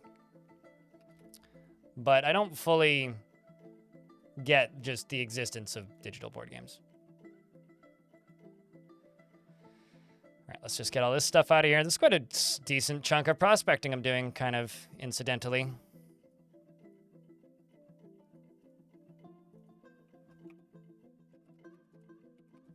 Sorry, I feel like this is not the most interesting visual right now, but Risk is a terrible video game, so I refuse to believe that there are good online versions of a terrible, like, board game. Did I say video game? Yeah, I did. Same with Monopoly. Monopoly is a terrible board game. So, thus, making a digital version of a bad board game is still a bad board game.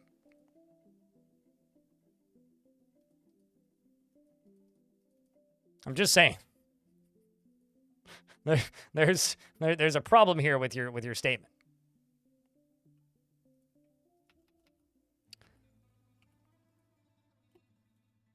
This is madness. Madness. This is stoned hobo. This is hobo. This is hobo. Yeet. You're a bad board game. All right, Hobo. How are you doing, Hobo? It's good to see you. The Hobo himself is here.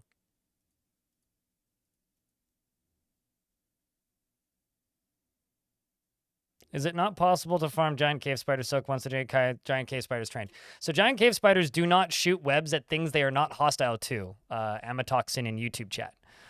If you have a giant cave spider that is trained. It's no longer hostile to anybody in your fort, meaning, no, it will not shoot webs at anything. However, if you can get something that it is hostile to, so like a random wild animal or something, then it will shoot webs at you. Also, Hunter Meyer, you got begifted a Dwarfus, by the way, since you're back now. This is you. You are praying to Larval Phlegms the Lustful, the god of deformity, death, depravity, and disease, I think. You don't have any friends, but you do have passing acquaintances, which you've developed rather quickly, and you feel wonder. Also, Budgie is reliving his traumas already. Oh boy. We're gonna have to babysit the crap out of Budgie, aren't we? It's Thursday, which means it's almost Friday, which means it's almost the weekend, so fuck yeah. Okay, you know, that is very sound logic, I have to say. I cannot disagree with anything that you've just said. All of these things are true. How goes the fort? Well, it's brand new. It's been pretty chill so far, although I've been playing quite slowly. The general goal of this fort is we are a group of refugees, and we are rebuilding due to the majority of the fortress being taken over by goblins. And I have 2 elephants, and I must protect them with my life. 2 baby elephants. They're the royal elephants. And we're gonna, I guess, try and pull a boat murdered eventually because there's a volcano. Yeah, goddamned gobos. And right now I'm building some dams. So we're doing some damming. It's a very damned project. It's one of these damned if you do, damned if you don't situations. I'm a little worried about this water spraying up, but should be fine.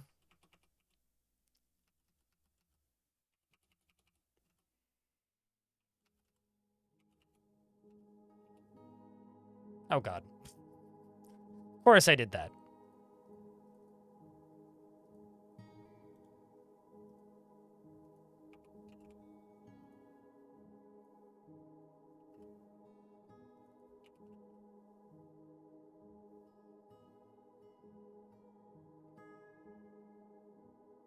Damn. Shadow Absorber said it. Somebody had to.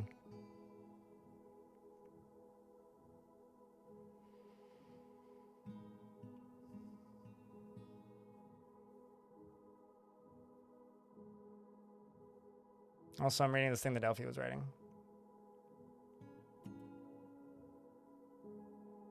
3 months and you're supposed to say you managed a small laugh because damn it, cat, it was supposed to be a joke. Oh, that's sad. Even though he saw the value. 6 months because he was an old man, the tumor was too big, and he made the call for us, and that cat was your entire world. Oh man, I miss my parents' cat, even though he was an old fart, because he was very much an old fart, very much an old fogey. That cat, kind of difficult to deal with, to put it politely, about him.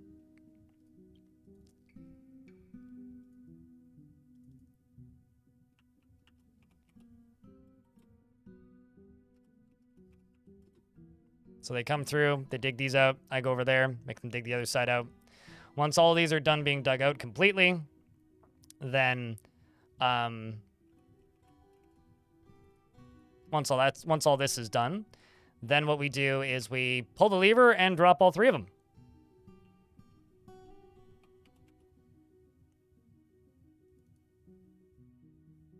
There are too many dams these days, please eliminate 3. You're not a crackpot, are you sure? What about a crockpot? How about Actually, I will say this. The one thing I know for certain that you're not, based on what you just said, you are not a beaver. It's the only thing I know for certain. Is there is a very good chance that you are not, in fact, a beaver. Otherwise, you wouldn't be complaining about the amount of dams. Speaking of dams, let's bring back Dam Daniel. That was a good meme. Fort goal! Exclamation point goal!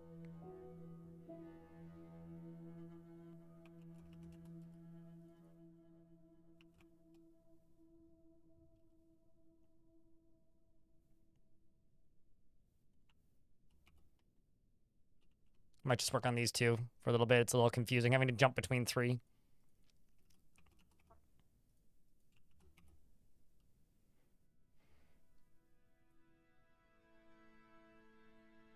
I mean, that's the only thing I know for certain. Molly, come on.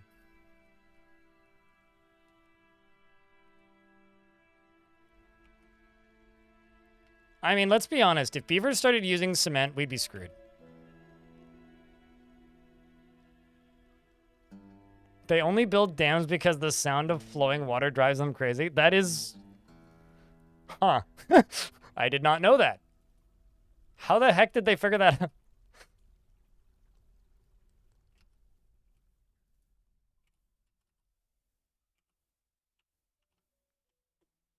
I do kind of feel like that's a citation needed thing, yeah.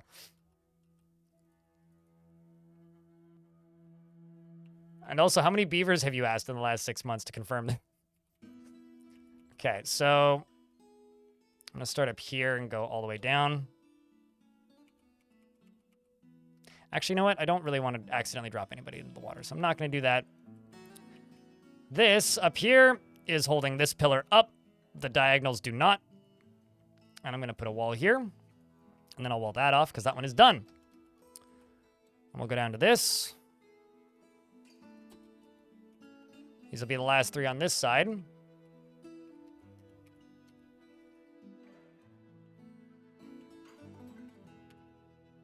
then we wait.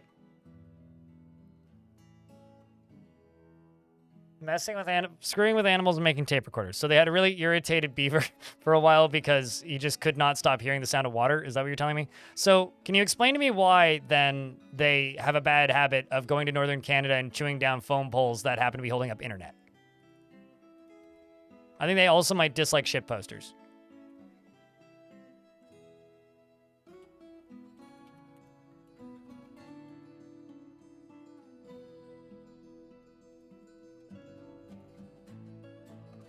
The stockpile can go away. Uh-oh. You're going to lock yourself in, aren't you?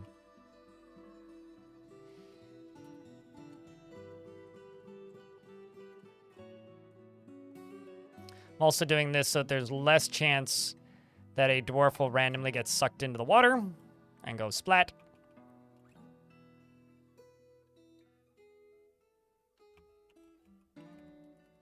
Is tree they don't check for leaves? I disagree. Funny tasting tree at the very least.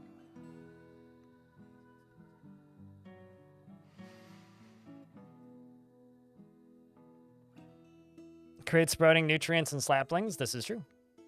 Are we talking about Dwarf Fortress or real life?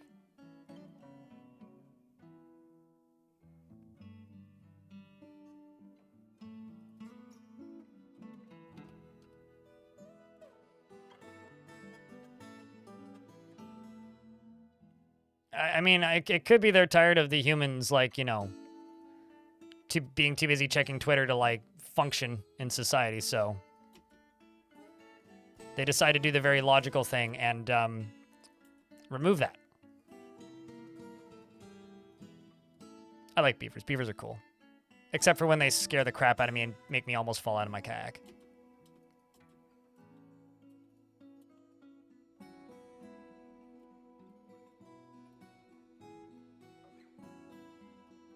They swapped.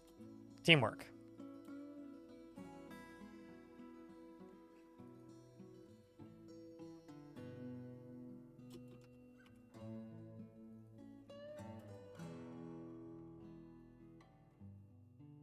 There we go. It's like oddly amusing to watch. I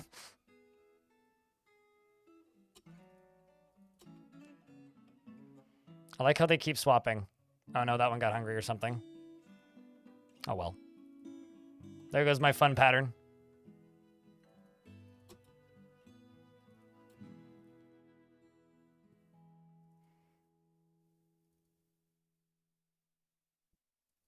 Like, this is nonsense.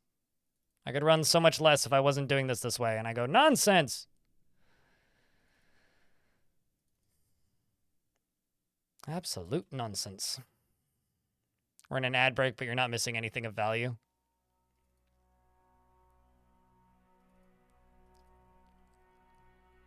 I guess the other one went and took a nap or something.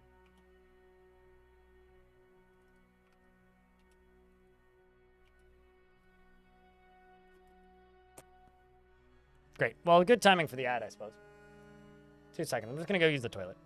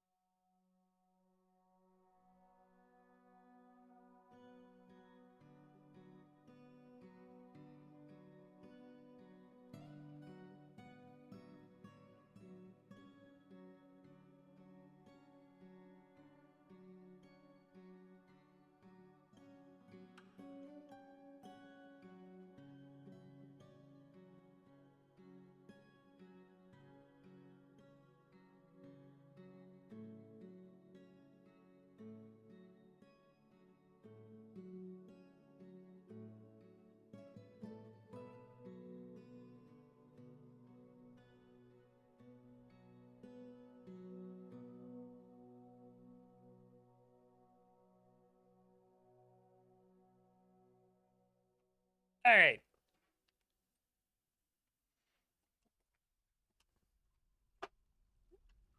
Platypuses are poisonous, yes. So much microcline. It's been a while since I've had microcline in a fort. I'm kind of excited to have microcline in a fort. Oh wow, we've got a really happy dwarf. Who that? Sneezer. Really enjoying the engraving demonstrations, I think. It's very bitter after getting into an argument, but you know, blissful after... hold on a second. That's a good dining room? Chat, I think that these dwarves need higher standards.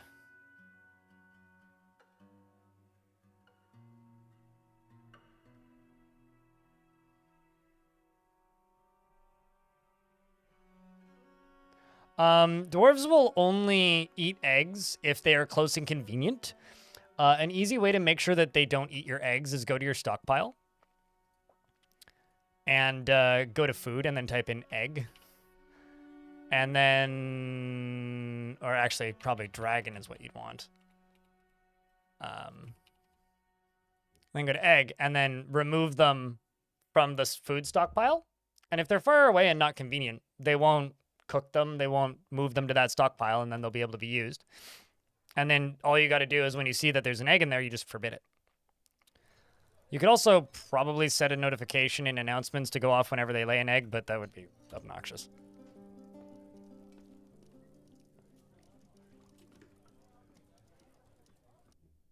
Okay, so we're into autumn. I don't have any trading stuff set up, so I'm just going to zip out here and make a trade depot real quick.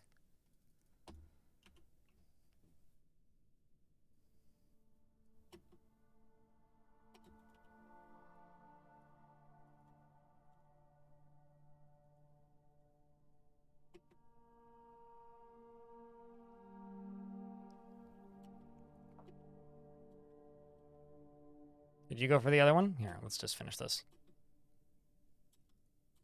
Come on, there you go. And done. Sweet. Okay, so this one is now completely separated from the walls. Alongside of this one is now completely separated from the walls. Alongside of this one is also completely separated from the walls. All supported by these, all connected to this lever. Pullamanjaro, what do you think, chat? Who's ready for a big lever pull? The first big lever pull of the day, or of the stream even. However, before I do that, I am just going to make sure real quickie that they lock these off, because I don't want dwarves getting stuck. No. Okay. Now unsuspend. Stand on the right side this time.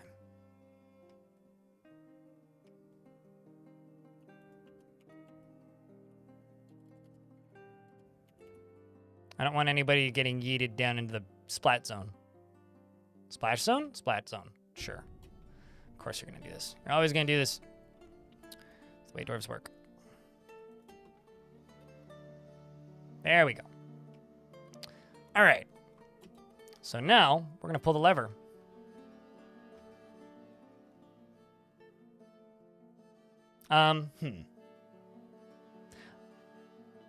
You know, we're on the 7th of autumn. If I need to do an instant replay, we already have a save. Can I get a round of lever pullers, chat? Looks like the elephant trainer, who is our expedition leader, gets to do the early honors, who says, I could do without all these creatures in the tangled greenery, probably aside from the elephants, right? Right. I certainly hope that's the case. Dwarf runs over. Let's move up until these two disappear. Okay, so that's 2 of them and 3 of them. And they begin falling. You can see the water jumping to the surface. Can move down. That's the main reason why I was blocking those off, is I didn't really want the water getting stuck in there. Excellent. So that's 1, 2, and 3. And then the water just dumps down over the edges. Because the water got boosted up and over top. So the water falls down. But the majority of it is now safe. I made those way too tall, Jesus. But fortunately, we're now all good. I don't know, a round of levers is, I think, what I said, but I don't know. I'm just saying gibberish, man. I haven't had any coffee nor caffeine today. I'm just speaking in tongues at this point.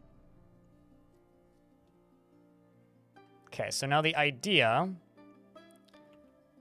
would be to pump the water off the map.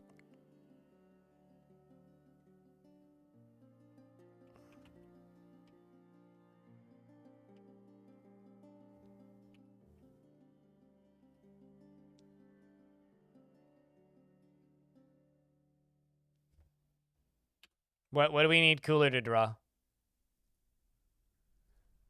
I need a I don't have wood.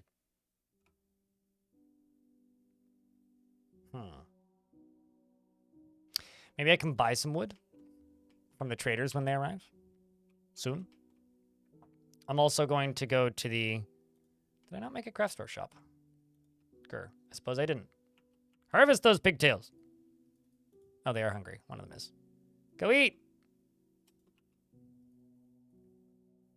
Buddy, go eat. There's food, like, right there, hopefully.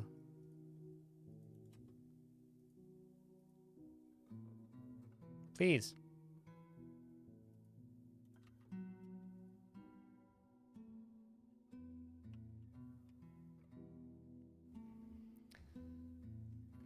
I mean, I had no caffeine yesterday either. Normally it does mean headache, which is why I had a headache today. But it's getting okay.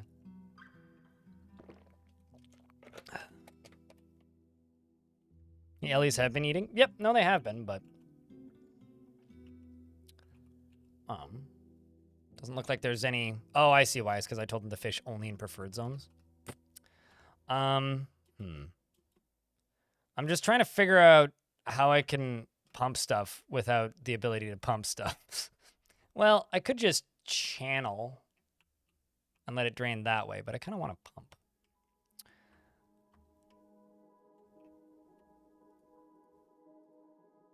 I'm a little scared of this water, actually.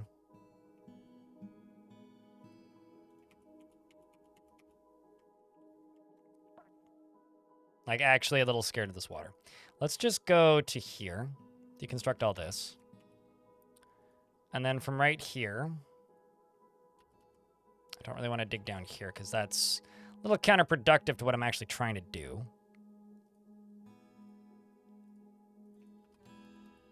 So this is the layer I need to get to.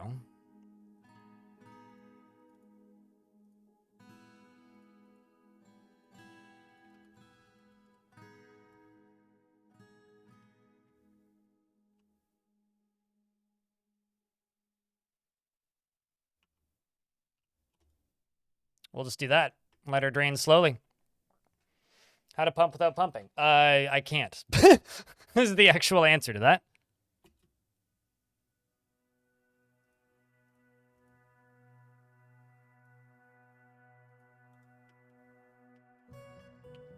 And then these upper layers need these dug out. And then I need to fill these squares in with floor.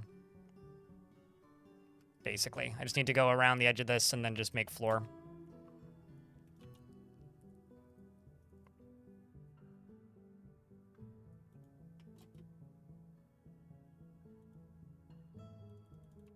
Actually, not quite that simple, because I also need to fill in this layer. Huh. Okay, so what I'll do is go down here, put a wall there instead. And then we'll go around. It's called siphoning. I'm going to siphon these ideas out and get to it.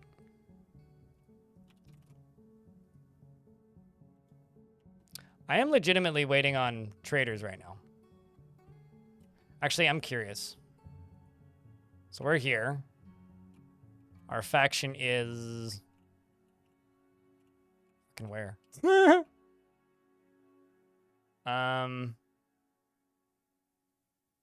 20 days travel. Cold Glove is 19 days travel. So they should arrive somewhere around the 20th. Somewhere around the 20th.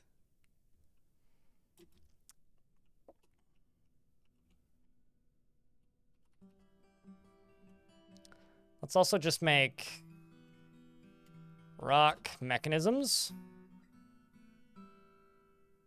Oh, shit.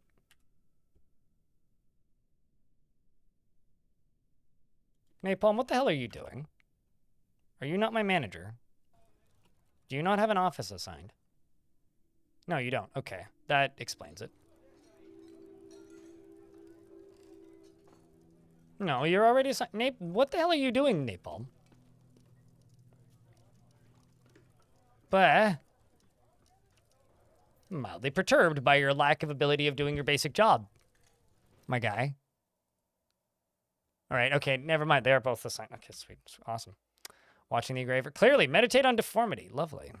Lead engraving demonstration. Laura over here is just, you know, this lovely migrant that we have over here. I'm just sitting here and teaching the good ways of engraving. Hopefully making friends eventually. How's Budgie doing? Feels wonder after learning about engraving and desperately wants to acquire an object. I have 5 pigtail cloth. I'm gonna do something a little silly. Make a clothes shop real quick. And I'm gonna make 5. I'm gonna make pigtail caps out of every cap. It won't be enough, but hopefully, hopefully Budgie here claims one, because really wants to acquire an object and also be extravagant, so. Cloth cap. Repeat.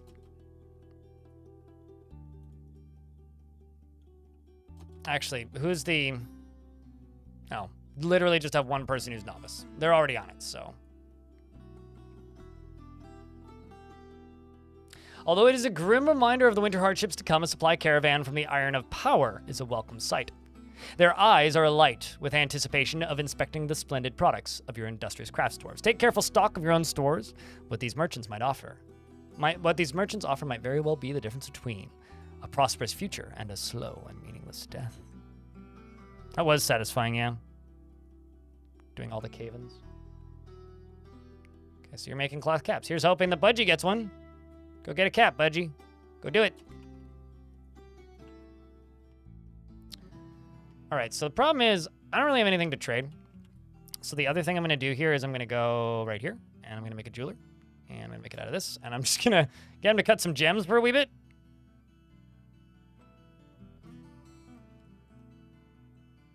I mean, it's a very interesting lesson that they're all becoming still, like, decent engraver. Oh, wait, never mind. They're not all becoming one of them is a decent engraver. Yay! This silly thing is dying. I'm just going to make a workshop real quick and do this. And I'm going to be all like, hey, let's just butcher that useless nonsense. There we go. Perfect, perfect, perfect. Nice, nice. Okay, so let's cut gems. Do I have anybody who's good at... I think I gave somebody gem cutting, didn't I? Yeah, Udil is a gem cutter. Get to it, Udil. Currently storing item in a stockpile.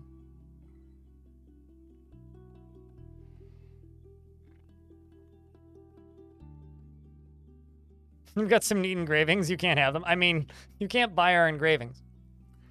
The expedition leader meets with the elephant tender. And our outpost liaison is Erath Dora Desrakul. And they say, I'm a liaison from the mountain homes. Let's discuss your situation. Of course he's starving, which is why I'm butchering him, Mr. Spider-Man, sir. That's the only good thing to do with them. Let's butcher them. There's much to share, he says. Information has been shared with the Civilization of World Info.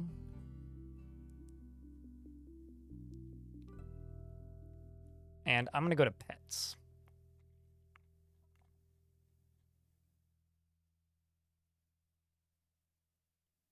Pets.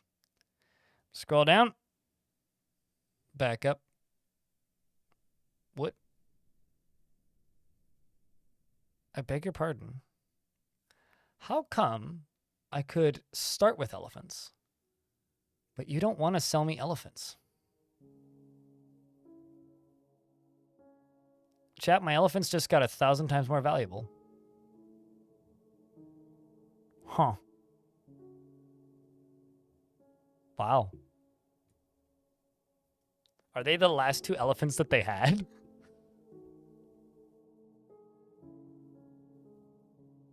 Hui. Are they too heavy? No. They just usually only bring elephants if you import elephants this early. Yeah, they must be sacred.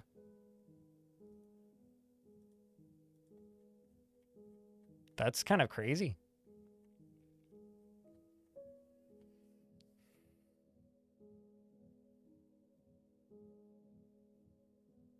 Now I'm wondering what I should import then.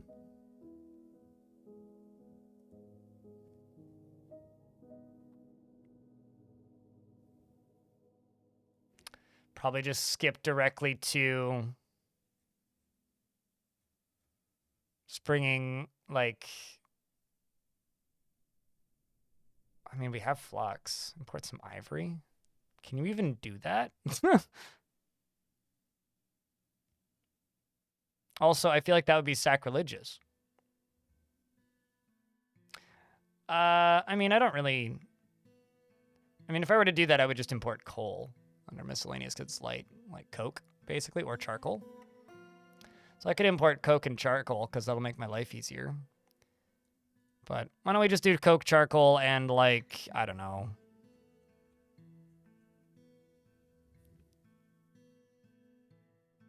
Gold nuggets.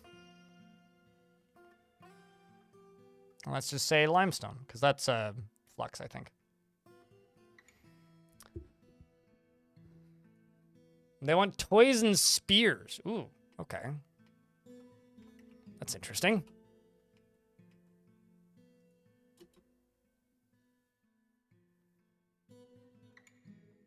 There we go. We got rid of the cavey. Useless nonsense. Get rid of that. No. I don't like the elephants being hungry right there. That's scary. Are you guys hungry? No. Okay. I'm just going to move them back outside. But yeah, we do need to protect them.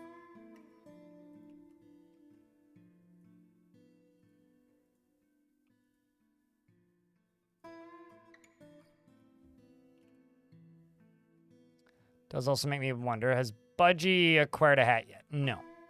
No, Budgie has not, in fact, acquired a hat yet. Now that that's broken, I'm going to go right here and make a crafts dwarf shop. And let's check down here and see how the digging project is going. Already done. Nice and easy. Easy does it. So back here, I'm just going to smooth this, because this is dug all the way up to the edge. Actually, let's smooth 4. Ilmirin would like a dwarf. Beard optional. Well, you can select. Beard irrelevant.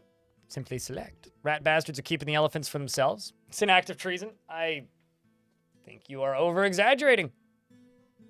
I think the value of our elephants just doubled.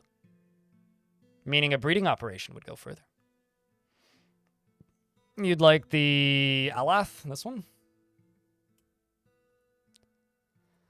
Just confirming. Confirming.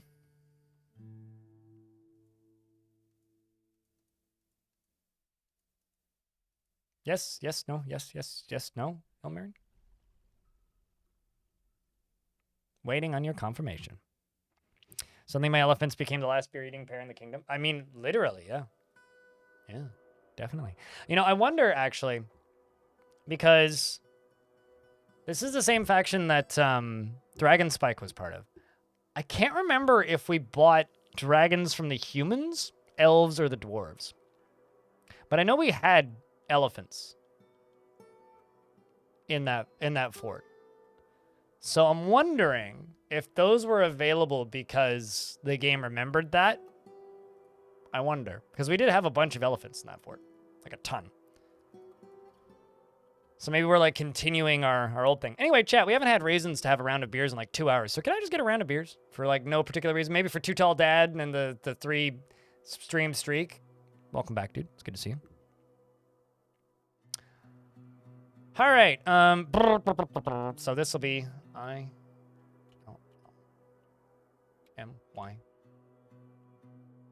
M-R-Y-N. Ilmirin. Very satisfied after improving engraving. Would flee even the most necessary battle to avoid any form of physical confrontation. Works to Square's natural tendency with her respective martial prowess. She doesn't cling tightly to ideas, is open to changing her mind, and can easily fall in love and develop positive sentiments. She doesn't tend to hold on to grievances, tends to consider what others think of her. She tends to be passive in discussions, and often feels lustful. Is very humble, generally acts with a narrow focus on the current activity, and has an active sense of humor. Needs alcohol to get through the working day. Dreams of creating a great work of art, and personally has a negative view of those who exercise power over others. Dreams of creating a great work of art.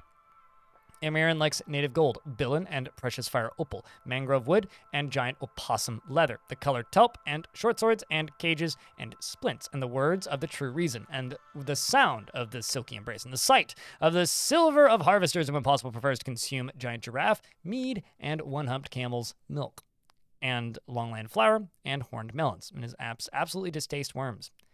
You do have one of those pigtail caps, and you're not one of the starting 7s, but you do have a good number of friends already. And you are close friends with Budgie, who is haggard and unconscious right now, probably after falling asleep on the ground. All right, so down here we've cut a few different gems. I do hate tundras, but, you know, we all make exceptions to things we hate. I also hate haunted biomes and just spent hours in a haunted biome, so, you know.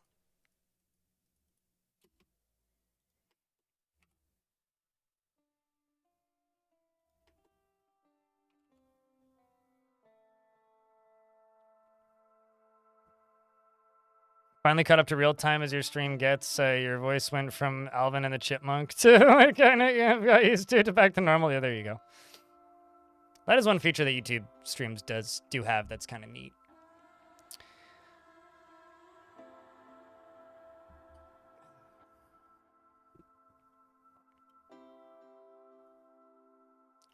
Laura over here got their cap. Excellent. I think caps are becoming the professional official 100% mandatory uniform for this fort.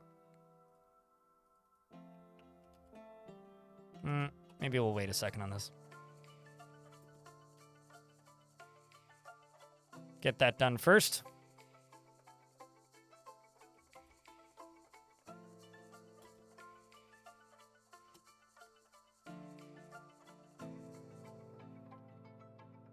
Okay, so this is where it fills up. Oh, shit. Did I screw this up pretty bad?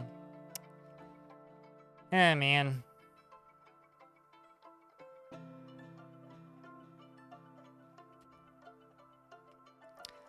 I'm gonna have to drain more than one area of this at once. Well, we'll still be able to do it. I'm just gonna have to drain from here over to here as well, which I can start now relatively quickly.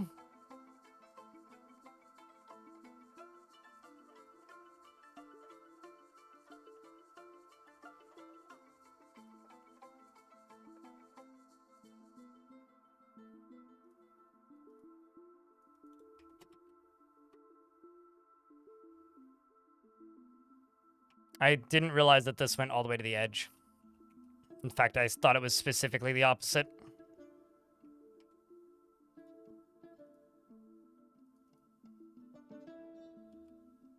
Hey, Dwarf. You mind not doing that? Oh, boy. This was a terrible decision, wasn't it? Well, thank you, Dwarf. You were stressing me the fuck out.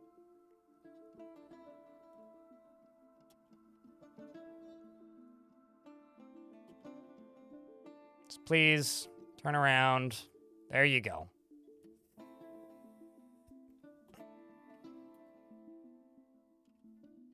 Just go up. There you go. Sweet, thank you. Okay.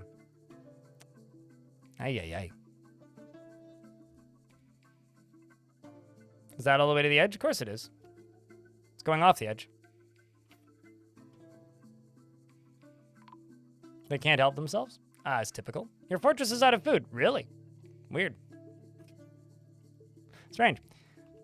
All right, well, we should go over here and trade. Let's move goods. Although, to be fair, I'm kind of almost intentionally neglecting my food sources. I could just butcher some animals, but...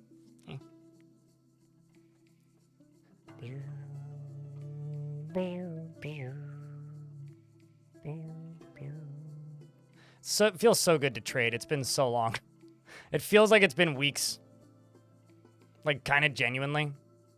It feels like it's been weeks since I've traded.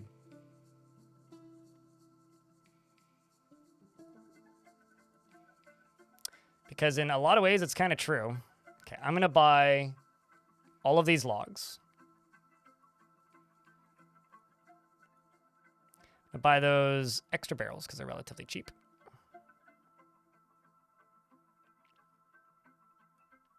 I'm going to buy all the meats.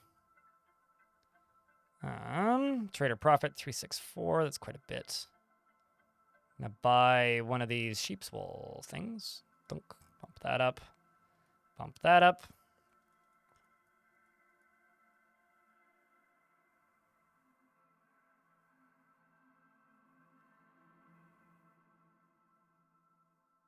Some fancy-ass trousers right there. They brought some books. A course on pack witches and the dwarf in the time of my ancestors. Rainfall problems and solutions. A very common book around here, it turns out. Sad day. Wear monitors are wiping out your fort. Well, that is a sad day. If you have lots of doors, that's usually what I try to use to contain them. Buy the cucumbers. Those are good. Let's buy as much of the fish as I can afford.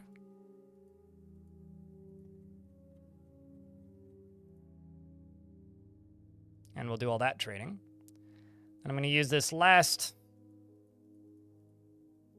individual gem. Although I think there's one more coming. Did you bring any animals? I brought a guinea cock. No, thank you.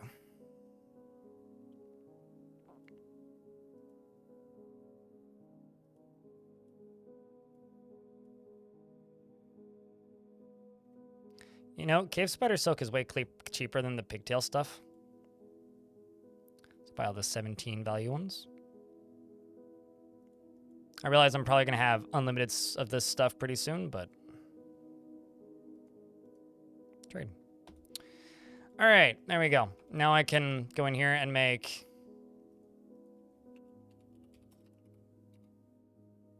Let's just say 5. I don't know how many I actually have now, but...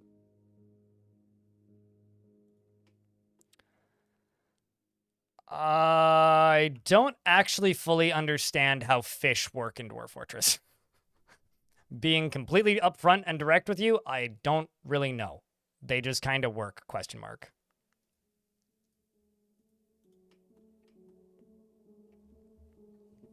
Also, there was an ad running. I'm sorry.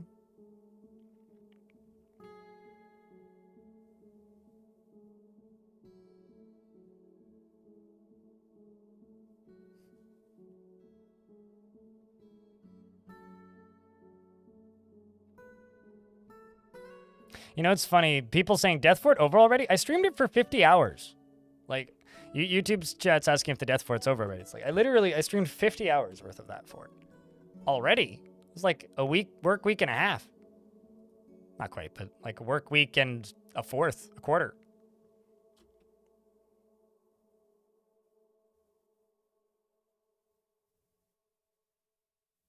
And people were already starting to ask me when I was going to start a new fort. Like, you know.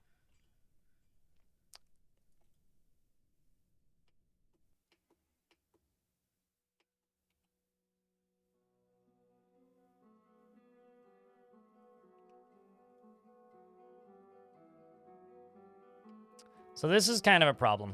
I may actually have to do another cave-in. Because I need this to drain faster than this fills. In order for this to actually work. It's a little bit annoying, but it'll be okay.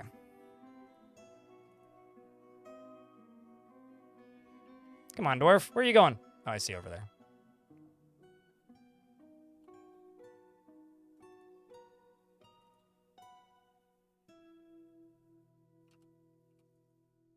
We'll get those two done. Grabbing that gem at the last second. Got it.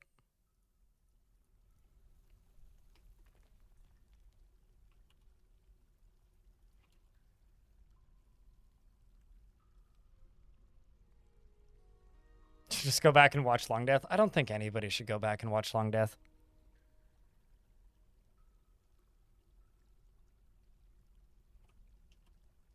Like, that fort was all right at the time, but man.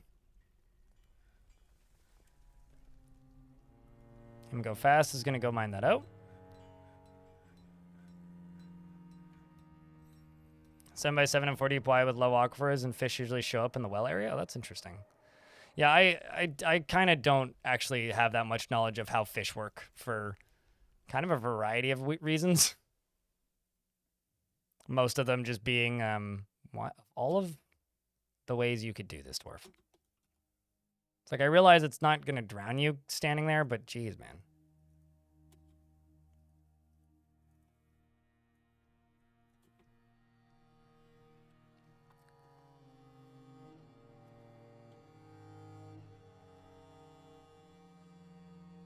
It's because this is just going to get dangerous in a second. So what I'm going to do is I'm just going to get this thing draining, and then I'll check back in with it in a bit once this is done. And once I'm, like, done with, and while this is draining, I'm going to go work on probably bedrooms and forges, because we really need forges, but I also need those bedrooms to start getting, or I also need those rooms to start getting double layer.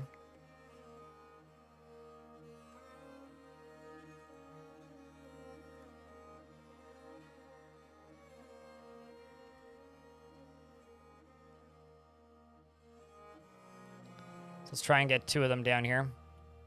It's a bit out of the way, this area. Mine through that. Why? Dwarves, why? Why? There you go. Okay. Just one at a time, and this time don't be as stupid as you've been.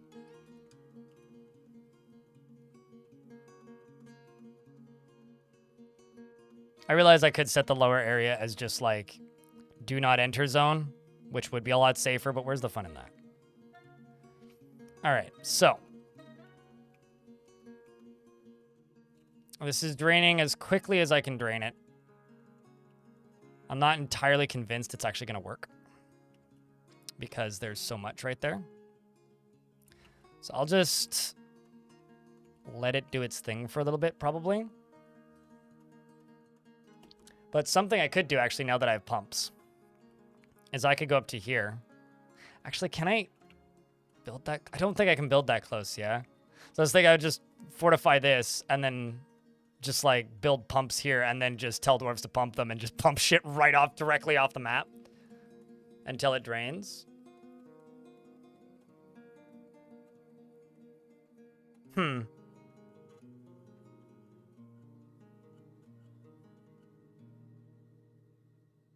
Yeah, it's flowing in from right here. I didn't see it was doing that until after I started building this thing.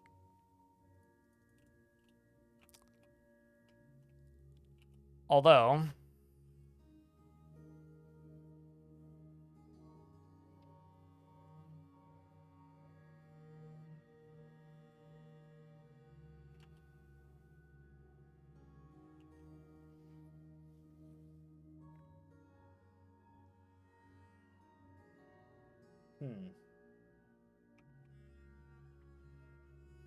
This might actually work. It's kind of silly, but...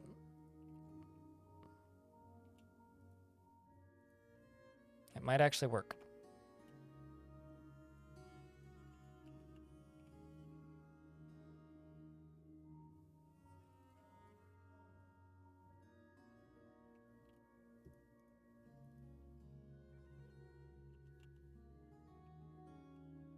All right, well, we'll let them start working on that. I'm going to need, what?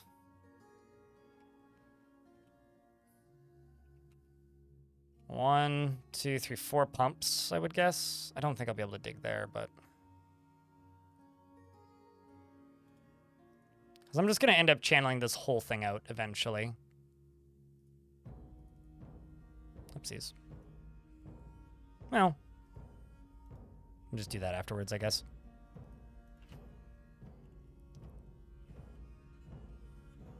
I mean, I could do that, but I am still limited on my wood supply, yeah? So, 4 pumps. 4 wooden corks. And wooden pipe. But I could probably power all of them with, like, 1 or 2. But actually, how deep is it? No, it's going to be easier, actually, to just do it with dwarves. Because it's already drained enough that the power is not going to last too much longer once we start pumping it, so it's just going to depower itself, so there's no reason to do the extra digging for that. I can't remember if these are blocking this or not, or if they can walk across the tower cap. And the other thing I need to do is check how many logs I have. I have 15 logs, so I'm already using 8. So...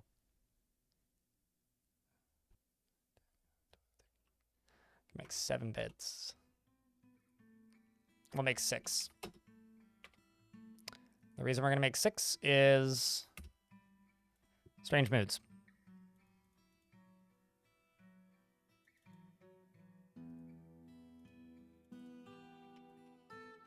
So does every dwarf have a cap? Even Budgie has a cap. Wants to acquire object. God damn it. God damn it, Budgie. You needy son of a Budgie. Okay, let's put all these away. And that away. And then we're going to channel this area down. And also, we need to decide where we're going to put our forge.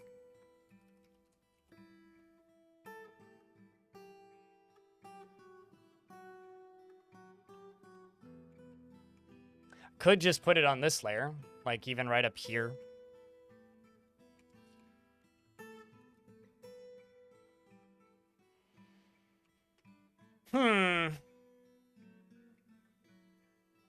The only issue with using pumps, or the only issue with forges, is I do not know how careful I need to be.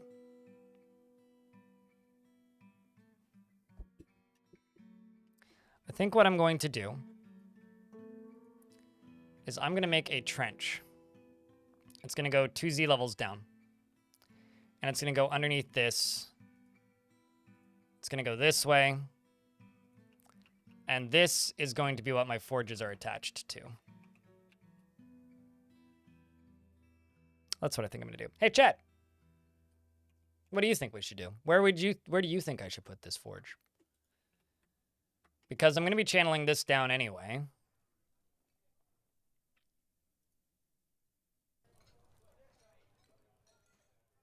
So yeah, the way to do this is going to be with just digging them out normally.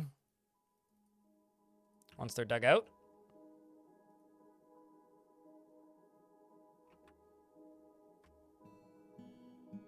I have not dug down the pathway. No, that's the next plan, or the plan of thing to do next. I think I'm gonna dig out this trench, smooth the edges, channel it down one, and then start digging down the other pathways, because then it's gonna need to go underneath regardless. So this is gonna, I think, have maybe 2 diagonals on it to get rid of the pressure on the lava.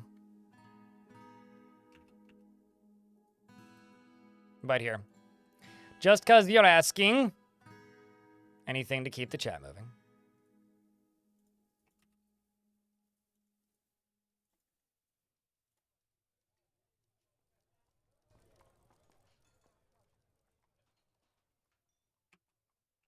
Now, let's go up to there. And we'll also go to here, to priority 2.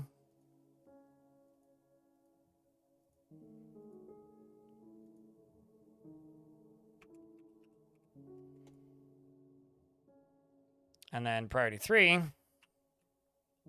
And, ooh, yeah. This one I can't dig through. This one I can.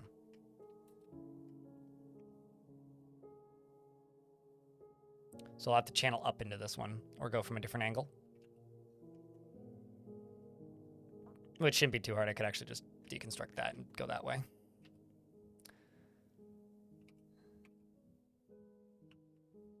You think you'll be ordering pizza? What kind of pizza are you getting? If I were to be ordering a pizza, I don't know what kind of pizza I'd get. It's been a long time since I've had a pizza. Goretusk, yes. Because elephants. Also, this will answer my question real quick if they can walk across this or not. I don't actually know. I suppose not. Awesome. Well, that sucks.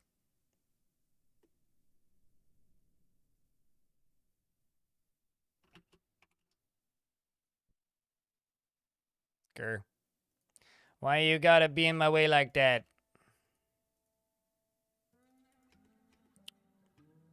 No, actually, what's the point of that? Let's leave it.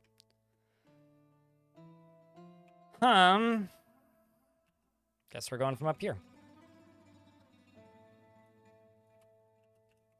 But how you doing today, Bert? How's things? I'll set this to priority 2.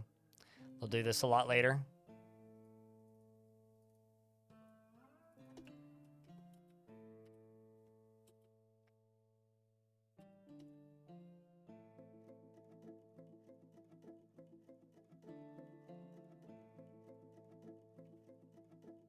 So how does the 70% water fit into that math then? Because it's some Linkin Park nonsense. What's the plan for this fort? Hey, chat, should we tell him?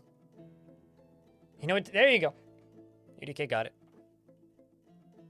All right, also, Vukruk, weren't you here while we were discussing the plan for this fort?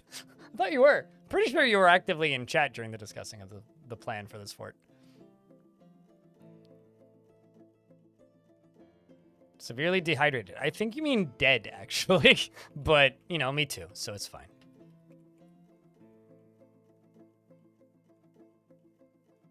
You were away for a bit? How dare ye? It's fine.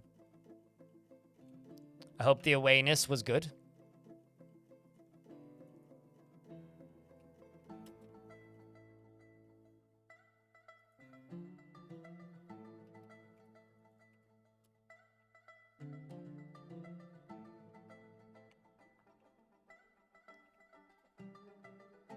Okay, I'm just gonna get rid of that and get rid of that. And dwarves are like, oh god, where do we stand now? Because this is gonna need a roof replacing in a moment.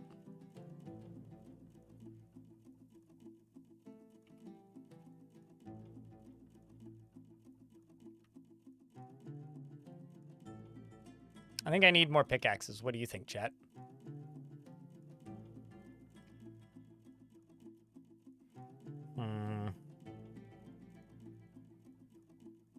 Nice. Got these enormous tunnel tube corkscrews.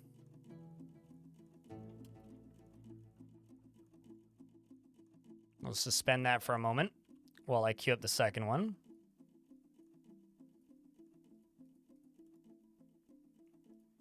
Get this done. Get that done.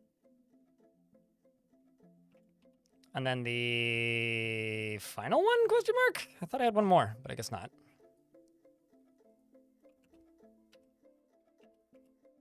Oh, I was gonna put one over. Yeah, okay. So you'll pump from there. Some migrants have arrived. How dare you? I'm in the middle of a messy project. Who are my newbies? Where are the migrants? Okay. We got Shem, the miner.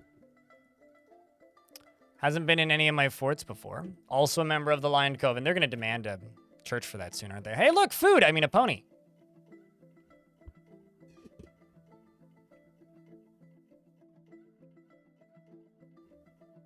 Excellent.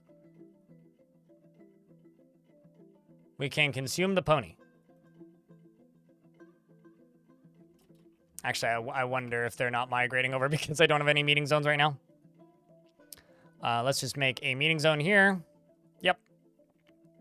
And then make this into this thing. I think I'm actually swapping the sides, but that's fine. Then a meeting zone over here. This can be that guild hall again.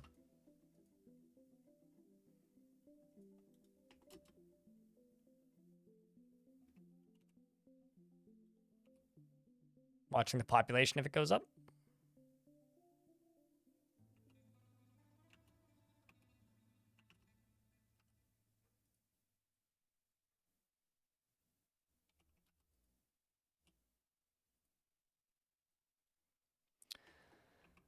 All right, they continue all this nonsense.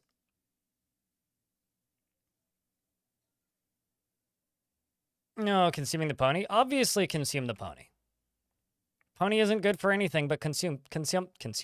Consumption.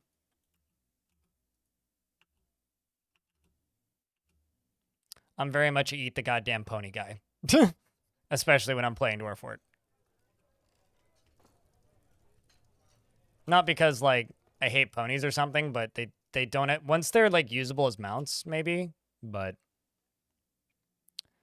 Any hunters to get wild meat? It is a partially untamed wilds biome. I don't really want to risk agitated wildlife right now. Because that is kind of a big risk.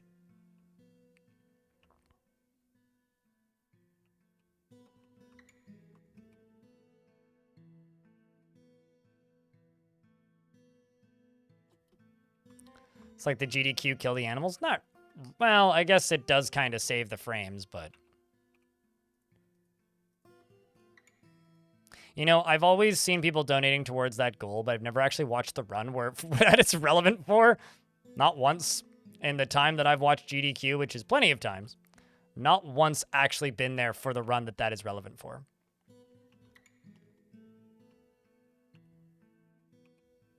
All right, so... Got one dwarf digging left.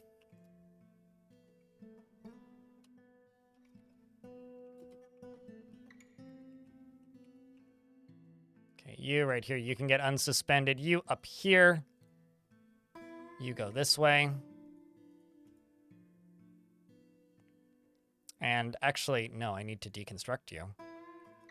And you need to be suspended again. And you need this. And you need this. Yeah, this stuff's just filling too quick. I need to speed up the draining of this area. So this will probably do her. Probably do well enough, but we'll see.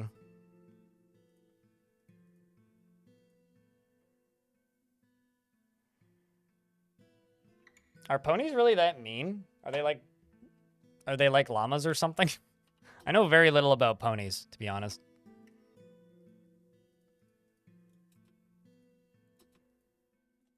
And it appears... Oh, shit, I got 21 dwarves. Man, I'm kind of bummed I missed all those. Just looking to see if there's any named ones that moved in. Crap.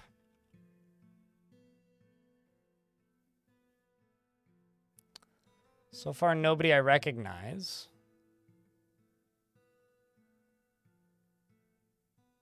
I wish that the game would give you a notification if a dwarf from a fort that you'd made previously migrated in. This is going to be pretty satisfying to watch, I think.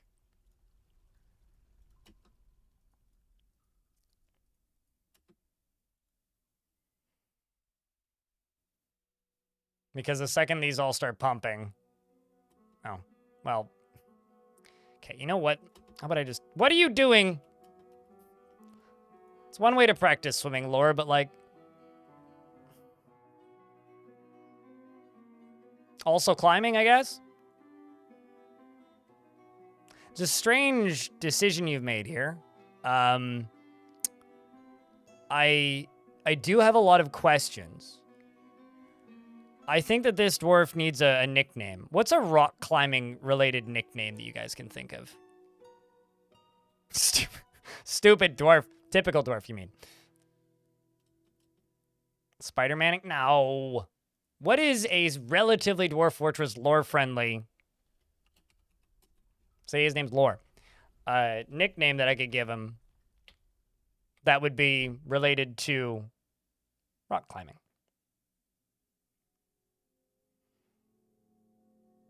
Cliffhanger.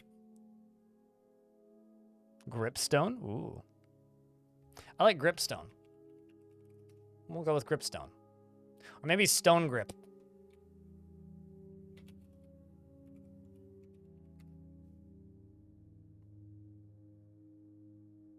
For taking the strange direction up the cliff.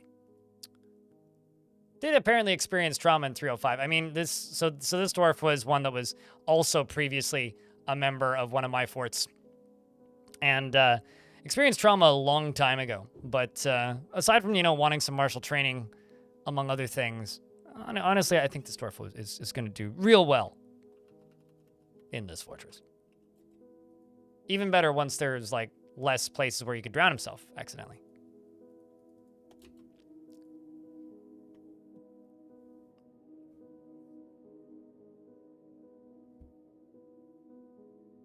Gripstone is fucking inspired. Yeah, it's pretty good. Shouts to curse word in chat.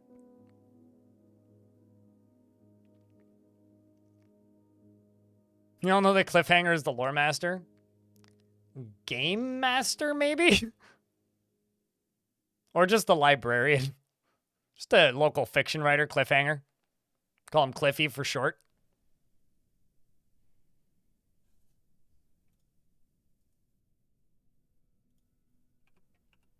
Okay, so now we just wait for these to be constructed, and then we get them pumping. And we get them pumping. Like this one. This can be the first one to be pumped. Perfect. Now, we just need this one. And then I can get these two pumping. So far, gotta say, this doesn't look like it's working. But wait, time will tell. This area is getting less deep.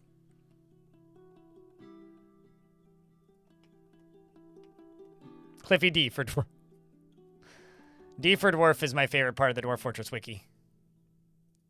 It's community in-jokes listed at the bottom of most of the articles.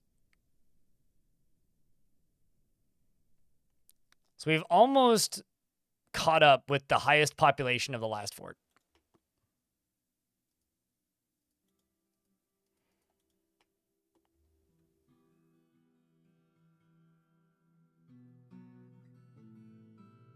I mean, anything can be naughty if you try hard enough, Hobo. Come on. You know this.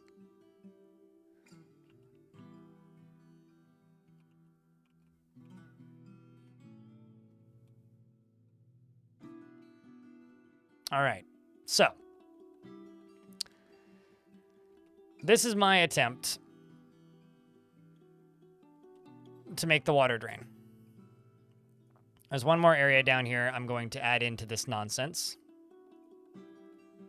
If the game allows.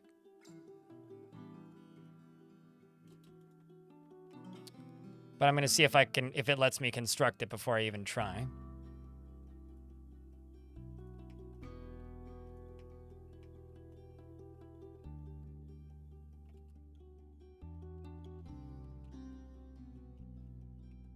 Just making sure it's not leaking in from anywhere.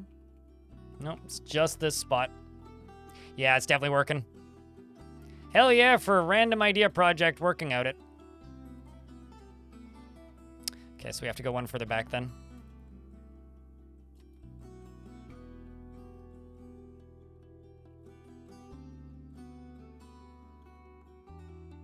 And we're all gonna live here soon.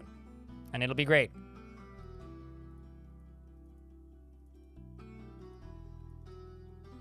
Well, maybe not all of us, but our animals at least are gonna live up here soon. And it will be great. Maintain that.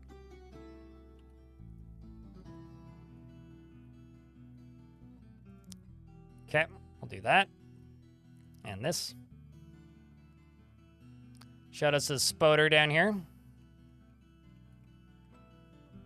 It's mostly we just need to get the water out of this end and don't let it fill particularly quickly. And then we'll just be able to start mining the whole thing out. I've never had one of those. You followed me in November 2018. If you click your username on the desktop website, it'll tell you. But I've never had a follow age command. I've always found it to be a little bit redundant. All right, but it is a default command in MooBot and Nightbot, much to my dismay. Well, not really dismay, but...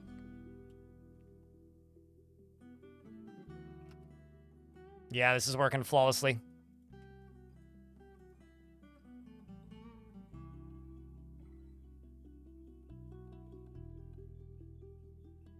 Although I do have exclamation point tickets, which I would say is the one that matters, because that tells you how long you've watched the stream. Doesn't matter when you followed the stream. You can follow the stream and then watch for 90 seconds and then forget the stream exists. Thanks for the first notification of money in 2 hours. More than that, actually. It said 2 hours for a while. Probably like 2.5 hours at this point. Thanks, Bert, for the $1. And Narvicious, thanks for the 37th month. Crypt beer, crypt beer, crypt beer.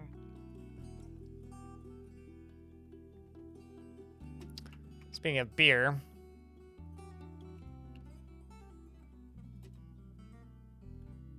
thank you very much for the 37th month. Well, I mean, you can do it, just don't do super, like, flashy ones. But I appreciate that. Thank you.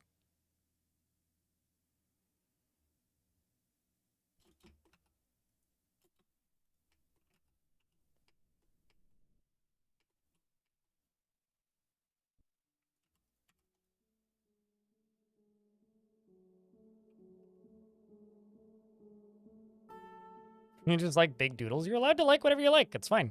Don't worry about too much. Don't worry about it too much is what I was looking for. It's weird how the mud keeps moving.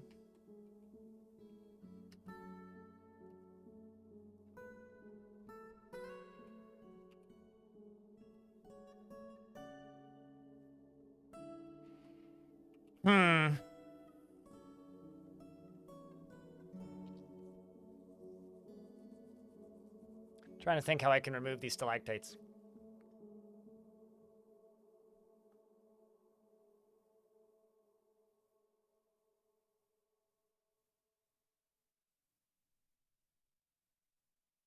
Yep, they will be, Hunter.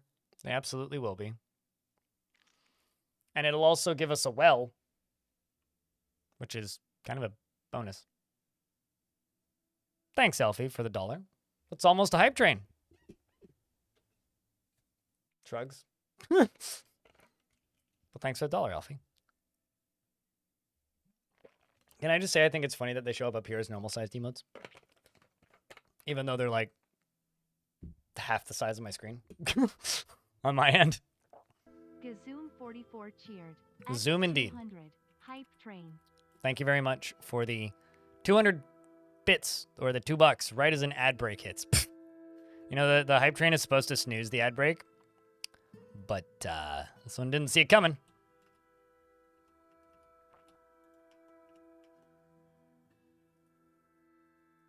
Now I get to get the last dwarf to operate a pump. Aside from the part where these dwarves are just going to get up and leave, okay. But yeah, I know this already wouldn't be able to Power itself. We got the handbrake off guard. Yeah.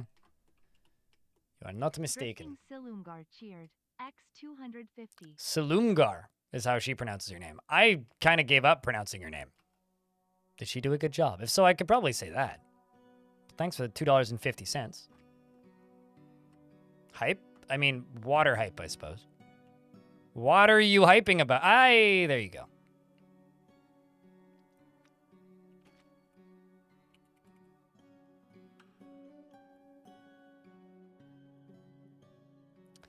Also, for anybody who missed it, the whole reason I'm doing this is to be able to have trees. Quite literally, that is the reason I'm doing this.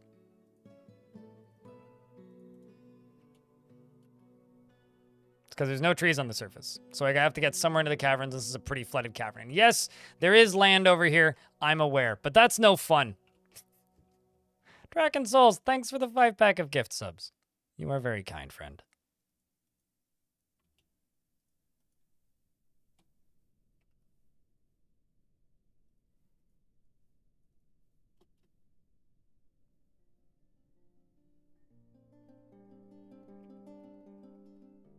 Oh, forgot to unpause. Yeah, it's getting nice and shallow. Look at that. I'll totally be able to go back here and wall this off. Just have to get them at the right exact time, like right here. So if I just go rock wall, day site, rock wall, day site, rock wall, day site, and then this one is the last one. Although I could just do like here, here, and here. But this would be optimal if I could get it here. But because of the location of this pump, I don't know if I will be able to. So I can try one there.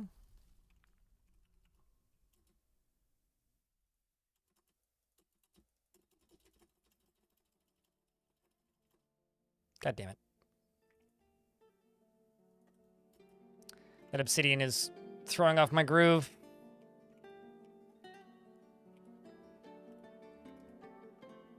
Ah. Well, one of these dwarves is operating a pump instead of mining.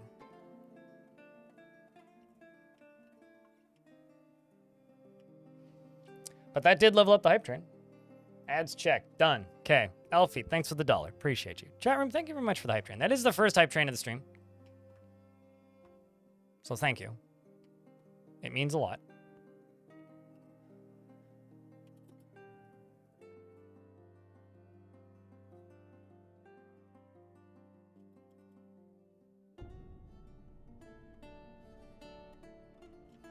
And once we get all these walls built, I can literally just quit worrying about it. Waiting for this to just say 1 up at the top. I realize I could also just be hitting this. There it goes. It says 1. Right there. Oh, come on. Screw you, there's water at that location.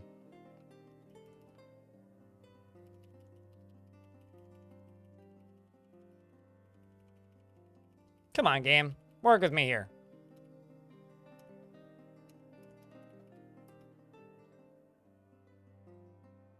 I need you to say 2. And stop saying 2 and then... Oh, come on. I paused and then it moved back up to 2.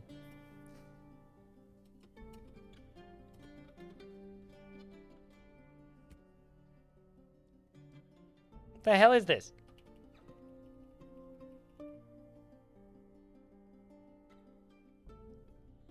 If there's water there, I swear. Okay, there we go. Okay. I just have to make sure that dwarves don't get stuck on the wrong side, so I'm just gonna go back here and say this.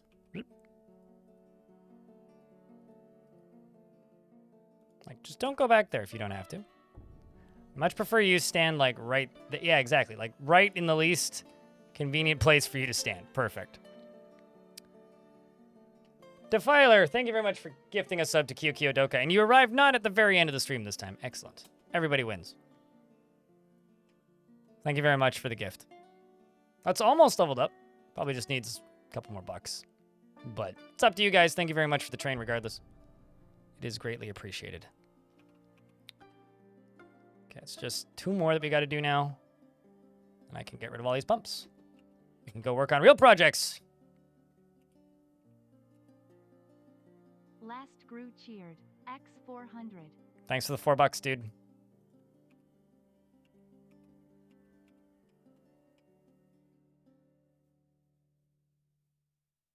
And done. Sweet. That's what I'm talking about. That's what we're talking about. So now this will fill up and we'll have a little pond right there.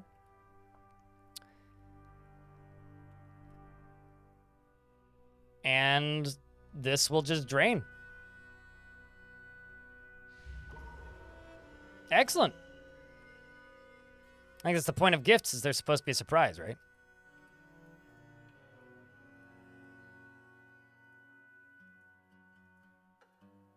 What? Obsidian cavern floor. Oh, it's because I have the wrong tool, right?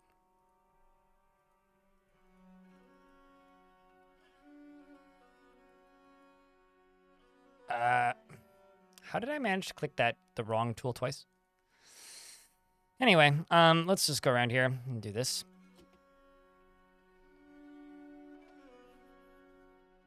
Cavern puddle taming successful, yes. And we also have our first artifact, which is a jeweler.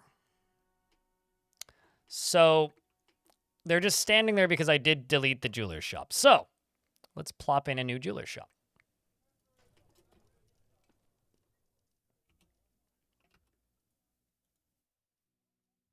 And then we will follow this jeweler named Cybrek, who also happens to be a competent hammer dwarf. Clearly must have come from a... No, didn't actually come from a previous fort.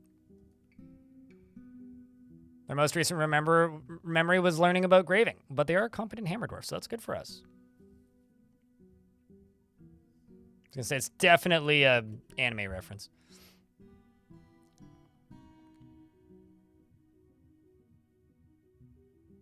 Rough onyx opals in a strange mood. Works secretly. So our first artifact is going to be a perfect rough onyx opal or a craft. One of the two. It's okay. My anime detection alarms go off the literal second you pop into my chat, and I set all phasers to stun and make sure that we will detain you if you become too anime. It's a very important thing that we upkeep here. Also, hey, Montecore. Hope you're doing well. And last crew, it is good to see you. And also, hello, Tasty Potato. There's some tasty potatoes in my fridge right now. If you watch the video that Tarn put up today, Gabriel, it'll literally tell you what's still left.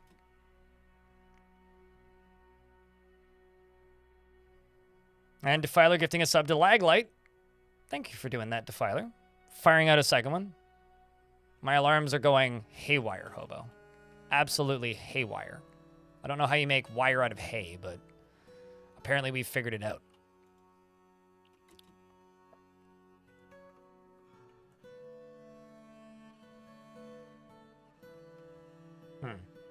I kind of screwed this up.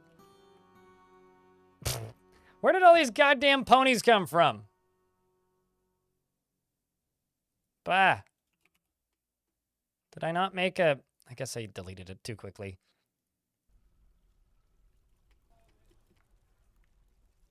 Eat the friggin' ponies. God damn.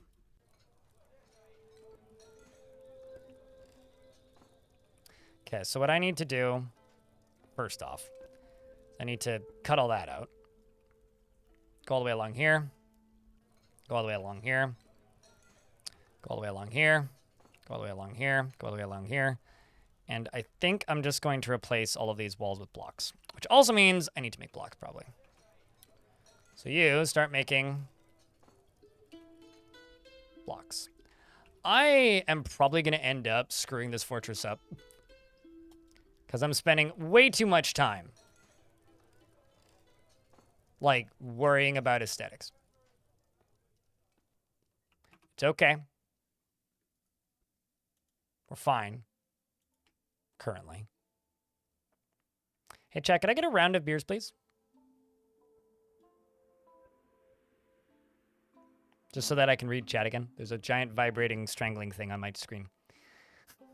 Thank you much. Round of beers for the hype train. Appreciate you guys.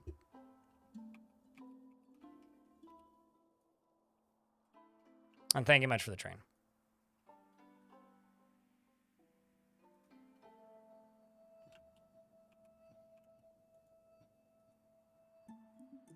And we immediately start making more day site. Although, did I just make day site? Please and thank you. 62. Yeah, we can do that. It's all good, Elfie. It's just the reason Bert brought it up is I asked him once to stop doing the animated ones because they are, like, for years I didn't allow animated emotes in my chat at all because they were too flashy. And it's still the case. It's the reason that most of my animated emotes are pretty low key is because I have a hard time reading when that's there. Okay, so the first artifact of the fort is an onyx opal amulet and offers it to the trampled machine. It's called Tiak Kez. It's made out of onyx opal. I think that sounds like a gift, and I think that gift is going to be gifted to the elephant trainer, or the elephant tamer. And also I'm going to put a new table and a new chair over here, and then this can be made into an office for the dwarf that needs an office right now, which is my manager.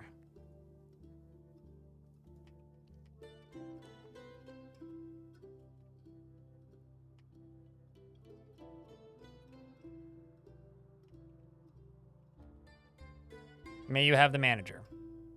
Wasn't the manager named? Actually, hold on. I need to double check. Yes, the manager is Napalm. So I cannot give you the manager. I can give you the chief medical dwarf if you just want a noble.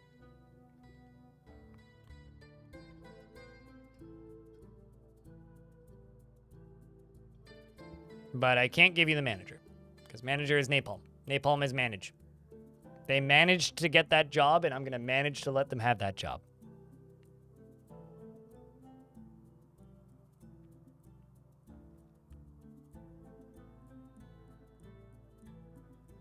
I feel like I have some pretty dramatically animated emotes. I mean, the most, like, distracting one I would say is this. Right? But there are some channels where every single animated emote is just like fucking flashing multiple colors and seizure-inducing nonsense, and that's why I keep them pretty low-key. You'll be the sheriff. I'm not going to make a sheriff. I'm sorry. We have 21 citizens, and nobody's even remotely upset. There's zero need for it, and all that does is it forces me to build something I'm not ready to build yet. So would you like me to refund that and then let you claim it at a later date? Because I'm not going to do that. Sorry to be like picky here, but I don't want to have to build a prison, an office, and a dining room with the economy set on hard, which it is right now, this early on. So it's up to you, but I'm not going to give that to you.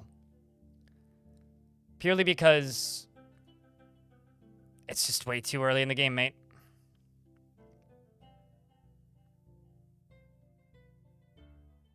So these are your options above me. Or I can refund it if that works better for you. It's up to you. I could give you a militia captain, but that's about the best I can do. And even that, I'd have to find one.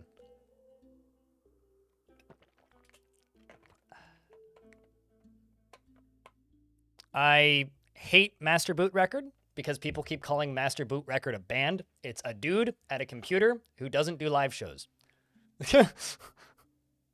I despise Master Boot Record. You'll take a captain. Okay. I will split my squads then because I got Vabok.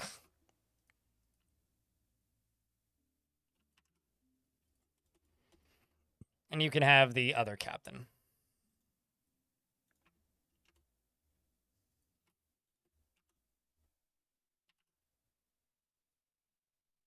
But best of luck with your grinding.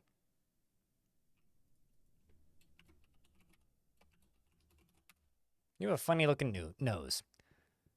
This dwarf almost looks like a Zumbini. They just need to be blue.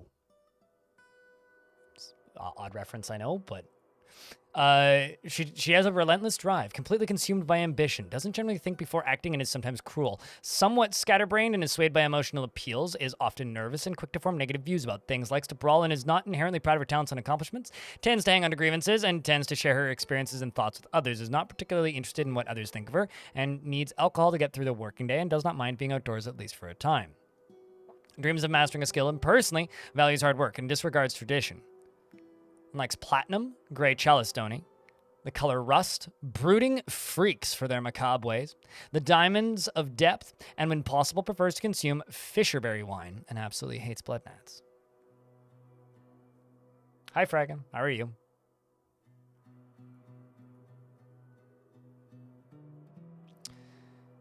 And she has somewhat splayed out fused-lobed ears and a protruding emerald eyes, which are very round. She's friends with Dumat and is passing acquaintances with other members of the fort. 129 years old.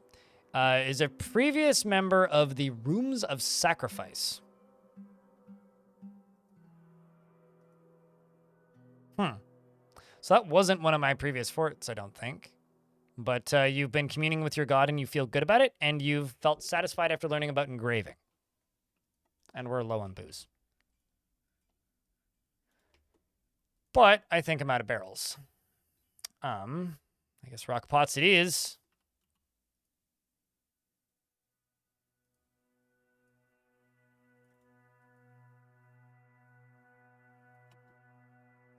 So this is going to get claimed by the expedition leader.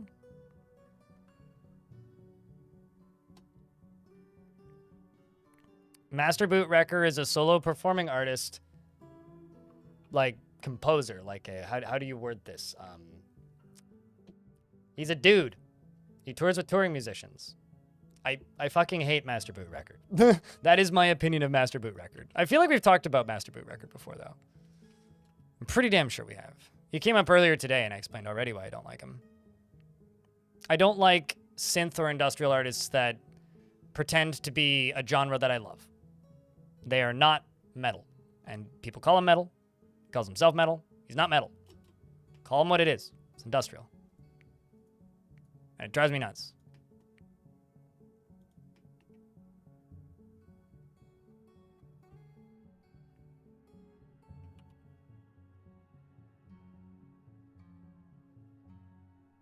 Windows doesn't support an MBR anymore. Yes, you are correct.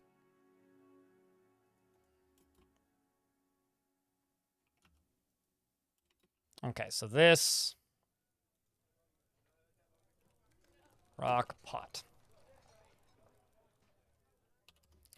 50. Get to it, please.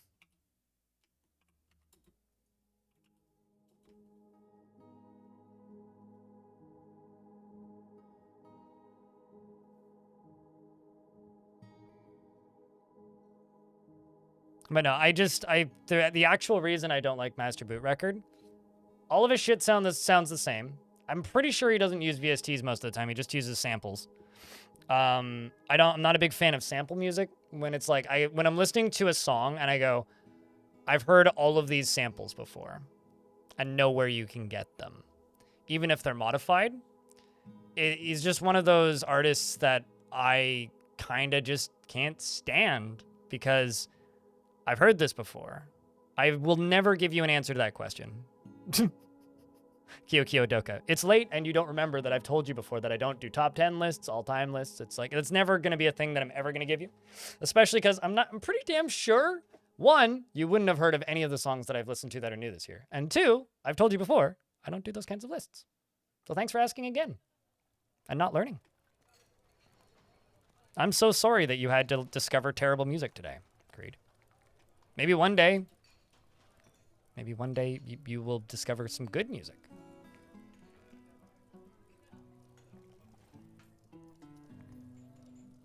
Get it to the Stonecrafter boy? I mean, I don't even know who's got the job right now.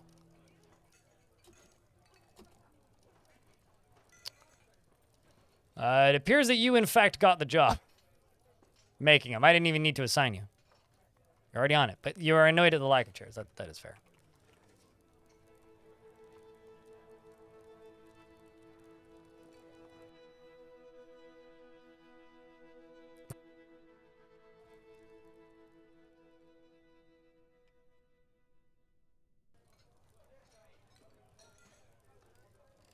It's okay. I'm a forgetful ditz as well. But we literally talked about this yesterday, so I'm not that much of a forgetful ditz.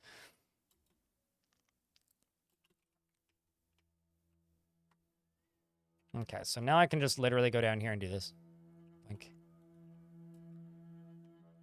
Hallelujah.